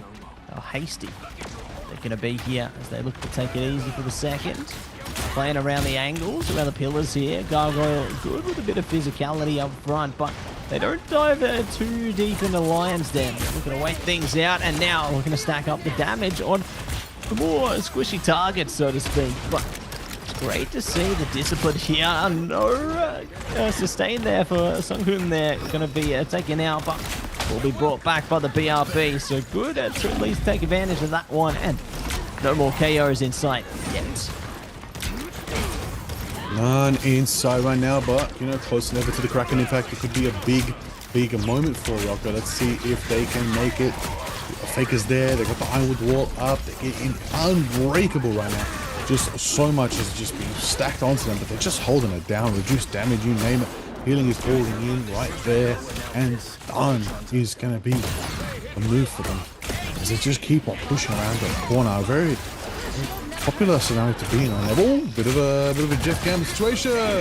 Woody taking a Lashro at the same time on a force too. The Gargoyle and the Kraken impact is winding up right now. And again, you're kidding me. It's gonna be a triple KO if they can manage to get the Angela, but the Angela is beefy. The Angela is saucy with it. It's just gonna have to be a cheeky triple KO for now from the Bucky Rocco. And we're gonna have to take a minute, come back to it, revisit, see what is really going to be the thing that's going to try and help Crazy Raccoon hold the line here. Because Kasari's just moving. Finessing their way through, and Song Inferno are going to burn their way through as well. Not going to be able to get much from it from Monosapa there. Hoodie coming back as well with a BRB. It's going to be the Strangling Prison right around the back. It's Jeff from Astro as well. Rage Royal Flush. Going to try and flush him out. Face of the Abyss as well into the Meteor. Another Rage Royal Flush up front, and it looks like Gosari are going to be taking him down. Heaven's Retribution coming at you with a Heartbreaker though. Here we go. Now they're burning through him. This is the response they needed. And they're diving straight into the back. Goodbye, Hoodie. They're shut out. And they will not be letting up. Big portal as well from Brownie, trying to keep Crazy Raccoon online here at the last stretch. They're biding their time. They're trying to stop Gosari in their tracks, but Gosari are looking fiery, are looking keen as ever. Keen as ever right there with a 149-meter mark. Is it going to be enough for them? Uppercuts are flying from the Rocco. That's going to be a Kraken impact online again. They're going to pop it, and it's a point-blank impact. They're going to be taking out Brandy again. They're going to be taking the pressure right now. They're going to try to defend right now, but it doesn't matter for them. They are going to keep it moving right now. Gosari is going to be definitely the one right there, but Crazy Raccoon have the potential, trying to make it happen. See where they can get it going. Let's see now. Oh, Faker is going to get the pick on Gargoyle, and then Gargoyle is going to be brought back with a BRB beacon. I'll tell you something right there. Nancy, also got to mention, Hoodie is going to be the one to pop a bit of Gambit action. Going to give a bit of a Royal Flush power up boost to the Faker right there, and a blowout shield to suit from AWD. That's going to keep it sustained, and that means Lashro cannot eat them, which means the Magneto's still contesting, but I got to bring to attention, they still haven't pushed. They're holding it down. Crazy Raccoon, one by one, they're refusing to hold and let them have it. The Magneto, is it going to be enough to connect? And it does, taking out Lastro, the Jeff. And in return, Bradley's going to drop the Amplifier. That's going to boost up Crazy Raccoon. This is not looking good for Gosari right now. They might be on the back foot. This is going to be an issue. Down to the absolute wire here. What will transpire in these OT moments could make or break this game as the Strangling Prison comes out from Faker. This is big Galactic Legend for Gargoyle though. They're trying their best to take control. Solman's down. This is a problem. All hands on deck. Pressure on Hoodie to keep their team engaged. Somehow they're still in it. How are they still online here? They didn't find the impact they needed, but Faker goes down. It's going to be an end-song inferno between them and potentially losing here and now. They're trading KOs though. The OT time is still on. Raging Royal Flush coming in from Hoodie. They're pushing them off, trying their best to shove their way through Liger. Gosari will not let up. They will not let up, which means they got an Agamotto to line it up right now. 2.82 meters, and the Agamotto hits, and it's going to hit the Maelstrom into the rocket right now. 2.82 meters, it's still going. The overtime is just a sliver left, but then the amplifier drops. The amplifier drops from Brownie right there, keeping him to stand, keeping him in the game, keeping him going. Mono drops the Phoenix right now. Angela's trying to stall the big spear in action right there. 1.45 meters. Are they going to make it right now? We don't know. We need to know that they do in another 2 minutes 30 added to the stressful time bank. Calm down a moment, everybody. This map isn't over yet. What a close one. You love it when fights go that way, Liger. And there's more where that came from. This map is just getting started, baby. We ain't even reached boiling point yet. And let's see how Crazy Raccoon will redeem themselves towards this second capture point right now, because Gosari, they are steaming ahead on the train, but it's going to be the opening KO to Brownie now. Good for the BRB to bring him back in. See if they can find more to trade a KO as last throw though. Good with the edge jab here. Trying their best to just stick it out. They're taking AWD out of the fight for so long, but eventually we'll have to concede that one. So just biding their time here. looking to fight on, hold strong. Crazy Raccoon doing a great job to build time for their ultimates as well. And it's really going to come down to a huge fight again. Look how much is online, and the Seer kicks it off. Here we go, Liger. Is it impactful? Yes. Is it armed and dangerous? Hell yeah. Is it going once? Is it going twice? And it's going again. That's a triple quadruple. And that's going to be the end of the Kraken impact for now. And a lot of pain was definitely poured into that. But I will say though, bringing attention right now, there is going to be a Piggy on the route. And Peak's taking out Rocco. Big power. Right potential there as well. Are they going to make it? 3, 2, 1. No time to make it. The Gambit. Sung tried to go for the... Unreal to think that they tried to go through with a flush. Just weren't close enough for the contest. Wasari must be really happy right now knowing that they burned a couple ultimates without even having to fight for it. My goodness. And the fight will be raging on as well. Rocco. It's a soldier up front and ready. The boulder past their opponent, but it's time to let the devil out into the Raging Royal Flush and response immediately, trying to see if they can isolate that ultimate. Brownie into the Ensong Inferno as well, going to get the boot, get the scoop here. AWD ready with a Meteor M. Not going to be able to find the impact there. It's going to be the battle of the Ensong Inferno as Lastro goes down. Monosaba still holding on to it, not going to be able to get much more from it, but they will find two at least, scooping it up and dropping it down. So, on the home stretch, Gosari are so ready. They're halfway there. And Crazy Raccoon, I'm getting a bit worried, Liger. Oh, I'll tell you something right now. That's going to be an interesting one, as they're going to be hitting a potential strangling precipice. Next fight could be the option, but they got to keep it going at the end of Arako. Are you going to hold it here, or are they going to push the whole distance right now? We're trying to find that out. And I'll tell you something else, Matsy.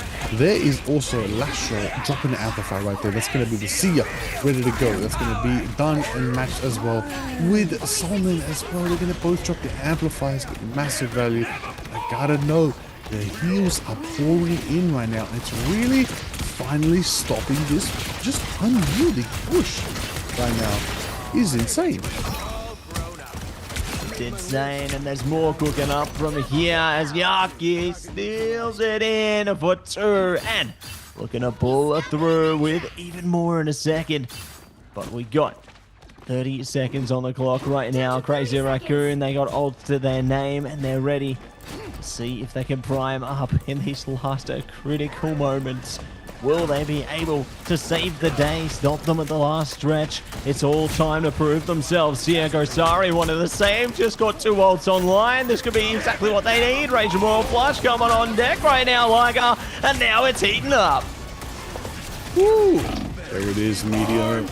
Ooh, the Magneteor is going flying, and the Phoenixes are there as well. It's going to be Rocket on the Bucky, getting big pain action right now. Massive double KO, could be standing up the triple. Hit the mark on the full Rocket, but it's kind of tough to hit them and take them, and it doesn't matter. Overtime ticks out. They're going to be the ones to take it all the way the distance. And yeah, now it's Crazy Raccoon's turn. Very interesting. Going to be very, very interesting. You'll need a top-notch team. Yeah, it's a tough battle ahead of them here, Liger. They're going to have to try and run it the full distance and see if they can run it back in OT as well. Quite the troublesome pursuit ahead of them, I gotta say. And very excited to see what else they can bring into play here, because it's now or never. You know, it's make or break into this one. And I don't know how they can pursue this, you know. It's just tough to bring it back on the back of that one. But never say never. There's always going to be possibilities playing in wait for them here. And we'll see if they can steer it up into success. As already, Crazy Raccoon are bringing out the Moon Knight, bringing out the Storm, looking to storm the front and looking to storm ahead. So let's see if they can make this one happen on their attacking side. I speak too soon. I speak too soon. Who's coming at you from the friendly neighborhood? Woo! It's Spider-Man. All right. I like what I'm seeing. Something different. Yaku's bringing back the Spider-Man to see if it's going to get the value they want, or are they going to switch back to it as they exit those spawn doors. Here we go. Get into the action. Holding the choke on the front line. They do still have an interesting 2-2-2 comp. They're not going to be running the full, 3-3 Vanguard hold with the straps. They're going to just do it traditionally and see if they can get some more value, and old charge building up. building up and locking it down. Great that the BRB is able to bring a Biggie back online there, but gonna have that on deck to run it back for the 2 times here. We'll see. They are going to be able to isolate the KO over again as Rocco locked and loaded into this one. Big damage from Brownie. Conchu available. Drops it straight down. And look at that damage. Triple down onto that one. A focus on a Mono Zappa and Co now. And they are ready to push this mission vehicle as far as they possibly can. I love these trickle through KOs as well because it means there's more time built up for themselves. And they can easily navigate this mission vehicle further and further along. Most definitely right there. That's going to be the value. Oh, that is going to be the value right there. They're going to see if they can make it happen. Gargoyle taken out. Woo. Taking him out right now. Rocco's down and out, but the Eldritch Whip is swinging. They're trying to get the value of the strangers in. This guy floating around, trying to get it going, trying to get prisoners going. They're going to be pouring a Maelstrom into it. They're going to be pouring Phoenix damage into it. That's going to be just so much pressure right now as Mono Zappa is just ready right now. Just ready with the Phoenix. Just landing shot after shot. Shot after shot and trying to slot it in. We'll see. They are going to be able to do more from here. Mono Zappa, big damage. Brownie, deep trouble, does go down into the rubble. Nicely done there on the isolation in the KO. We're looking to see if they string one back as well. Ooh, a slippery enemy in the back lines as well. They're not going to be able to do more with it as yet. Still holding back in the neutrals here.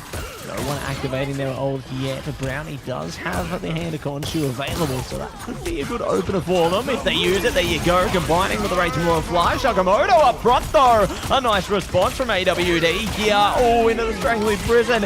It's just a battle of immobilization.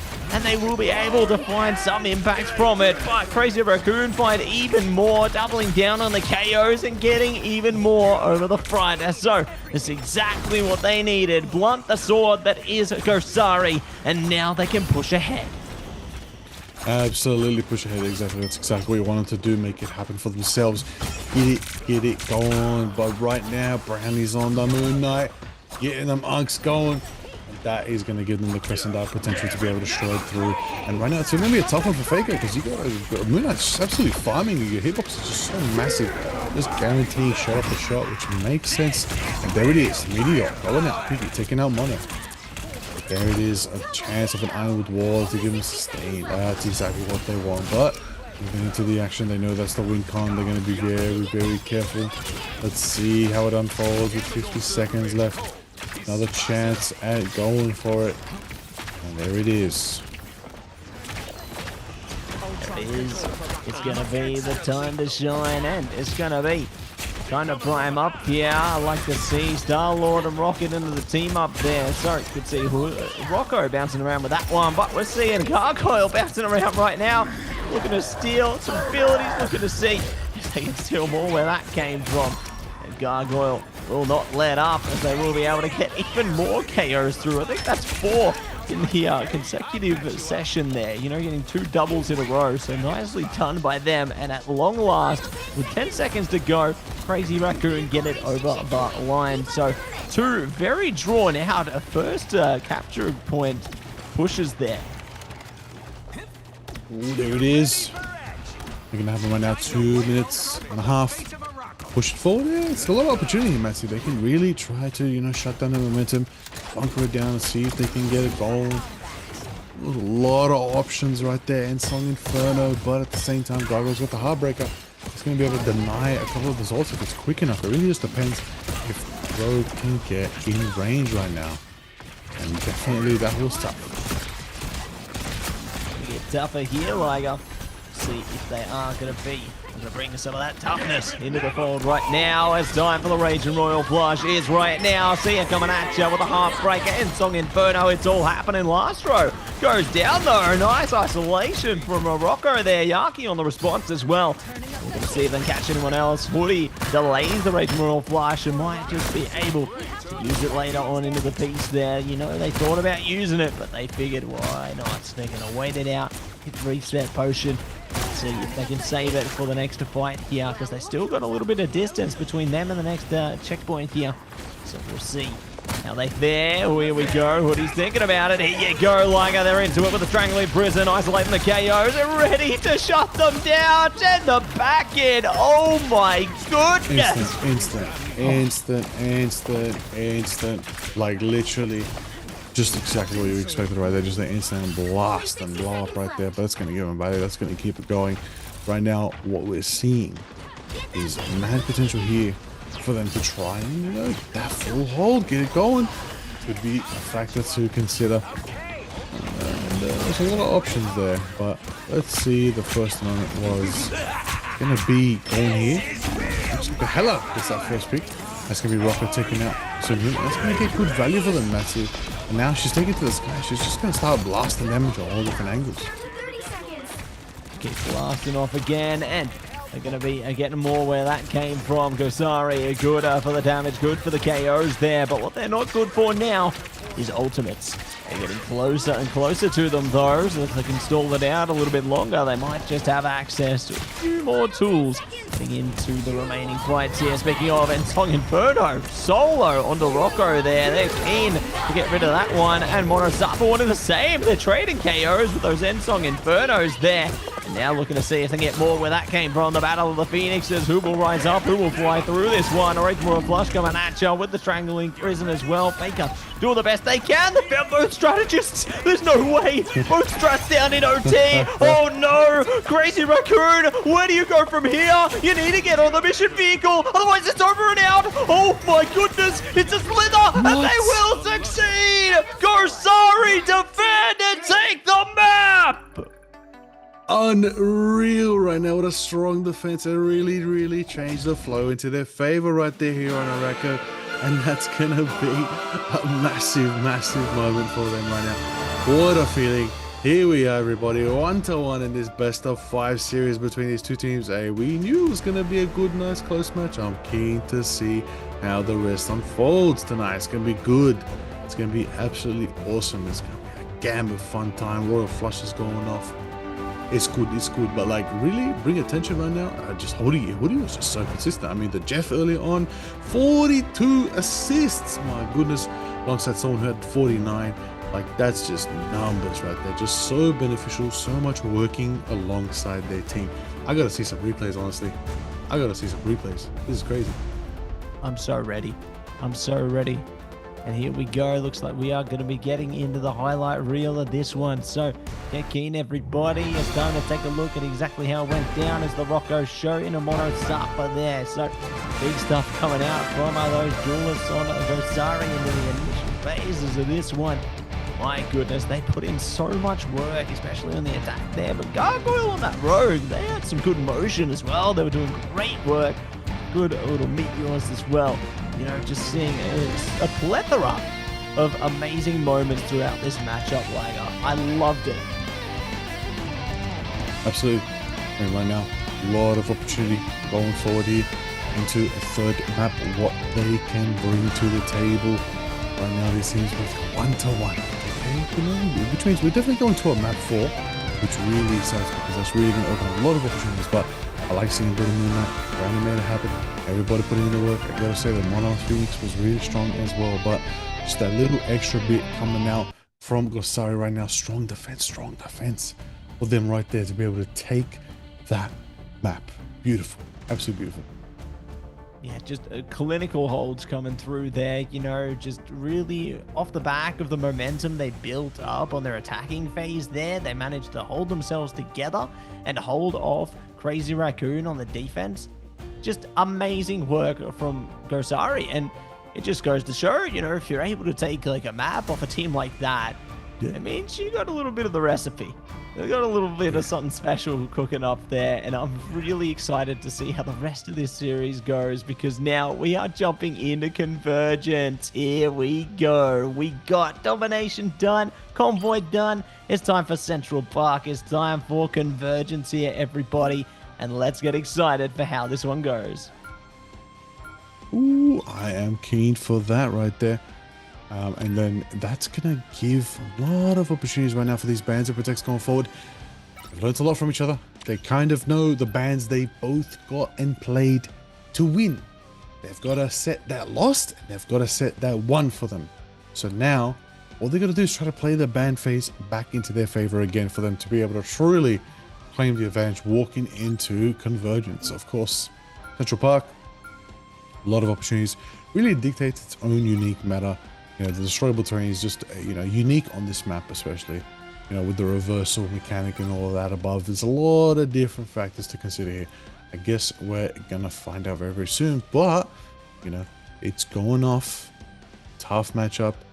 And it looks like it's gonna be Captain America and Mantis banned early. Gambit follows as well, Loki follows as well, but the Phoenix and Rocket are protected. We're gonna see those amps, we're gonna see those Ensong Infernos. That we are. Phoenix on the protect there, so the Ensong Inferno will not be extinguished.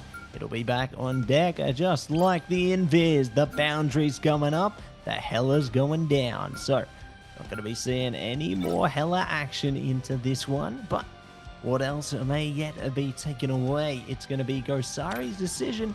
Penny! Definitely makes a lot of sense, especially on the first point of this map of Convergence. You do not want to be dealing with a nasty Penny, because if you get the right positioning, the right setup, then it is a hell of a time to get onto the mission area, to say the least. I've definitely not been the victim of many a Penny in my ranked games. No.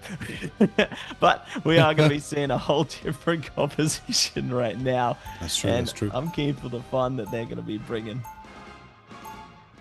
Oh, definitely right now. This is going down. The Empire of the Eternal Night. Getting it going. Central Park. Dracula's castle. Everybody lock in. All I want to know is somebody about to get $5. Somebody about to get that money. Make it happen for themselves. Bring out the Moon Knight. Could it get fun? Moon Knight group, as we know, very great in this matter. But sometimes they opt into the Phoenix instead of the Moon Knight. A bit of a safer pick. Less high risk, less reward. But nonetheless, find out how it all unfolds. I mean, Portal plays a very good here as well. It really depends what they want to run. Going out into the scenario. 3, 2, And here we go. We're going out into it. We're bringing it up once again in the Central Park right now. Everybody get keen for this one, as they are looking to hold it back. Gosari going to be on the defense right now.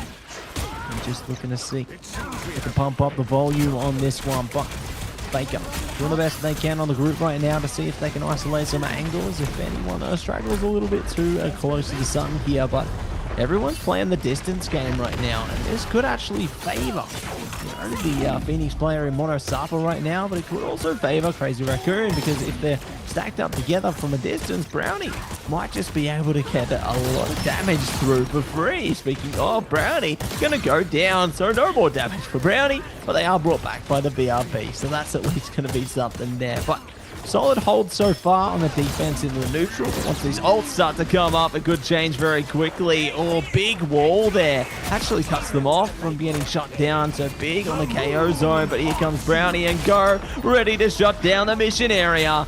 And they are isolating these KOs very well, but the Seer coming back could bring them back. Ooh, most definitely right there. That's the one. Putting the power in. Boogie with a double KOs on the tree trunk in action. Coming out from the group. There it is. Ooh!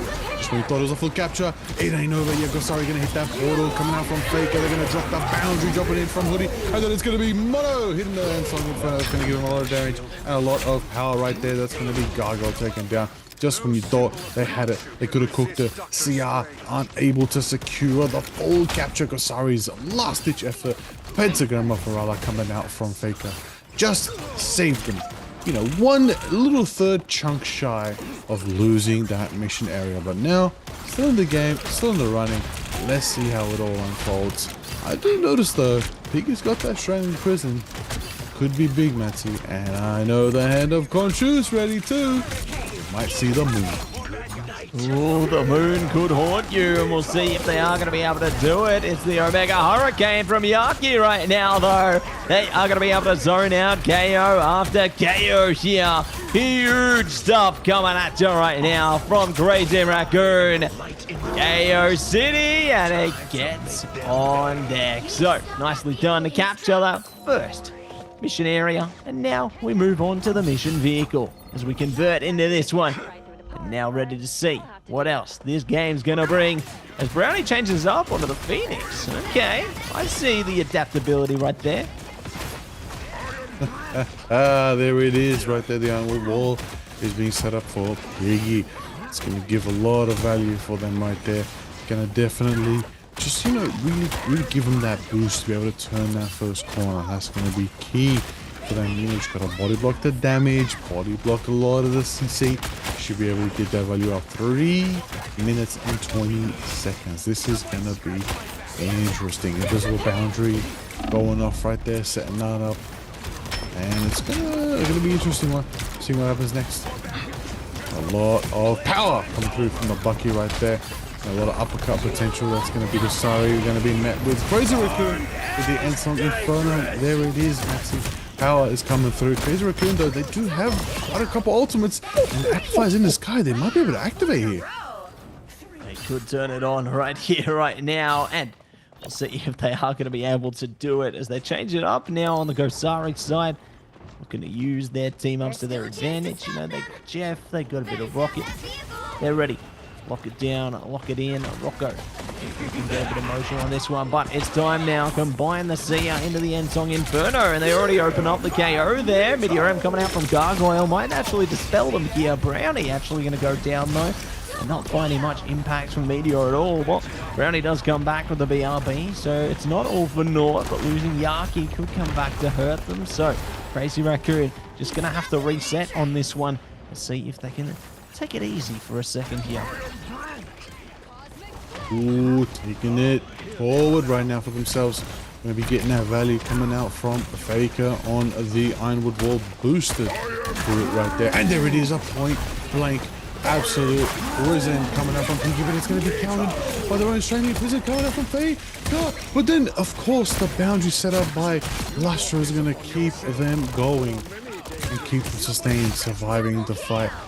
And that's going to give them so many resources, so much value. As of course, Gargoyle and Brownie just getting peaks after peaks right there, catching out the Staggers as they finally got to those steps. At long last, they made it. And they will be looking to push on ahead once again, Mr. Liger. We're going to dive head first into this one. Best onto the scene. I'm so keen. And let's see just how keen we can be into the next portion here. They're just trickling through damage from afar. I love to see this from Brownie. You know, they're just maintaining distance so they don't get isolated by their opponent.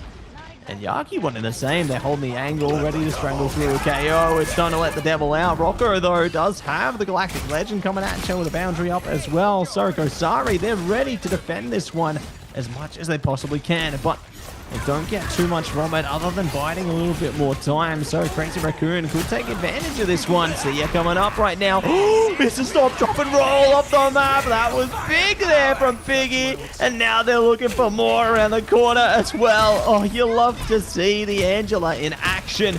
And Crazy Raccoon are now building themselves up. Woo. Making that happen right now for themselves. A big Magneto Meteor could be coming now next. You know, keep it consistent, keep it going. You're going to take it to the final throne room with Dracula and take it directly to his throne and drop it on his feet with Ratatoska with you by the side right there by 1 minute 38 right now. Is it going to be enough for them, or is this Gosari defense going to overwhelm them right now? We're going to see the boundaries are going up. That's going to be enabled by Lastro, and they're charging up and they take Faker and they take Mono. The Meteor goes down, but it hesitates and it doesn't land. And Click and get that value that it wants, which means that's gonna be Crazy Raccoon full push right there. Time to switch things up, including That's the one, full push, and they will be able to get a full yarn on that one. So flip of the sides now. It's time to see how Crazy Raccoon fare on their defense. Will they be able to mirror the same success, the same energy they brought in to their attacking side here? Or will we see Gosari go back on a generational run through into this one? All will be tested, all will be made aware heading into this next portion right now. But what I do like to see is Brownie bringing out the Atom. It's time to bring everyone back. Time to get born again. And we'll see just how they fare into their defenses with the triple on the line. Ooh, okay. Interesting composition right now, walking out of the doors here. Could really bring something interesting for themselves. I mean, the triple is crazy for Crazy Raccoon right now, literally living up to the name. Can they hold that there on this map? Is there enough of a pincer move to force them, or are they just really high off angles right now? I mean, Venom, Star-Lord, you know, they can make it around the side of the map, you know, without terrain. It's a matter of if, isn't that what Crazy Raccoon wants? They want them to hard commit, drop the revivals, and then work from there. Could be interesting. Could be interesting, could be good, just the way it should, but we'll see which way this one would go as they need to slow it down. Vega up top, waiting. Ooh, does get a spot around the side room there, so they at least have an idea where their opponents are playing from here, and might get even more than an idea, might have a reality in a second. It's already, the damage is going to be exchanged here. Monosapa going down, brought back with the BRB though, so not all for naught as yet. Rocco a little bit dangerous as well, but they take it easy for the moment. Not looking to let anyone else go down as yet. Last row going down. BRB is coming in full effect for both sides right now.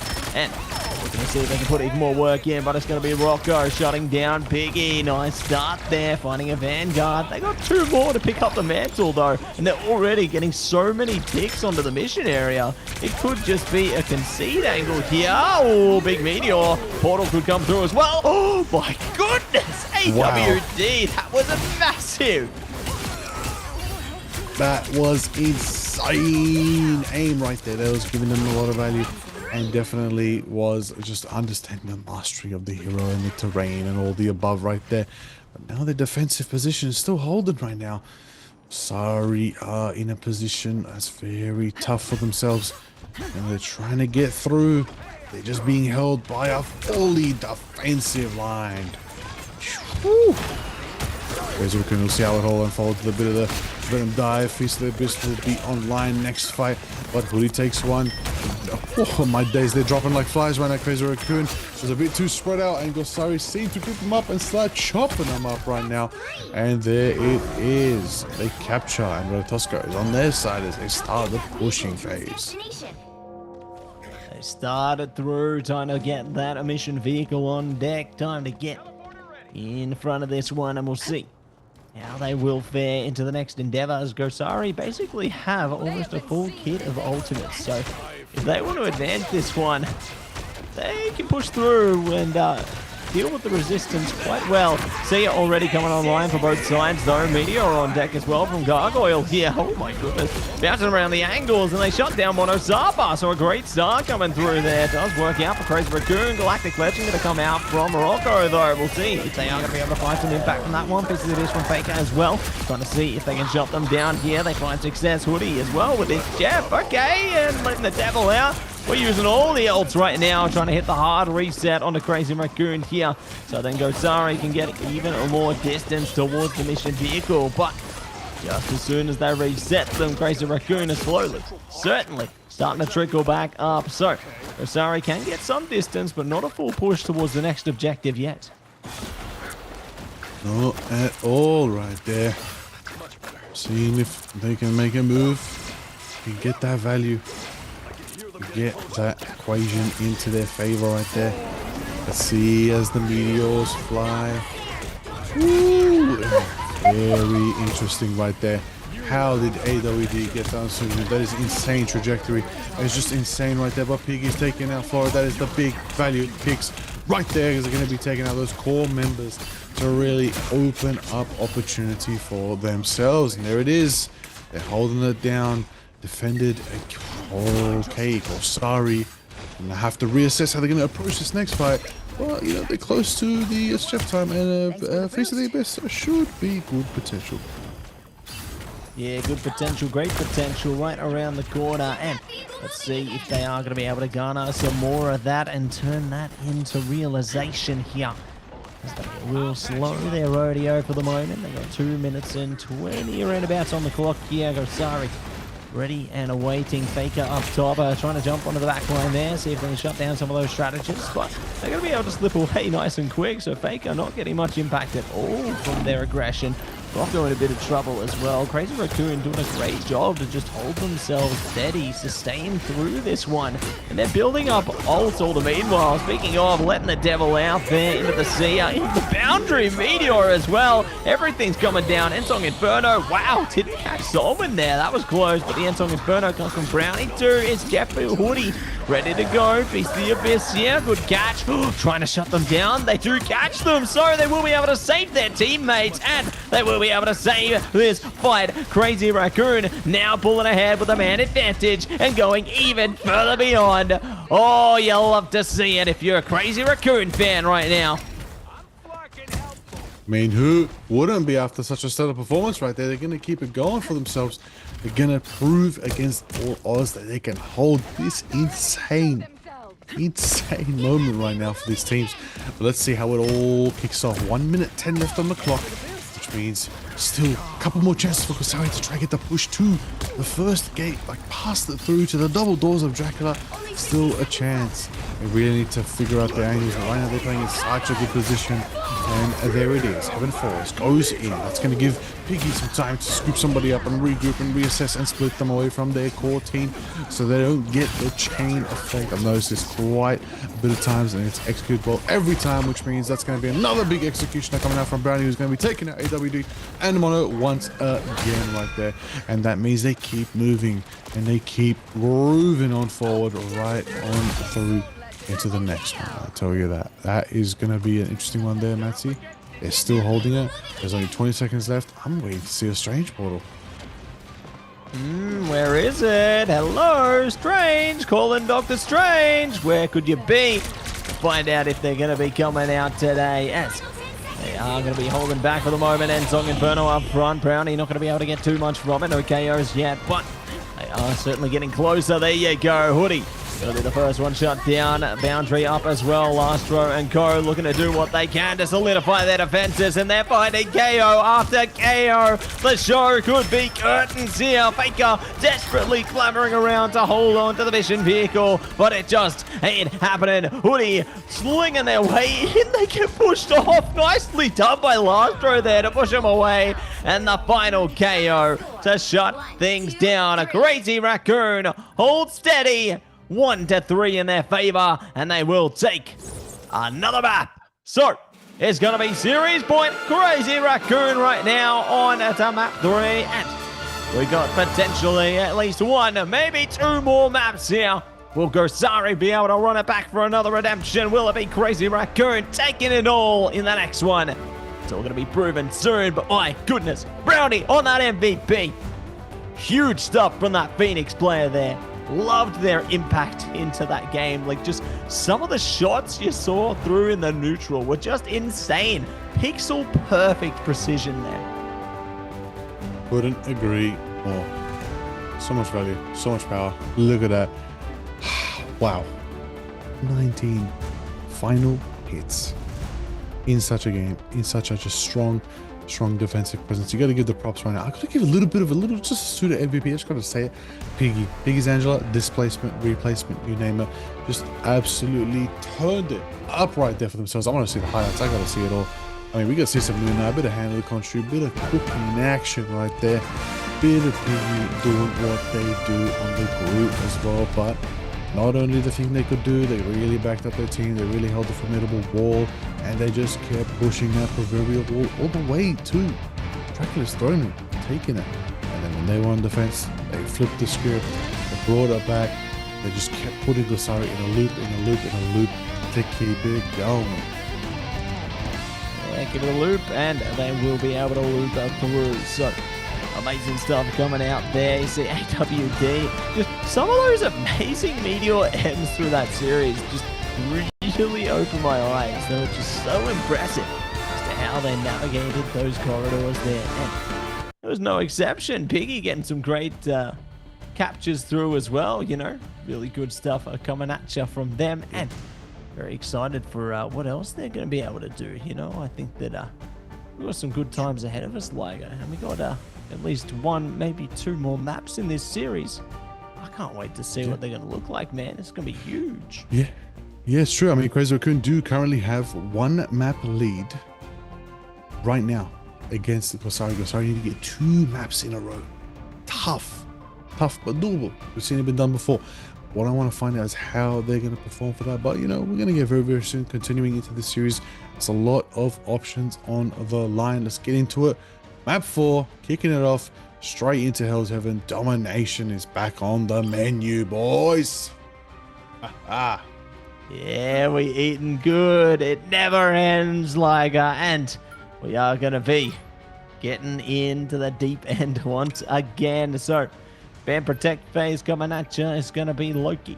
Shut down first. A Gambit soon to follow. And we're going to be looking to lock in a Protect onto the Phoenix. No doubt. We saw what Brownie did on that one last map. And they want to bring that back once again. They're burning bright. And they are not going to be looking to let that live down.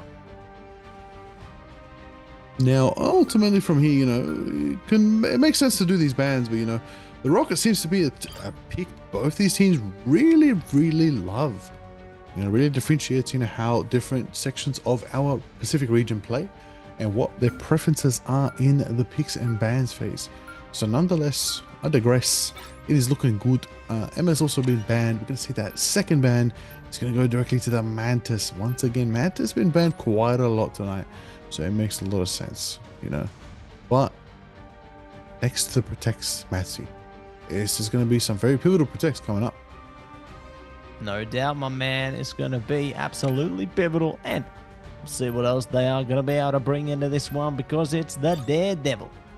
It's going to be the next one there. And Gosari, they got one more coming at you as well. Oh, he's back.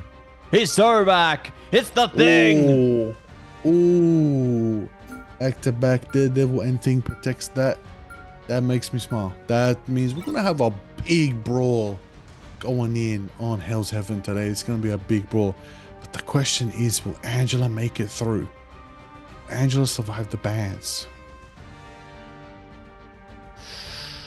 It's going to be a big test, isn't it, Liger? A bigger test of our teams here. A big test of our might. And let's see how they go right now, as we got our picks starting to get locked down, locked and loaded here for our teams. They're ready to go. And it looks like the Thing and Hulk are going to be running it back. It's just like map number 1 all over again. This seems to be their domination staple, if you will, Liger. So eager to see if they play into something like the fastball special again, or whether, you know, something else could be coming up later on in the piece here. Ooh, wouldn't mind that. Wouldn't mind that. I mean, listen. Human Torch. Potential to hit the team with the Thing, the fantastic team, throwing them in, burning it up. Could be high value, but for now, looking at Brownie, Star-Lord, someone I really want to pay attention to. Really putting a lot of numbers into the game. But let's see now. You know what I'm thinking, Matsy? I'll tell you what I'm thinking. Tell me. They're back on it. I see it. Gosari is back on it. Are we about to get the Payne brothers once again? Oh, nah. It's back on the Magneto. It's a bit of a fun switch. But it's going to stay to the Magneto. All you need to do is capture the mission area. Ooh, okay. I see what you're cooking up here, Mr. Liger, and I like it. I like it a lot, and very eager to see how we slot into this next one, everybody, because we got amazing stuff on the line right here into Domination once again, and mission area going to be unlocked in the next 10 seconds. So let's see who's going to be able to take it nice and early now. Brownie already looking to get some chip damage up front. Rocco trying to hunt down that KO, but not going too far. They know if they go too far, they're going to get caught out. But both teams one and the same, trying to contest at that early percentage, trying to get that early capture through. Yaki being a thorn in their side as well. They're so ready to just approach upon the strategist there, but they're just waiting for the right timing. Yeah, the right time is now, as they're going to be going in, and they're going to disengage just as quickly as they went in. This is really just all about turning heads and really just, you know, displacing their ideas about where they should be focusing right now. That's the whole point of Daredevil. In and behind your team lions and trying to get the value and trying to do all of the above right there, getting it forward for themselves. But on the point, the blue thing, LUWD is there, and it's a bit of a scoop from them. Oh, Jeff didn't get anybody. Unfortunate for Lastra right there. And, oh, I take it back. Sorry, no, they did get Solomon. Correction. Hoodie though. It's going to go for one of their own. Would they be able to pop anyone off the map there? I'll tell you what, Matty. Buggy's gone though. Rocker outside, back an impact. Oh, they're bringing it up. Brownie bringing up the Galactic Legend as well. They are looking to isolate these KOs and will be able to flow it through. So, great to see some of the impact from our players here. And it's great to see both Jeffs taking out one player with each Jeff as well. But now it's time to focus up on the Freedom Charge. Biggie leading the charge and trying to barge past that Seer. It will finally be dismantled, so they will take advantage now. Gargoyle going down and brought straight back. Piggy in a bit of trouble. He's run away. It's time for Heaven's Retribution. They're locked in place. And here comes clobbering time. Letting the devil out. Brownie doubling down. Even good for more. What's in store? They mop the floor. Gosari are sent packing out of that one. Ooh, okay. You know how crazy this is? I feel like they've been fighting for like 2 hours. And finally somebody has captured the point. These teams are just so neck and neck with each other. They have just absolutely just, like I said, this is the beautiful thing about these best of fives. I just want to take a minute to analyze this. Like, they just understand each other. Like I said, they've gone into multiple ban phases against each other. They've understood ban phases where they've won against each other. They have so many resources, and now we're finally getting the late captures on domination down to your 5th and your 4th map and your best of fives. But it doesn't matter, because at the end of the day, it doesn't matter what time, what day, what place a Jeff is taking you off the map, and that's what Hoodie's done. Taking 2 off the map from Crazy Raccoon, and that's gonna be the pressure, the power. But I'll tell you something else. Brownie is shredding them up. Big Star-Lord, big Galactic Legend, big moves. Big haymakers coming up from AWD in return, taking out Yaki again. I'm telling you, it's so tough to play Daredevil into a team who knows what they're doing. And that's going to be the pressure, that's going to be the power, that's going to be the moment with Rocco on the Bucky. Just, oh, insane pulse right there, just grounding Gargoyle and getting so much value for themselves. But in return, Yaki returns the favor, taking out Rocco, getting them going. And Matsy, the splashes are coming from Lastro. And after all this time, the back and forth fight, everybody trading, they climbed up to 70% captured. One more fight wins, and they take the first round of the domination. Ooh, it's getting intense at this point, isn't it? And it's now an exchange of Vanguard ults. So speaking of, there's going to be more from Gosari. Letting it clobber, and now ready to see if they can do more from there. Piggy barely getting out of that one, but they will go down eventually. So good to have the BRB in that instance. They will be brought right back into the fray. Heaven's Retribution coming at you as well. Hoodie and Lastro bringing out the, it's Jeff there. Lastro not getting anybody. Hoodie maybe more fortunate. Letting the devil out as well for Yaki. And it's going to be Brownie capturing the KO through there. Galactic Legend from Brownie now as well. Trying to see if they can isolate any more KOs. Zolman going down a strategist. That's a lot of pressure there. See if they are going to be able to keep themselves in the fight, get themselves in the fray. Maybe not. Gosari, good to get some KOs over the top, though. Might just be their time at long last to convert here. Here we go, Liger. Gosari, they fight hard, fight strong. Come on. Finally, come on. it's time. Come on, man. I love these two teams. They are refusing to yield right there. That's what I love. Even though they took it to the 99%, Gosari said, no, we are going to get percentage on the board. In fact, now it's our time to hold it. Now, Gosari estimated turn of events, everybody. They got to win 3 fights here. At least 3 fights here if they can try to maintain and get a good 25 to 30% yield gain on each of those 3 fights in their favor. They're going to be able to capture it, and they're going to be able to take the round. But Crazy Raccoon just have to win one. Right now, Fake Out, big thunderclap. Boom, taking out Gargoyle. Yaki as well. Solomon on the pick. Rocco on the sidelines. Look at what the Kinoichi does right there. Just slicing and dicing and mincing up this Star-Lord right there. Taking down Brownie. But 39% has become 40%. That's 1 fight won already, technically. A couple more and it might go in their favor. The Phoenix goes off. The Burning is going. Mono is there. Everybody's going for the KOs after KOs. Individual fights are going off. but we're waiting for the full activation. Who's going to start the team fight? That's really going to bait out some ults. It looks like we're going to see Hoodie. It's Jeff time, Matsy. Who's he going to scoop?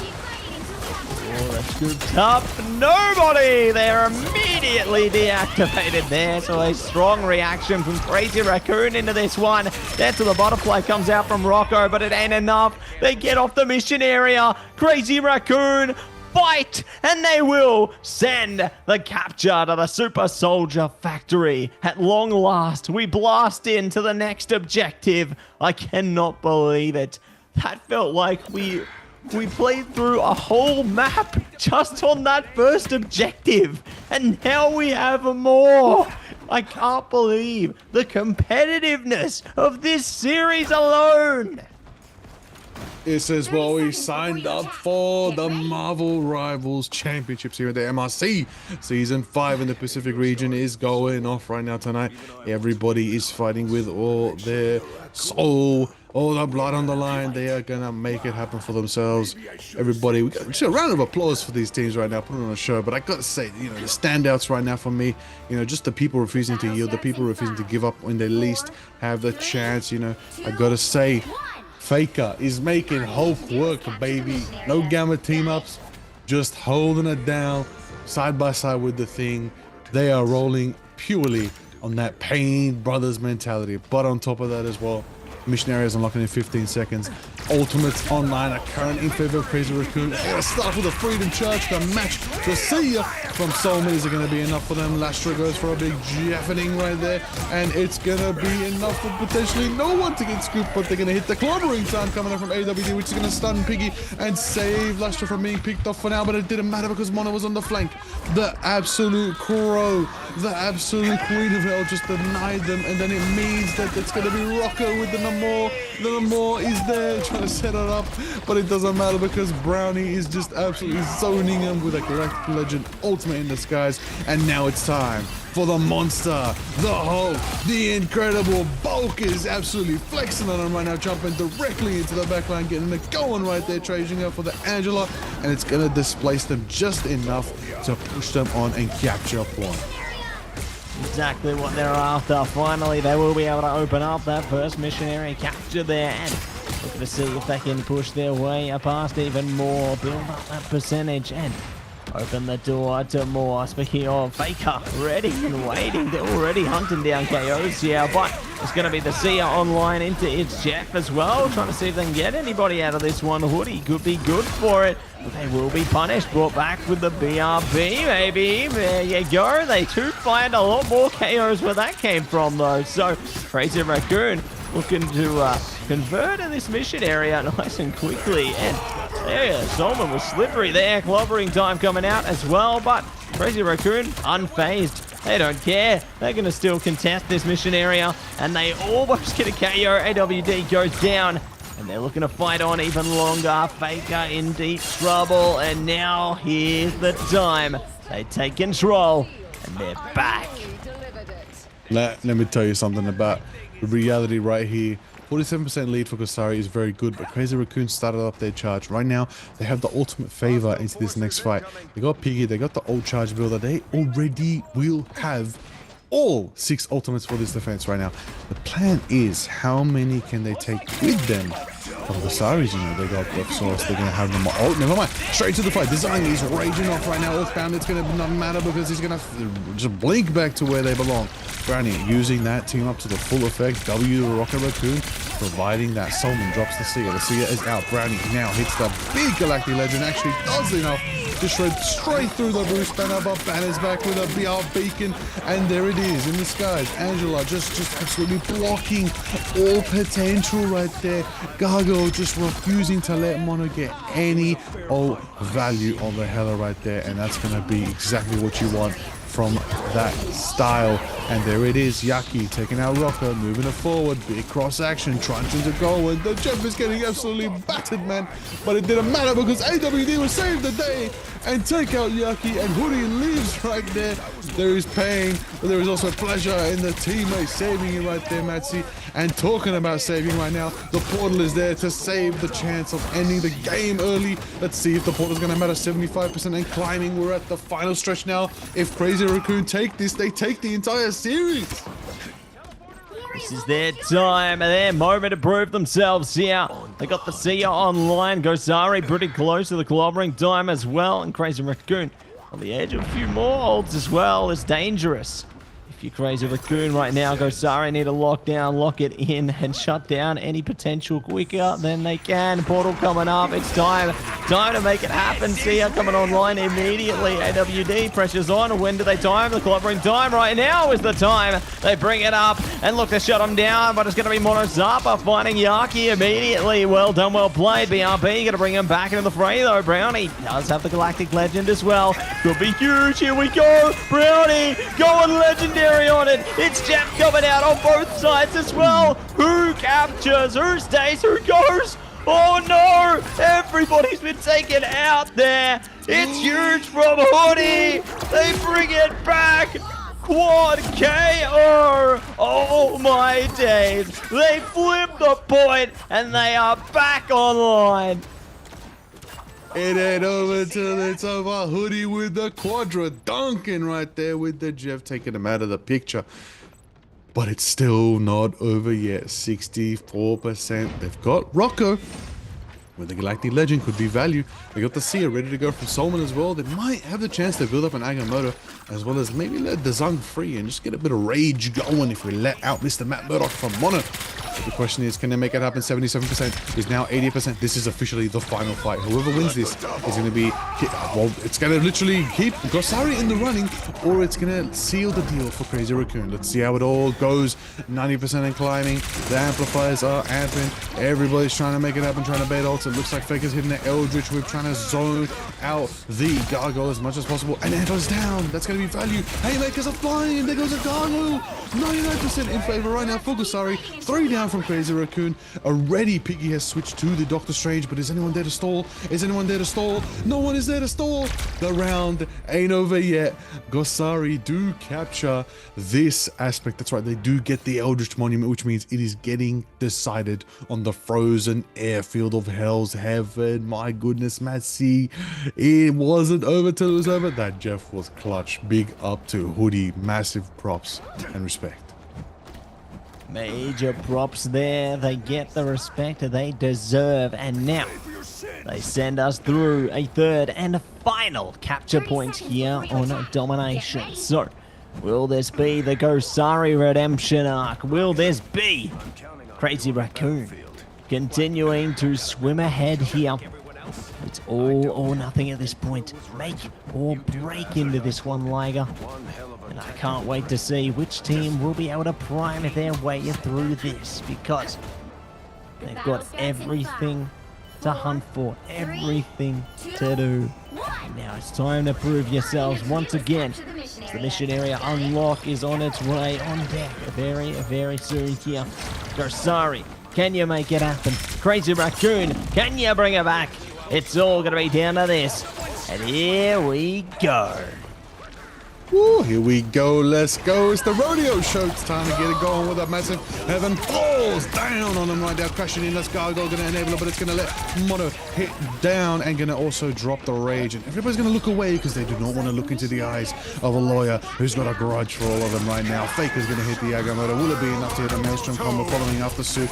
But it's going to be a duel. It's going to be absolutely yucky. Just absolutely battering up this ball fish right there, who's already back from a BR beacon, but the value has been achieved nonetheless. They're going to be able to take out the resources like Gosari.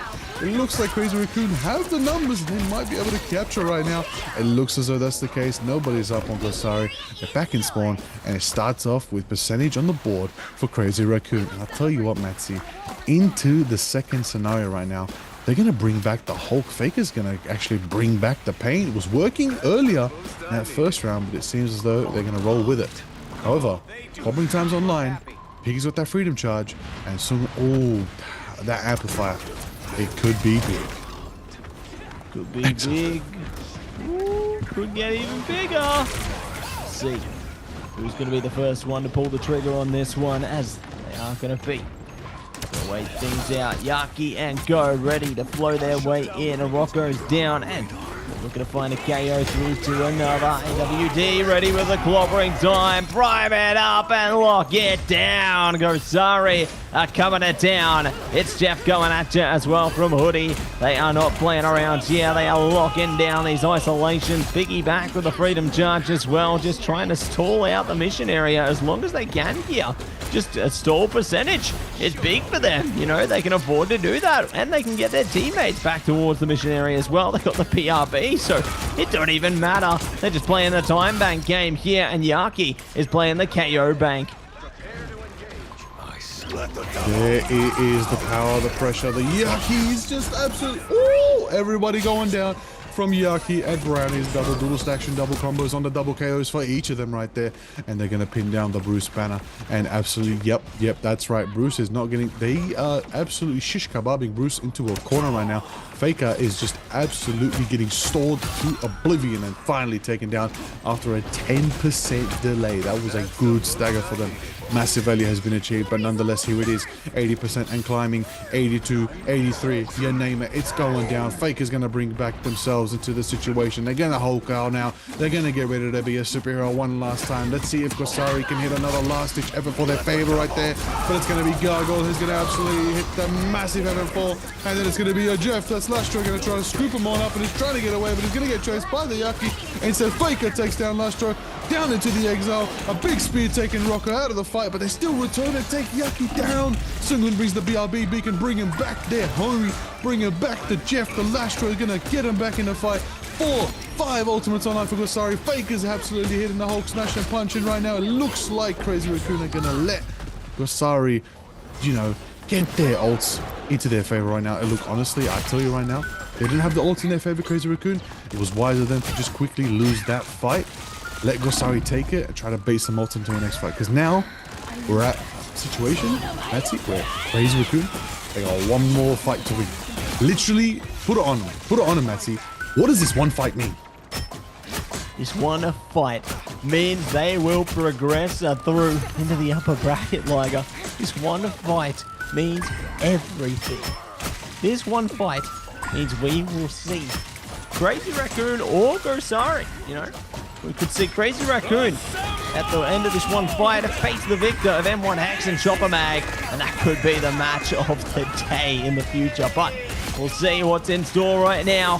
Gosari have it all to do here. Will they be relegated to the lower bracket? Will they be able to keep it on deck? They're using all ults all at once right now. Hoodie, good with the It's Jeff as well. Will be able to isolate, but not going to be able to find a KO off it. And Gosari, they don't even need It's Jeff to get KOs. They get KOs aplenty, all on their lonesome. Yaki desperately trying to escape, and they will find their exit for now. But the percentage is getting dangerously close here. Gosari is trying to let the devil out. They realize they need to keep the distance between them and the mission area. Lastro as well, going to be using It's Jeff here. Ooh, how far will they go with it? Who will they capture? They will be able to get a few at least, perhaps. Looking to take them into the spawn point, get the KO there. And there it is. Goodbye, Monosapa, and hello, even more Liger. They are ready, and they will not give in to fear. They are stepping into high gear right now. It's the Yaki Show, and here we go. Running up right now, it's about to get down to business. As you can see, AWD is taking it down. 99 has turned the tide. It's back into blue favor. It's back with Crazy Raccoon. Bombona's going to hit the absolute portal, bringing them back into the fight, trying to contest. Everybody's going on everybody right now. Faker's taken down. The Hulk is down, and they're off. There it is. Crazy Raccoon with 100 to 99. They're taking Hell's Heaven. They're taking the third round here. They're taking the airfield, and they're flying away to the next bracket and victory for Crazy Raccoon today. Oh my days. Crazy Raccoon will be victorious!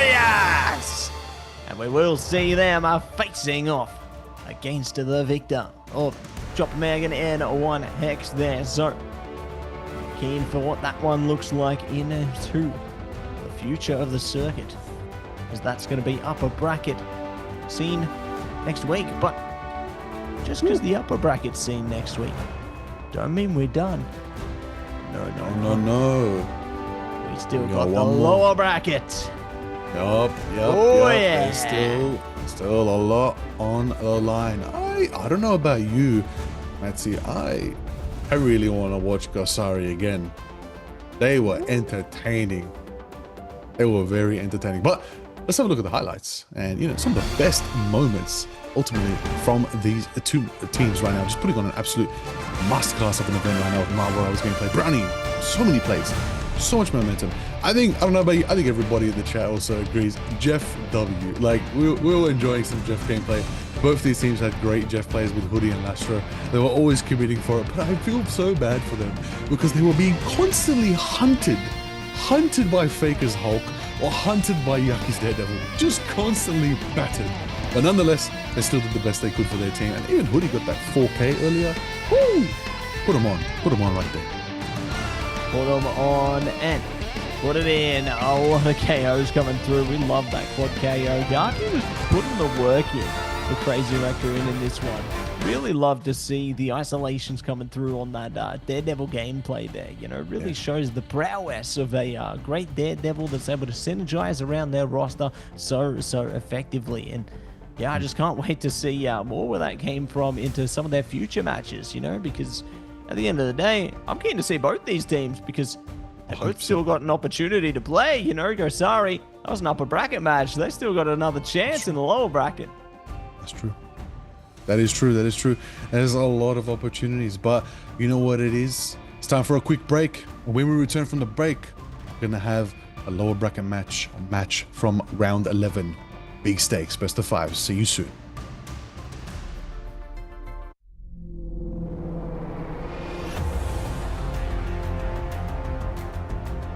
"2025 has concluded. We would like to thank all the participating teams and the players who delivered top performances over the past year. It's probably time to discuss the plans for next year. This video will share much about the new format, the new ecosystem, and other surprises. In short, welcome to a more professional, mature, and exciting Marvel Rivals Ignite 2026, the inaugural league year of Marvel Rivals.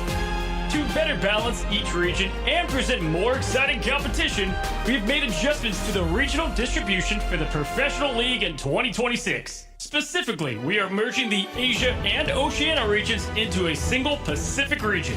The regions for 2026 will be Americas, EMEA, China, and Pacific. During the group stage, the Asia and Oceania regions will compete independently and face off in the playoff stage. In 2026, there will be 2 regular seasons and 2 international LAN events. A notable addition this year is the preseason before the start of Stage 1. The preseason is not only the debut for these teams, but will also determine the initial seed placements. Additionally, Marvel Rivals Championship will continue to exist throughout this period. Even more exciting changes include the allocation of league spots and promotions. In the 4 regions, online competitions will determine the teams that qualify for the 2 international events. We eagerly anticipate seeing these competitive teams once again. Starting in 2026, in addition to the preseason, the Regional League and Mid-Season Finals, hosted by Marvel Rivals Ignite, will determine whether teams qualify for the Grand Finals. The final results from Stage 1, the Mid-Season Finals, and Stage 2 will correspond to varying league points allocation. Teams that excel in Stage 2 playoffs or rank highly in the annual league leaderboard will compete for a spot in the Grand Finals. At the same time, to enhance the competitiveness and accessibility of the league, we are introducing a promotion and relegation system that provides all aspiring teams and players around the world with the opportunity to enter the professional league.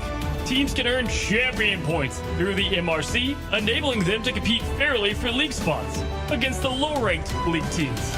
Partner clubs will have limited relegation protection opportunities. Speaking of the MRC, there will be 6 seasons next year. The PC region in Season 6 of the MRC will be the final opportunity to compete for the last spots in each region for 2026 preseason and Stage 1. If your region still has available slots, be sure not to miss out. Starting from Season 7 of the MRC, ongoing participation will enable your team to earn champion points. And the teams with the highest cumulative points will have the opportunity to compete for qualifications for the mid-season and end-of-year promotion leagues. Certainly, the most significant surprise is that in 2026, we will launch a Partner Teams program. With certain teams worldwide to become our partners, we will create partner team bundles, and partner teams will enjoy revenue sharing. We hope that this initiative will encourage comprehensive and healthy development of Marvel Rivals esports ecosystem. Besides the partner team bundles, esport bundles will be launched in a timely manner. At the same time, the annual prize pool will exceed $3 million. Let's see how much you can win. More competitions, more moments of victory. There is so much to look forward to next year. The Ignite events of 2025 were unforgettable, and we can't wait to embark on a new journey with everyone.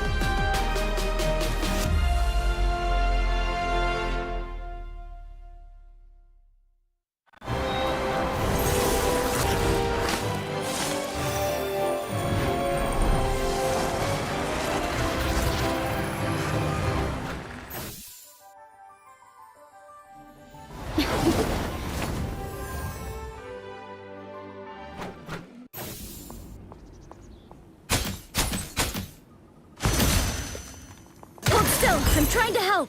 Lights out.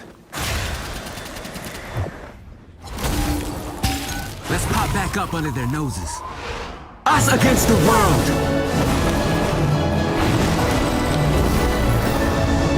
My time to shine.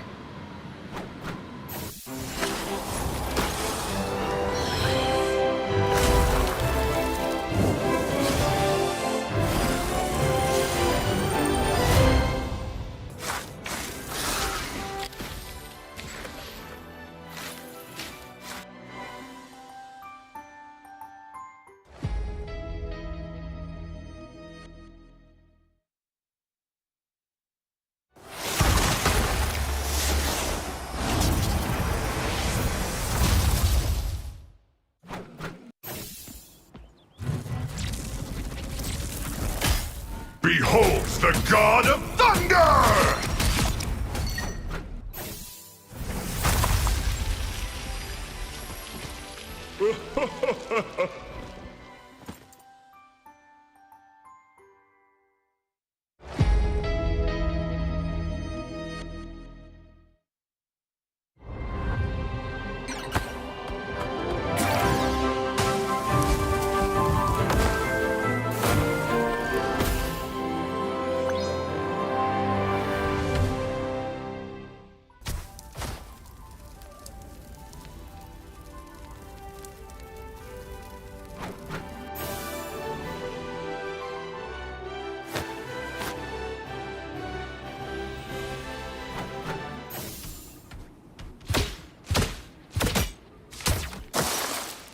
You know what to do, spiders? Time for some fireworks. It's spider time!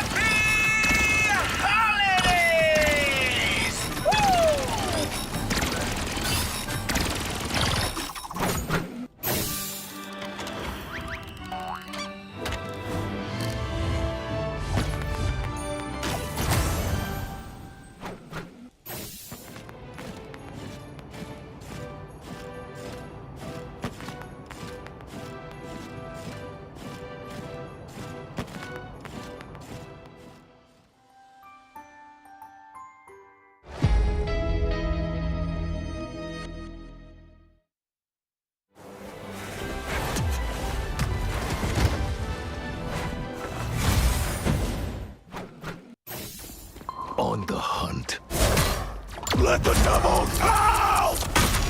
You couldn't be saved.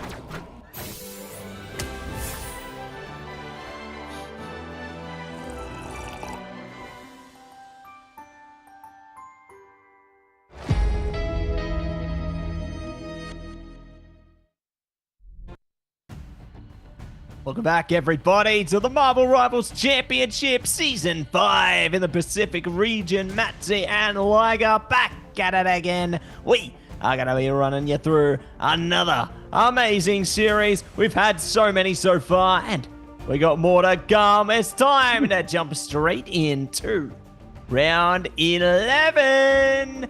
The lower bracket. Yes. It's Elimination Nation now, Liger. It's all or nothing here. You're damn right. Elimination station in the nation, ready to go. It's about to go off. It's about to go down. I'll tell you something. This is a fun one. This is a fun one, Matsy. We've heard about this team. Okay, we've heard about this team. This team is very much in the scene. Is very much a topic of discussion. Okay, they are known as Flats Fan Club. So, Flats, if you're watching, doing a watch party, please react to your team. We'd love to know how you built them, how you recruited them, how you trained them, how you VOD review for them, how you coach for them. Because according to their bio, that's what you do. So according to them, you're the all-round legend who takes care of them. So in honor of that, we're going to watch Flats Fan Club versus the Legend Z10. They're back again on our screens from earlier today. It's going to be a fun one, Massey. I'm excited for this. And what we know about Z10, they play some funny unorthodox stuff. Honestly, if I had a chance, I would love to witness Z10 honestly take on Gosari. That would be a cool matchup. But for now, we've got Flats Fan Club versus Z10. Let's get into it straight off the bat. Flats Fan Club have already banned the Captain America. Okay, in return, Z10 taking Gamma out of the way, but protecting Venom. Venom is here. It's a good time. I'm looking forward to that. Yeah, we are Venom. We are going to be seeing amazing stuff coming at us right now, but it's going to be the invis on the protect there, so we will be seeing many a boundary up into this one on the Celestial Husk. And let's see what the next ban is going to be. It's going to be Daredevil. Okay. I see you. I see what's going on here. Wow, immediate pan onto the Mantis. No thought behind that. Not even a split second. They're just bam. I'll tell you what. Hey, I like when they ban fast. I don't know about you. Get us into the game, bro. You know what you want to ban. You know what you want to protect. Stop trying to be suspenseful. Okay?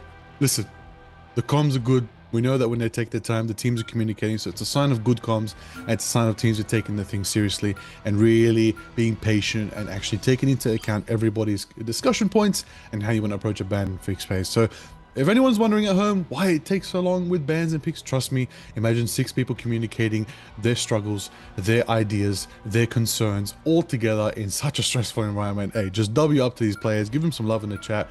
Playing here MRC today, here to entertain us, here to earn some money for themselves, get that big chunk of that prize pool for themselves. But it's a sad day because Angela's banned again. I'm enjoying the Angela gameplay today, and a Lady Loki is gone again. Pick your hero. What is this? We have banned so many strategists. We've banned the Daredevil.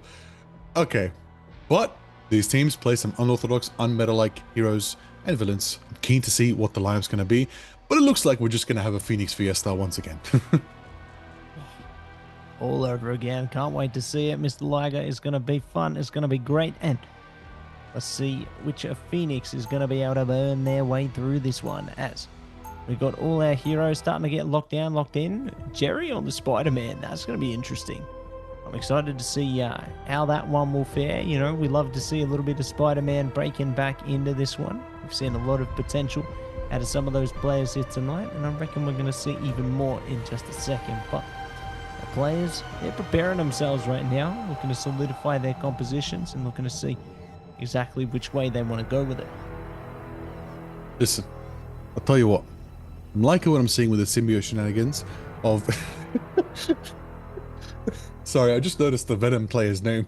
But carry on. You know, there's a lot of great lineups coming forward. Let's get into the action. Let's have a look at it. We got a Flats Fan Club versus Z10. Open those doors and let's get to the Celestial Husk, the spire of symbiotes in this map. Now, one thing I love about when this map released is this massive spire in the middle.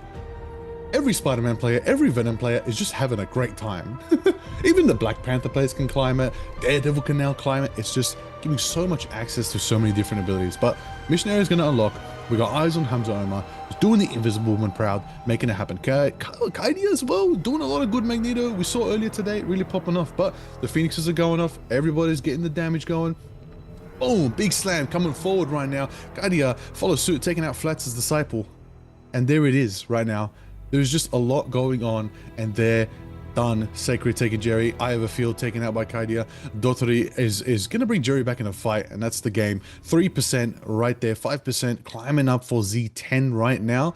Flats Fan Club are on the back foot. They really got to lock in, regroup, and get ready for the next fight. But Eggsy's not letting them start the next fight. Eggsy's continuing the same fight, sniping them from the high ground. Sorry. That's it, sniping them up, sniping it down, and ready. Drown out some more KOs. We'll see if they are going to be able to secure them from afar now as Exy continues to lay waste to their opponents. Just really creating a lot of distance. Flats Disciple in a lot of trouble. Might need some assistance from Pookie there. We'll see if Pookie's going to be there for them in name and nature. So they take it easy for a second longer here, Leica. And it's time for that Feast of the Abyss. Oh yeah, big crunch time from the Venom right there. Flat Spooky almost has their Feast of the Abyss as well, and the action is there as both Invisible Women hit the double boundary, which means it's a Venn diagram moment, everybody. Learn your mathematics. There we go right now. If I ever feel gonna drop that meteor, is it gonna be something that everybody feels? But unfortunately, it's gonna be matched out by the Phoenix right now, dropping down the Ansong Inferno, and this time the Flats' Disciple's not gonna get the value offer, but Sacred is gonna get a massive Galactic Legend right now. Go for the double KO, triple KO, quadra KO out of nowhere from Sacred Star-Lord, absolutely shredding Z10. Flats Fan Club, where you at? They're right here. Matsy, they're awake. Let's go. Wide awake and ready to go. And let's see just how much awareness they are going to be bringing into the show.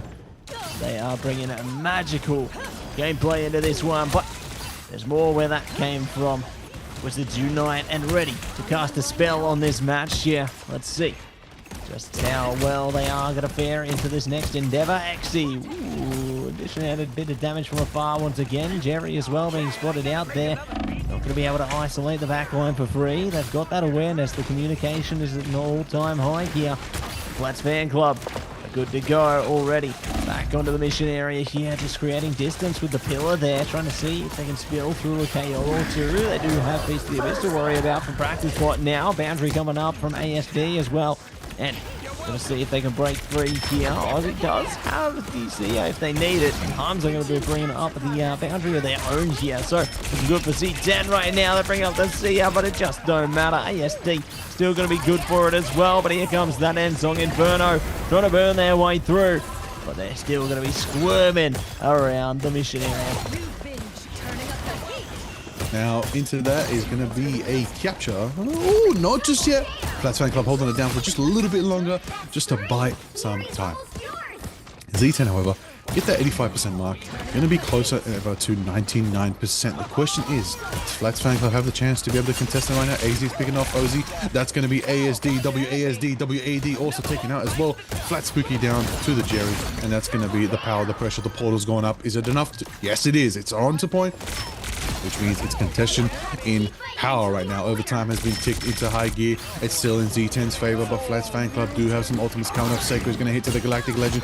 Oh, taken out by XZ as they were trying to dodge the meteor. That was a double angular moment combination coming up from Z10 right there. That gave him a lot of power. Flats' Disciple takes out Hamza Omar. That's going to be the value right there. Overtime is ticking off, but Flats Fan Club might capture her back with a little bit of pressure as Z10 are just chasing right now.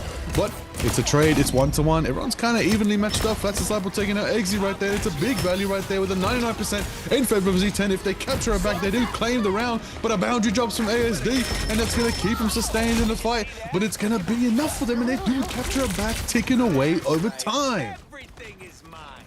Ticking away more and more as we progress through this one, Liger, and there's going to be more where that came from. As Need to take it easy a second longer now. Big damage coming out from Saka there. Let's see if they can isolate. Here comes the eye of Okamoto. Boundary coming up with the Ensong Inferno. They will be able to find it. Aussie, nicely done from Z10 here. And they will find more and more KOs where that came from. The conversion is imminent. But Spooky desperately trying to clamber around the mission area. Aussie wanting the same, trying to break back in, but it just ain't enough. Pookie's not there when you need him. Flats Fan Club could be losing out this first capture point. And just like that, it will be Z10 taking it in. For me, it's all about the little things. Like that little backflip at the end there from Styled in the slowdown time. It's kind of cold. That's Aura. That's Z10. That's what they do. It's all about the little things. But it's also about the big moments as well. And they definitely really made Flats Fan Club work for that to try and take it back. But Z10 in the end did take the round, and they do claim that first round here. But got a couple more rounds. They take the next one, Z10. They lock out the map, and they get map 1 up in this best of 5 series. But for everybody else wondering how that's going to unfold, there's a lot to learn about these teams right here. There's a lot of interesting things from Flats Fan Club. That Star-Lord Sacred, crazy value with their ultimates. And it makes me wonder what they would do if Gambit was open. That might be their bread and butter. Right now, they got good bread, but they're missing their butter. The question is, who is going to butter up Sacred's bread right now in this next fight? And we need to get that going. Enable your Star-Lord. Aussie might be able to drop a Seer Amplifier. It could be the thing, but nonetheless, let's see what unfolds as we go into the next stage. Celestial Husk right now. Everybody trying to make space. Hamza Oma trying to set up the battlefield to their favor. Destroyable terrain. Both the Venoms are on the high ground right now. Now, of course, the training bot is ready to roll. Flats and Spooky is as well, because they both got Feast of the Abyss online. Big crunch going out, and it's gonna get stunned actually and cancelled. But value nonetheless, regardless, going in. Jerry is going to get the Bulwark Shield into the absolute Galactic Legend right there. That's going to take out Sacred. That's going to deny Sacred's Galactic Legend as well, which is a tough pillar to swallow. But that's going to be another time right there for themselves.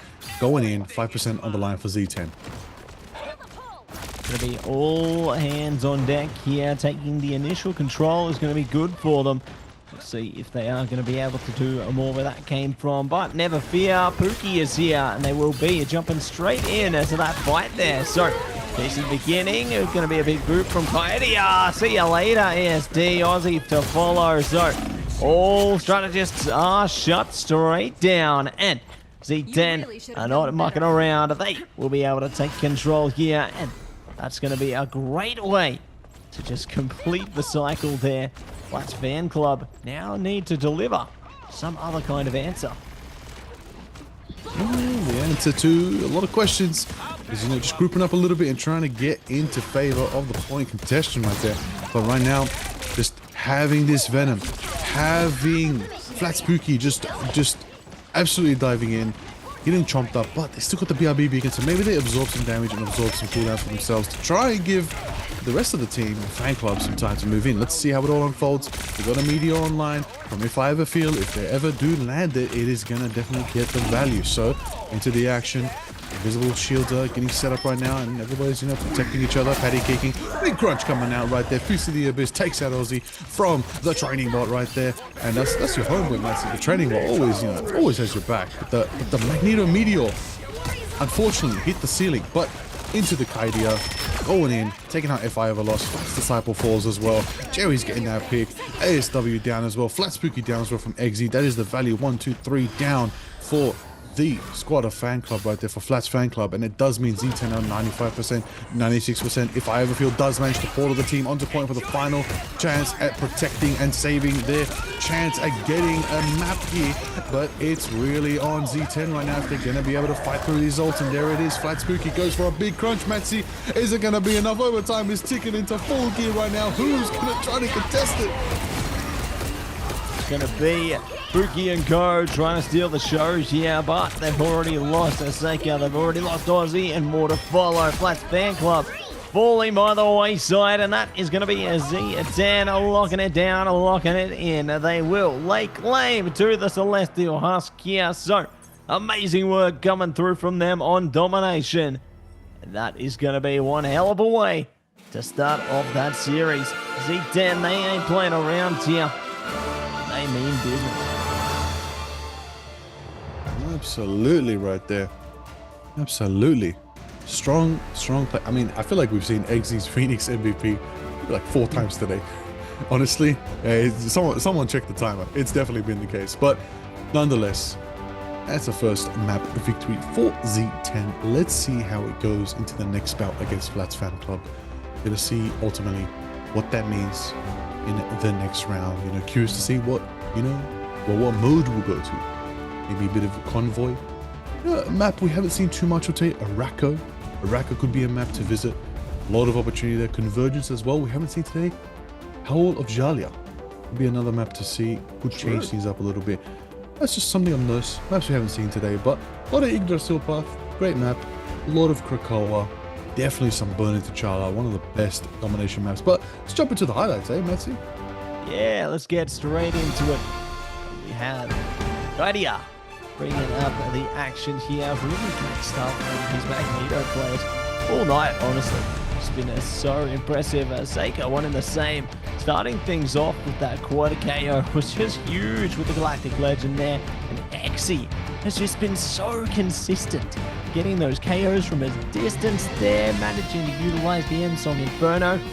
Just big stuff coming through from them all night long. And Jerry and Co, no exception. You know, they managed to really pump up the numbers for their team and really just have such a clean endeavor ahead of them. But speaking of clean endeavors, that's going to be a cleaner map number 1 endeavor. So solid beginning coming at you there, everybody. But, you know, the nature of the game, it's a best of 5. We have at least 2 more maps to go here. And very excited to see, will Flats Fan Club be able to redeem themselves in map 2? Will it be Z10 all over again? It's all going to be proven once we dive straight into it. And I can't wait to see the results of that. Yeah, honestly, looking forward to that, to see how it all unfolds for these 2 teams right now. Z10 been through the absolute gauntlet today, and it's not over yet for them as they got to take down Flats Fan Club. But Flats Fan Club aren't going to make it easy, and in fact, they could cause the upset and put Z10 down and out. Lower brackets dangerous. We all know round 11. You know how it is in the MRC. This game is getting started very, very soon. Let's get into the action, of course. Reminding you, let's get into it. Now, these bands, Matsi, these bands, might change it up a little bit. They might change it up. Yeah, I think there could be room for adaptation after the last map there. And speaking of, Cap is going to be tapped away. Goodbye to the Cap, and it's going to be Gambit shut down immediately as well. So no Rage and Royal Flush this time. They're going to be flushed out of the game, but it's time for the Protect Z10. Now looking to see what they want to keep in. It will be, unsurprisingly, the Phoenix. So grand start coming through, and Flats Fan Club, they get the Protect on the Loki. Okay, so the God of Mischief now is available. That's a nice change. We haven't seen that in a little bit. Ah, that's actually time, everybody. We might luckily get a bit of Lady Loki luck coming into this game right now. This could change things up quite a lot. But Venom is gone. We saw Venom so much last round. No Venom, no Cap. It makes me wonder if the last dive Vanguard, Angela, is also going to survive the ban phase as well. But Mantis is out. We know why. That attack boost is just so pivotal. You can turn the Phoenix into an absolute raid boss, and you definitely don't want that. Final Protect coming out from Z10. 10 seconds out. What's the Final Protect going to be? What is their focus here? Who is going to enable them most of all? My prediction, Jeff. I'm wrong. It's actually Jeff's mother, Emma. There you go. So Emma going to be coming out there. We'll see how Pookie will face off against that one, or whether they claim Emma for themselves. You never know, but what they are going to be claiming is Groot. So good to get the Protect onto that one, especially playing in an Yggdrasil Path. I feel like these days especially, Groot has been pretty critical to isolating some of the angles there, being able to strangle through a bit of presence. So great to see how that's could be activated. But speaking of activated, we are seeing Star-Lord and the Invisible Woman deactivated. That nullifies some of the potential there. Oh, I feel like everything that stood out last round has just been banned. So right now, yeah, we're going to see something different. Loki Luna is an equation that these teams could bring to the fray. Magneto is an option as well. There's a lot of potential for this to work out. I mean, you know, Emma's been protected, so we're probably going to see it. Kind of makes me feel a little bit of season 4.5 vibes. We might see some Emma, we might see some Mag. Eggsy hover in the Atom could be big, but at the end of the day, it's Yggdrasil path. You gonna go for the quad? You're gonna go for that triple strategist? A triple Vanguard lineup, perhaps, mayhaps, could be the case for these teams. Right now, so far, it looks like Z10 might consider it. However, I will bring, you know what, actually? How would you break that down? You've got multiple options. You've got the Storm, Moon Knight, or Punisher lineup to break through the triple. There's a lot of good options, but another one that's a great option, when you got 3 Vanguards, who's the answer to any Vanguard issue? Big boy Wolverine, yeah, absolute Vanguard buster. And he's gonna put him in a meat grinder when he gets the chance. So let's see how this all unfolds when those doors open. It's time for a rip and tear and time for the faster ball special. Or not. And we'll No see. thing, no hope. Yeah, not today. Save that for our other games, eh? But what we are going to see right now, it's going to be a bit of frontal presence coming out from both sides here. They take advantage of their angles. Sega taking a ton of damage, but they will still stay vigilant, still stay aware of their presence. Looking to see if they can capture the right angle out of this one, but no openings have been afforded to them as yet. Okay, bit of a, oh my days, deletion of Mr. Hugh Jackman right there. Absolutely pummeled by the White Queen herself right there. Making the moments happen for yourselves. AST hitting the absolute copy right now, getting the amplifier, just borrowing Aussie's amplifier. And Dottore, you know what, matches as well, throws his own amplifier down, but Hamza Omar still has Shape ready if they need. Now, into the next abyss right here. We're going down. Everybody's just pouring damage in, but right now, Z10's holding it down with a massive Sonic seduction, and they're trying to scoop up Flats Fan Club, who are just ducking into the tunnels, ducking into the corridors, and just keeping themselves safe and sane, ready for the next fight. Aussie does manage to get Jerry. That's a Magneto down. Z10's down one of their Vanguards, but you know what's online, Eggsy? Born again, ready to go again. If another drops, I have a feeling Eggsy might actually bring out the Karmic Revival and just bring the whole team back online. It really, truly depends. If Ivorfield also has a Strangling Prison, I'm waiting for someone to start the fight.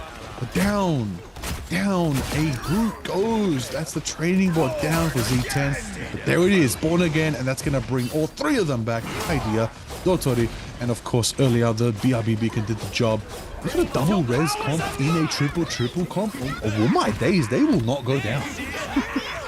They will not go down at all, and they're going to be bringing the Sia online from Hamza Omar as well. Good for the God of Mischief. ASD, one of the same.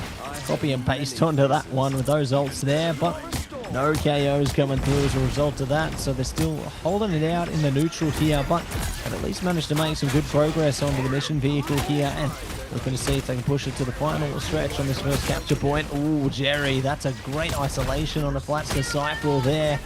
Going to see the Psionic Seduction for Kaidia as well. See if they can get a bit of motion towards their defense and try and push them back. Last stand coming out from Sega here. Not going to be able to capture any KOs through until now. Kaidia goes down and opening afforded, but the BRB will bring them straight back. Back to back again. Into the action right there. Kaidia taking 95 up here.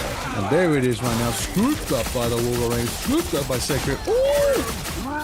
Like you said, Metzi, rip and tear. And they could not even bear to handle all that pressure coming forward from the Wolverine right there. That's going to be 55 seconds left for them to try to make it happen. But it doesn't matter because Sacred finally has the mark of the Wolverine right now. Absolutely shredding through these Vanguards. There's so many down from Z10 right here. Flats Fan Club are going to potentially push it past this first gate here. But Kaidia has the portal. Do they clutch it in time? They do! And right out of the portal is Angela flying forward. truly using that land buff of being on their own hometown map with Asgard. Let's see if it's enough for them. If I ever feel potentially has a strangling prison, they're going to try to build it, but Sacred also has the last stand, and they're still standing 1.33 meters away. Is it going to be enough? The Berserker's raging. Is it enough to try and stop them right now? Is it going to be the thing? Exy's going to drop the absolute massive comic revival to bring the team back again. Again, and they will bring it back. And now looking to stack the deck here and see. They can 2.99 meters. Strangling Prison coming out from Flat Van Club. They're trying to see if they can scrub past this one. Sia going to be online as well. Blast Disciple into the end from Inferno. Heaven's Retribution coming online. Sia as well. With the God of Mischief there from ASD. And we'll see if they can push past XE in a bit of trouble. But does manage to stay online? Yeah, so still holding, still ever tenacious. And another Sia from Aussie. They just don't let up. Kaidia with the Eye of Akamoto though. Could lock him in place. Get a bit of displacement. Oh, Jerry, the big meteor. Oh! Taking down the Disciple. Swipe away. And they're ready to take them out of play here. The Flats Fan Club, they are not giving up. Not giving in yet. Insane trajectory right there. 0.99 meters. It is not going down. Overtime's ticking off. Kaidia hits the Maelstrom of Madison and the KO right there, taking them out. If Fire feels down, Dotori brings Hamza back into the fight. There it is, the overtime. It's ticking off. The swinging, the hatchets, the Angela, the slashing, the dashing. Everybody's trying to be here and not trying to be crashing out right now because the Jerry's there and the time ticks out. Insane overtime. Oh my goodness from Z10. Holy. Things up, including which side you're on. I can't believe my eyes, Liger. They do manage to hold firmly. Don't even manage to get it past the first capture point there. Insane stuff coming out from Z10 into that one, and that just elevates the pressure even higher for Flats Fan Club here. They've got a lot of work to do on their defensive side if they do want to take control of this one and swing it back into their favor, because otherwise we could see a Z10 take it to series point before we know it. Now, it's not a lot to push. It's a very, very uphill battle for 4 minutes for Flats Fan Club right here. But tougher games have been won. Now, what is that course of action for them? How can they handle it? Are they going to mirror it? Are they going to bring their own triple situation? Are they going to bring out the double res comp? Loki's available. You could run Adam. You could run Loki as well. It's risky, but it's been done before and it can yield results. Now, on top of that, Z10, how do they walk out of these doors? They know they're going to be facing that same sort of composition. So do they bring out the Tank Buster? Do they bring out the Vanguard Shredder? Do they bring in the Wolverine or the Moon Knight or the Punisher or the Storm? You name it. There's a lot of options for them. Let's see how it all rolls on out. The doors are open. In we go. Z10 are going to get moving on the Goats of Ixyard. That they are. They're getting ready to rumble and stumble their way through. See on that Moon Knight is one to watch here, I reckon. They going to be able to pump up those damage numbers quick, smart, and very excited to see if they will be able to rip things apart with that hero in particular. But for now, they are going to be staying steady. Jerry, big damage around the back. They stack it up, and they will find a strategist. And they're looking for more as well. Big damage going to be pushed over towards Blast Disciple there. And a great God of Mischief from ASD. Bringing up the Karmic Revival. They bring back the whole team. And just when things started to look uncomfortable. Ooh, making a moment right there with a big strangling prison into the hand of Khonshu. But it is going to be denied and saved by a massive amplifier. Just keeping the team sustained. The hands are flying, the moments are going. If Fire Feel is going to be brought back into the fray, and there it is. If Fire Feel is going to be taking out the other group, taking out the competition, the group petition at this point, and there it is. That's his Disciple taking out the Tory with a big Adam long shot right there. And 2 minutes 30, it's looking pretty good for Flats Fan Club right now. They did hold the line, and they've stopped Z10's momentum. Stopped them in their tracks there. To see if they can do more where that came from. They got a couple of ults to their name as well. You know, Karmic Revival's online for Flats Fan Club. They're getting close to God of Mischief, so they can just repeat the cycle over and over again here. D10, one of the same. They're building up some ults, but we'll see which one is dropping first. It's going to be a Dotori there, bringing up the Yasia and Song Inferno coming up as well. How many ults do they push in with? That's going to be tested, but there you go. KO's coming through onto the Vanguards there. They all get brought back with the Karmic Revival, but I mean, while they're off the mission vehicle, they still can bring back some presents up front and personal for you. Oh my goodness, the head of Conjure will be going out right at the best moment there. Just as soon as Flats Fan Club comes back, they are going to be struck straight back down. Got a Mischief with the Seer just to elevate their power. Exactly what you want to be seeing from Z10 right now as they steam ahead with the mission vehicle. And just like that, it's map 2 in the bag for Z10. Listen, if you need to make space, you go to the ultimate space maker. That's Moon Knight. That's Moon Knight. At the end of the day, no matter what role, no matter who's in the mood, when you drop the hand of country, you're guaranteed that space is yours.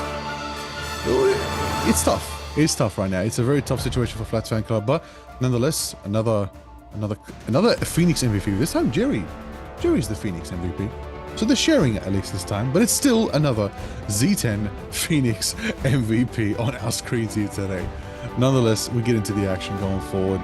There is potential for something crazy here if Flats Fan Club could pull off a reverse sweep, but at the same time, it's a tough one. Let's have a look at these highlights and see what were the best moments of that match right there. A quick one on Convoy, but nonetheless, still got some good highlights to have a look at. It was great moments from both teams. Couldn't agree more. Really impressed with how that map played out, you know, on Convoy in particular. Huge stuff, and the highlights are going to reflect that as well. So just getting that prepped up. Here we go. Just look at that. Just major stuff like Seika doing big things on that Wolverine, especially in the beginning there. You know, they were definitely trying their best to make some waves, making impacts, and to make exactly that. But Cherry with that dunk in the air. Oh my goodness, you know, that was just insane stuff. You know, you think back in the day you had the Air Adam of old, well now it's Air Jerry coming at you this time. So amazing stuff coming at you there, Liger. I already got it. It's Jumpin' Jerry. Come on now. I already got it. Of course I already got it. I know what I'm gonna call him. You got LeBronald, you got Air Adam, you got Jumpin' Jerry, you know. You got the classics, Dunkmaster Duep. We got names out here in the Pacific region. We're making moments of all of our main leader players. We give them all some fun names. But speaking of fun names, Flats Fan Club having a tough time right now. Very tough time for themselves. But Z10, cooking. They got that winner's momentum. And we know, Matsi, they want to work hard.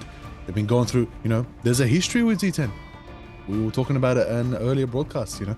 They have been through a lot. But they formed themselves a team, talked it out with their org, and they're here. They're here. They want this. So, if they really want this, put your money where your mouth is and get to business on the game right now. Get it going, secure yourself that victory, and keep climbing in MRC. Otherwise, you will fade for now, and we'll have to see you in the next MRC. But until then, let's keep it going. Let's get that cap ban. Let's get that Gambit ban. It seems to be clinical at this point. Yeah, couldn't agree with you more, my man. Going to be absolutely clinical, and we're going to be isolating those out quick, smart. No cap, no Gambit, no worries, but we are going to be seeing none other than Phoenix locked down into this one. So, a staple into pretty much every single matchup, and on Central Park, it wouldn't surprise me if we potentially saw a Benny, like what Practice Bot seems to be hovering right now, but what we are seeing again is that Loki. So, seems Flats Fan Club is very confident in that Loki hover there in the Protect. So very eager to see if they can find the impact they're searching for with that one. Good point. Right now, a lot of potential to see how that unfolds. With those bans rolling out now, it does, yep, Angela was going to be protected. Had a feeling that was going to be the counter play there. So they're going to knock out the Venom, they're going to knock out the Cap, they're going to try their best to at least secure Angela, so they have some dive Vanguard available for themselves. There's a lot of potential there. banning out the rocket makes sense. The amplifiers have kind of been dictating the pace of the game so far, so that's a strong choice from the fan club. But into this, Z10, final ban. They go to Mantis, they go to Gambit, they've got him with 2 strategists. Are they going to go for another strategist? Are they going to target a Vanguard? Could be, I wouldn't be surprised if it's a Mag or Emma ban, to be honest. It's actually Hela. Interesting. Okay. You'll need a top-notch team. No to Hela, win no this one. worries. So, looks like they are going to have to go a different direction with that one, but very eager to see what they can do in terms of their differences there. As they are hovering over that rogue there, so potentially playing around that. And the Phoenix for the Flats fan club here. Exy teasing us once again, Liger. No blade, no worries. Practice spot, maybe locking it in too. Nah, it ain't happening. No penny today, my man. No chance. How do we talk with Eggsy? How do we get the blade? What do we got to do? How do we get the blade? Because I would like the Blade Knight alongside a Moon Knight. And hey, surely, if there's ever a map to do it, it's right here on Central Park on the doorstep of Dracula's castle. Blade wants the vampire. Moon Knight wants his $5. I think that's a great team up right now. I think that's a great deal. Sign the contract. That's all I gotta say. Sign the contract. Are they? What's going on? What's the Flats fan club doing over here right now? Having a bit of a slumber party? You got a game to win. You're currently down 2 maps. Lock in, fan club.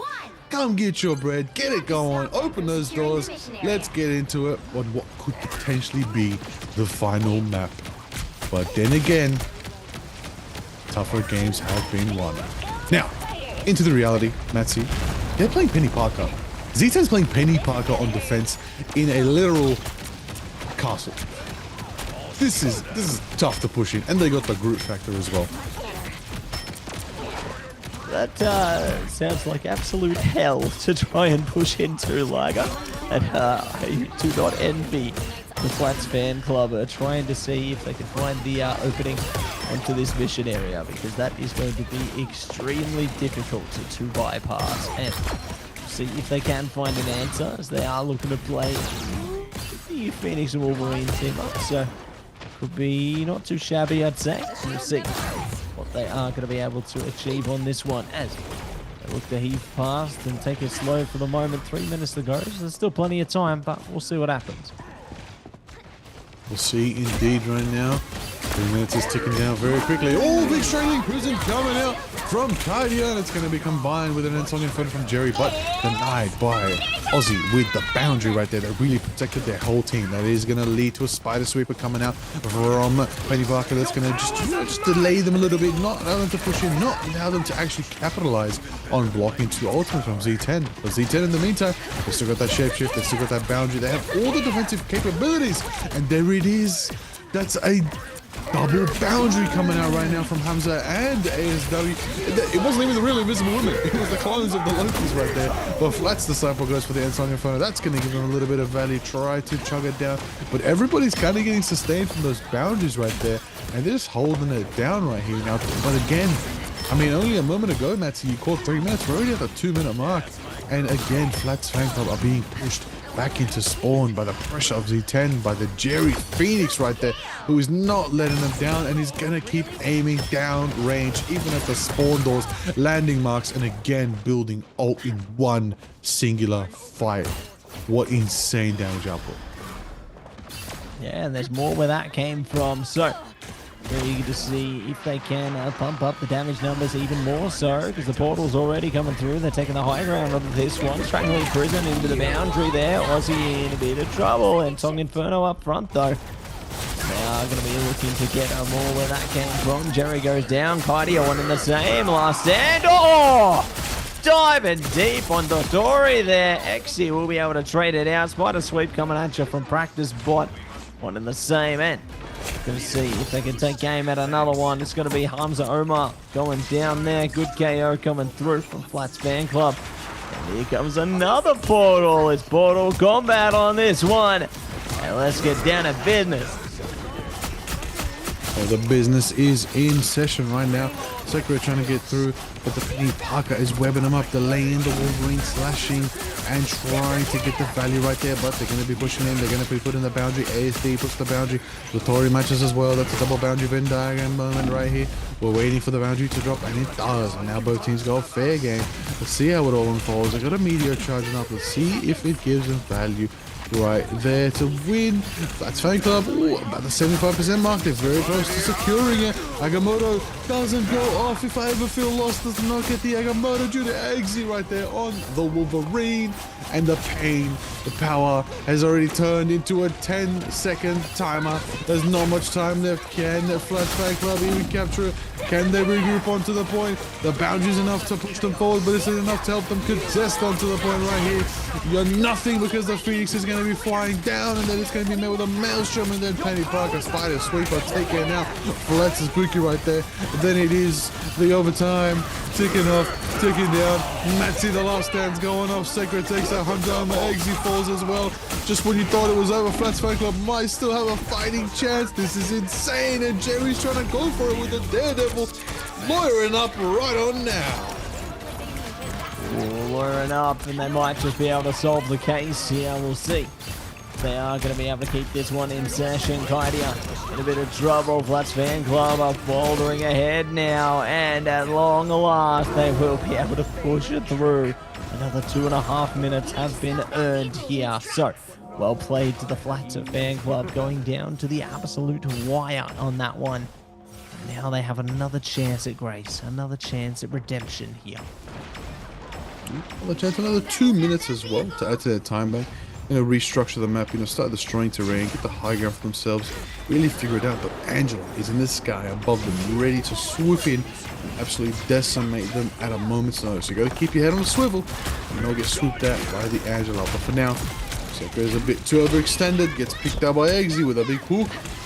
Taking him down right there, that's the value. Going in, Flash Disciple taken out by Jerry. Phoenix v Phoenix is going in the favor of Jerry lately.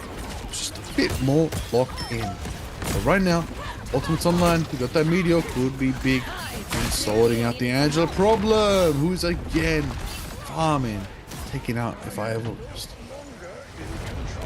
Taking them out and looking to see if they can lock it in. But the buildings are now regaining their structure. So, going to be obstructed any longer, and see if they are going to be looking to find the opening here, as already just keeping the heels up, taking it slow, taking it easy. Wait and see where their teammates are going to be positioned here, because one miss there that could cost you, but it looks like the Heartbreaker is going to be coming out into the boundaries right now. Meteor up top from Kaidia. Oh my goodness! Another one bites the dust.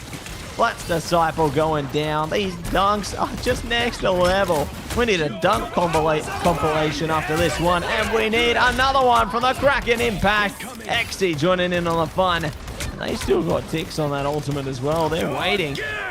Oh, there we go. Got more, but not going to be following through on that one. Not today. Nah, too high risk and not enough reward, I tell you that. And nonetheless, 25 seconds left for Flats Fan Club to see if they can make it forward right now. They got the Ensong Inferno, they've got themselves a Meteor, they got the last stand. Z10's down in the ults department, they may be able to pop a boundary to keep him going, but if you can Meteor that boundary, taking out the Tori right now, get massive value for yourselves and potentially push to the second door. But right now, it all depends on where the Meteor flies and where the Phoenix flies, and it goes down. It's a double dunk, and they do take the Eggsy, nullifying a lot of damage coming out from Z10. But they still got sustain, they still got the pain. They're gonna get the boundary going, and they're gonna keep them nice and healthy in defending this right here. But the Angela's down, but Kaidia's still contesting, and Jerry's on the high ground getting picks and picks on Flats Disciple right there. Understanding the matter, understanding the plays, understand the pain. And in fact, they're actually going to be going early into the back. Jerry's going directly for spawn and wants to cancel the strange portal. Ooh, that could be big actually. That could really just take them out of flight immediately. Ensong Inferno coming out is going to be the Meteor as well. They're doing whatever they can to soften their tracks here. Sonic Seduction could be coming up as well. And there's going to be more where that came from. Just when you think things might be getting close to curtains. Nah. This game just keeps on giving. Heaven's Retribution coming at you from Practice Bot as well. They're just doing whatever they can at this point. And here we go. Z10 are finding the KOs. Flats Fan Club finally getting dismantled. Yeah, they only got 2 players remaining. They got no players remaining. And that is going to be a successful hold coming at you from Z10. Absolutely. I'm pretty sure that risky Jerry play actually led to a Ensong Inferno deleting a portal that was barely up for 2 seconds, which is a massive moment. I'm pretty sure that was the case, right? Surely. Ensong Inferno does clear out the portal. And honestly, I gotta say though, on top of that, very deep, but nonetheless the team had the backline, had it covered, managed to win the fight in the do end. Now, this is gonna be interesting. They gotta defend half the map here for themselves against a very aggressive Z10. And if I suspect, Spider-Man might not be a joke pick this time around. I think Jerry might actually lock it down. They got the God of Thunder as well. Fellow Asgardians working alongside one another. You love to see it, and it's not going to happen. It's going to be sticking it out on the Magneto there and the group. No doubt, no worries, and let's see how they scurry around this one.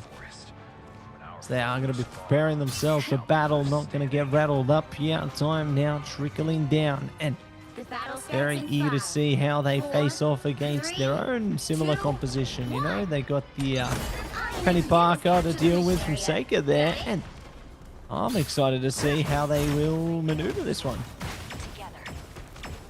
Maneuver indeed. 350 on the clock. Let's see how long it takes for them to take it, if they can take it right now. Everybody's building up their old charge. The question is who's going to get it first right now. The Lokis are in the lead. Never mind, I take it back. XZ is literally flying in ult charge. Already hitting 88%. And honestly, if I blink my eyes one more time, it's probably going to be 100 and ready to go. Now, Jerry is also on the side right there, making it happen. And Moon Knight ult is online, everybody. The Hand of Punchu is ready to drop instantly and goes directly for that defensive position right there to really just take some space and get them off the high ground, get the body they need. Flat Spook is going to be taking out Kaidia. Everybody's grouping around the Loki runes, trying to get some heals, trying to get some sustain. It's not going to be enough for them. Hamza Oma taking them out if I have a feel. And of course, Dottery with the invis getting the picks as well. Massive presence coming out right there. Another minute down. Are they going to be able to defend it again? Let's see how it all unfolds for that fan club. Gonna have a couple ultimates online. They can really set them up very well, but they're going to portal early in hopes that they have portal again later in the game. Yeah, looks like they are going to be portaling again at that point in time. And they're going to prime up and do more. Strangling Prison going to be coming out from Fly Spooky there. The Disciple goes down, but they are brought back, and we are going to see the Carmen Revival coming at you with the God of Mischief there. ASD going to be able to bring their teammates right back into the mix. Hamza was good with the boundary with the God of Mischief as well, but nobody going to be able to take a clear advantage as yet. Z10 getting a bit more presence on the mission area, but with the Eye of Agamotto, they might be able to get more than a bit more. They might be able to get a lot more. There you go. So they get down and looking for more around the corner as well. Opposing Eye of Agamotto from If I Ever Feel, and they will be swept away like a plastic bag, drifting through the wind, wanting to start again on the reset there. We'll see what they can do into the next point as we get the conversion through. It's time for the convoy here, Liger. Let's get ready to go. Now that is 4 minutes for Z10 to push barely to the end. Barely to the end right now. That is a tough uphill battle for Flats Fan Club. Literally, as they're trying to stop them from taking uphill. Now, going into this next one, they got the, of course, Karmic Revival online from Flats Disciple. Previously, it was ASD who copied it and, you know, used it on the Loki right now. So let's see how it all unfolds. If Ivor Feet is on the rogue in the backline trying to fight it up. He's going to get constantly marked by Jerry right now on the high ground, having a bit of a bout there. But the Moon Knight drops the Hand of Punchu. And it's going to take 1, 2, 3, and that's going to be the triple KO for the Moon. Jerry gets 1, the Tori gets 1, but Flats Disciple's going to bring them all back with a massive Karmic Revival right there. and that's gonna reverse the value of the Hanacon shoe. But Matsy, they're still pushing, and they're only barely 10 meters away. And you believe it, they just keep pushing on, and they find the Disciple. Nicely done by Exy there. The exchange of the boundaries as well, and they will be broken. Kaidia bringing up the Sonus Seduction there. It's going to be the boundary coming at you with the God of Mischief. So solid stuff from our Loki players as well. Just trading strategy salts at this point. But it's the Blade! 1,000 Blade coming at you from a Seika there. And Song Inferno coming at you as well. Flat Fan Club, they finally bring it out. Like, we wanted the Blade. There it is. Strangely Prison as well. And we see it. Only for a whisper, a brief moment. But it is okay, because Blade arrived to bury the light and also bury the competition. As now the day's elimination station, unfortunately, for Flat Fan Club, it does mean the Z10 carry on to the next bracket. I'll tell you what, Matsy, we now know what's happening. The results are in. Ooh! Next week looks stacked. It looks very good. We got highlight matches next weekend. That's all I'm saying, man. We got big roster of games to cover next weekend. You guys do not want to miss that. That's all I'm saying. It's gonna be absolutely insane. You know, there's a grand final-esque tier matches coming at you next weekend.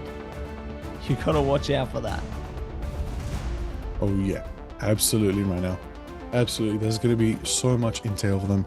I can't wait to see it all. But let's have a look at the highlights, have a look at the best moments from that matchup.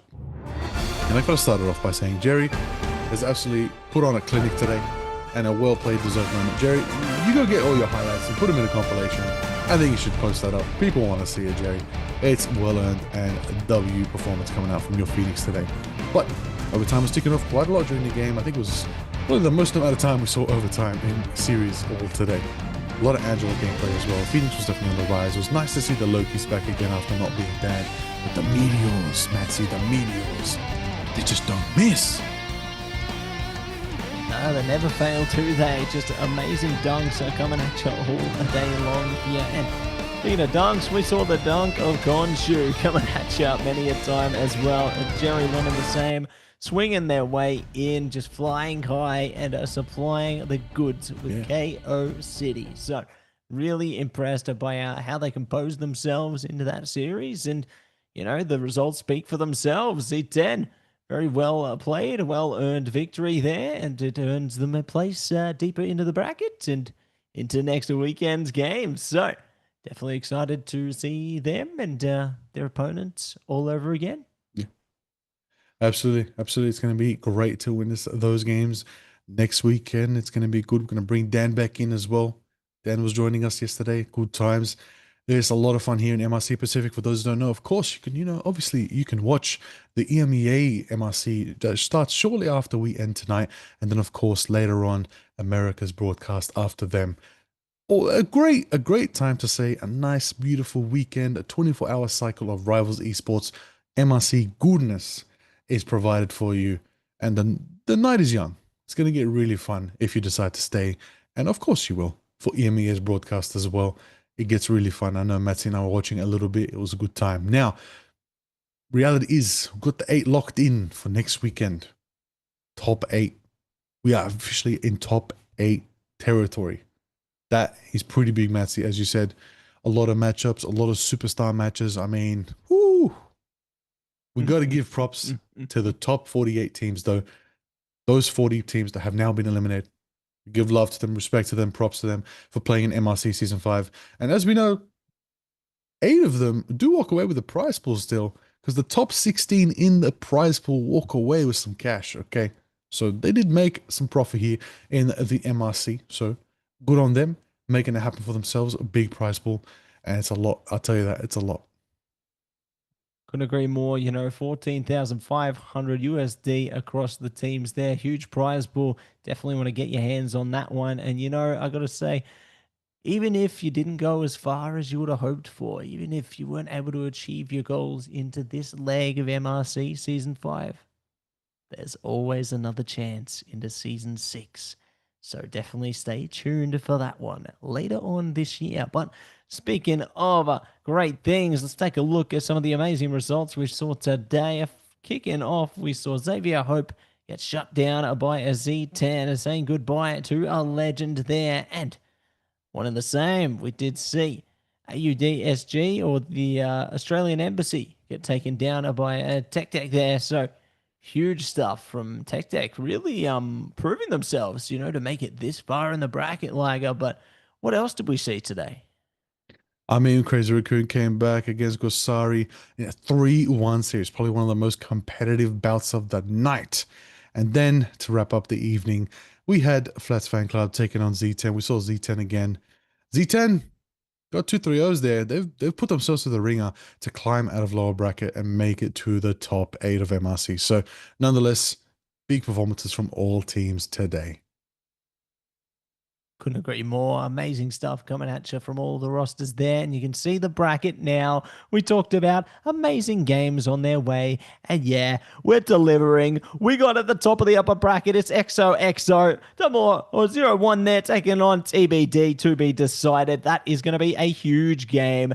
They are taking on some remnants of the Vicious roster from the days of old. That is going to be a true test. It's the battle of OCE versus Asia once again. And guess what?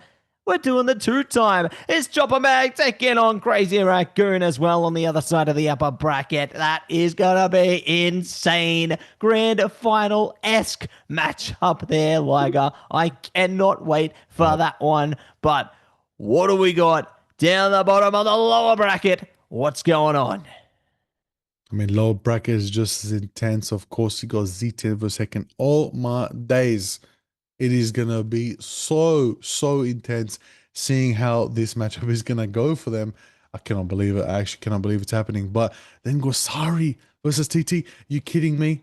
The matchup, we've seen their scores today. We've seen what they fought through, but they still have to fight. They have to fight out of the lower bracket. And you can literally see how many more matches they have to play to make it to the lower bracket finals on Sunday. I'll tell you what, next Saturday is going to be so stressful for these teams, but the blister feeling knowing they make it to Sunday. And then hopefully one of these teams is going to walk away with that grand final prize, and they're going to be cheering knowing they are the MRC Season 5 champions. That's the goal at the end of the day. Win it all. That's it. Win it all and have your chance to become a part of history. And, it's great that within Marvel Rivals, you can see the historic victors across all seasons of MRC now. So big shout out to NetEase for adding that feature in. Get to see the historic factions there. And really great to make your statement, make your path on the historic road that is Marvel Rivals Esports. And it's going to be many more great times ahead, I am sure. 2025, that was just the beginning. 2026, we locking it in and we going even further beyond. Year 2 of Rivals is great. And not only is it great in the esports fashion, it is also great in store. That's right, we got new costumes in Marvel Rivals. Let's have a look at some of those costumes.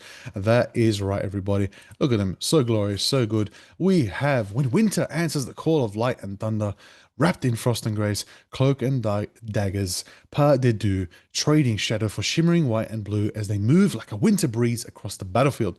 And when the skies tremble, hail Thor, Lord of Winter, his might sealed in ice and storm. Available December 25th, 6 p.m. PT to January 22nd, 6 p.m. PT. Embrace the cold and let winter reign. Ooh, yeah. And we're going nuts this season. The snowballs aren't going to throw themselves or give in to the holiday spirit in style with Penny Parker's festive Snow Spider and Star-Lord's storybook like a Starcracker, and Daredevil's I'm Not Daredevil costume. Available right now all the way up until January 16, 1 a.m. PT. Strut your cold as ice looks and bring on the winter cheer. Ooh, hey, listen. We're going to bring it on, and we're going to show them why we're all treading on thin ice. That's right, this was no snowman, it was a snow spider, or more accurately, a snow spider. It may have been coated in a thick layer of snow, but there was no mistaking everyone's favorite mechanical marvel, especially when Penny Parker popped out of its hatch in her festive holiday dress. Keep it cool on the battlefield with Penny Parker's Snow Spider, first appearing in Marvel Rivals Season 5, available right now until January 16, 1 a.m. PT. Slay the competition and reign supreme. And just look at some of the amazing visual effects, coming through from this costume. Just incredible stuff, being able to take advantage of all of its glory. And, over and over again, they are just cooking so good with these amazing costumes, Liger. I can't wait to see more of what's in store. I mean, honestly, I couldn't agree more. I mean, we always have so many cool, unique designs coming out from the Marvel Rivals art team. They are just putting in the work right there. What I also love is when they get some inspiration from the comics and they do something really funny, which is really cool, and it's going to be related to Daredevil. That's right, because of course the Daredevil costume, everybody, it's right there. It's the coziest time of the year, the festive sweater season. Matt Murdock opted for a slightly more casual option, donning a more personalized holiday sweater that still managed to make a bold statement. Even if it wasn't a fashion statement, still a pretty bold statement.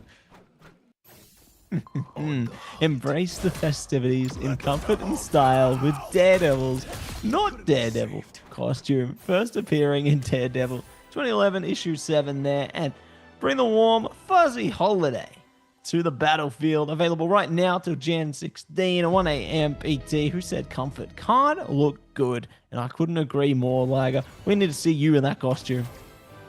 Hey, listen, maybe, we can sort something out, but your magical story is about to unfold, Matsy. Did you know that? Through countless victories ahead. Star-Lord has been decked out from head to toe in an elaborate costume that made him look like a Christmas nutcracker. From his mustachioed mask to his red and green coat, he looked like a storybook character come to life.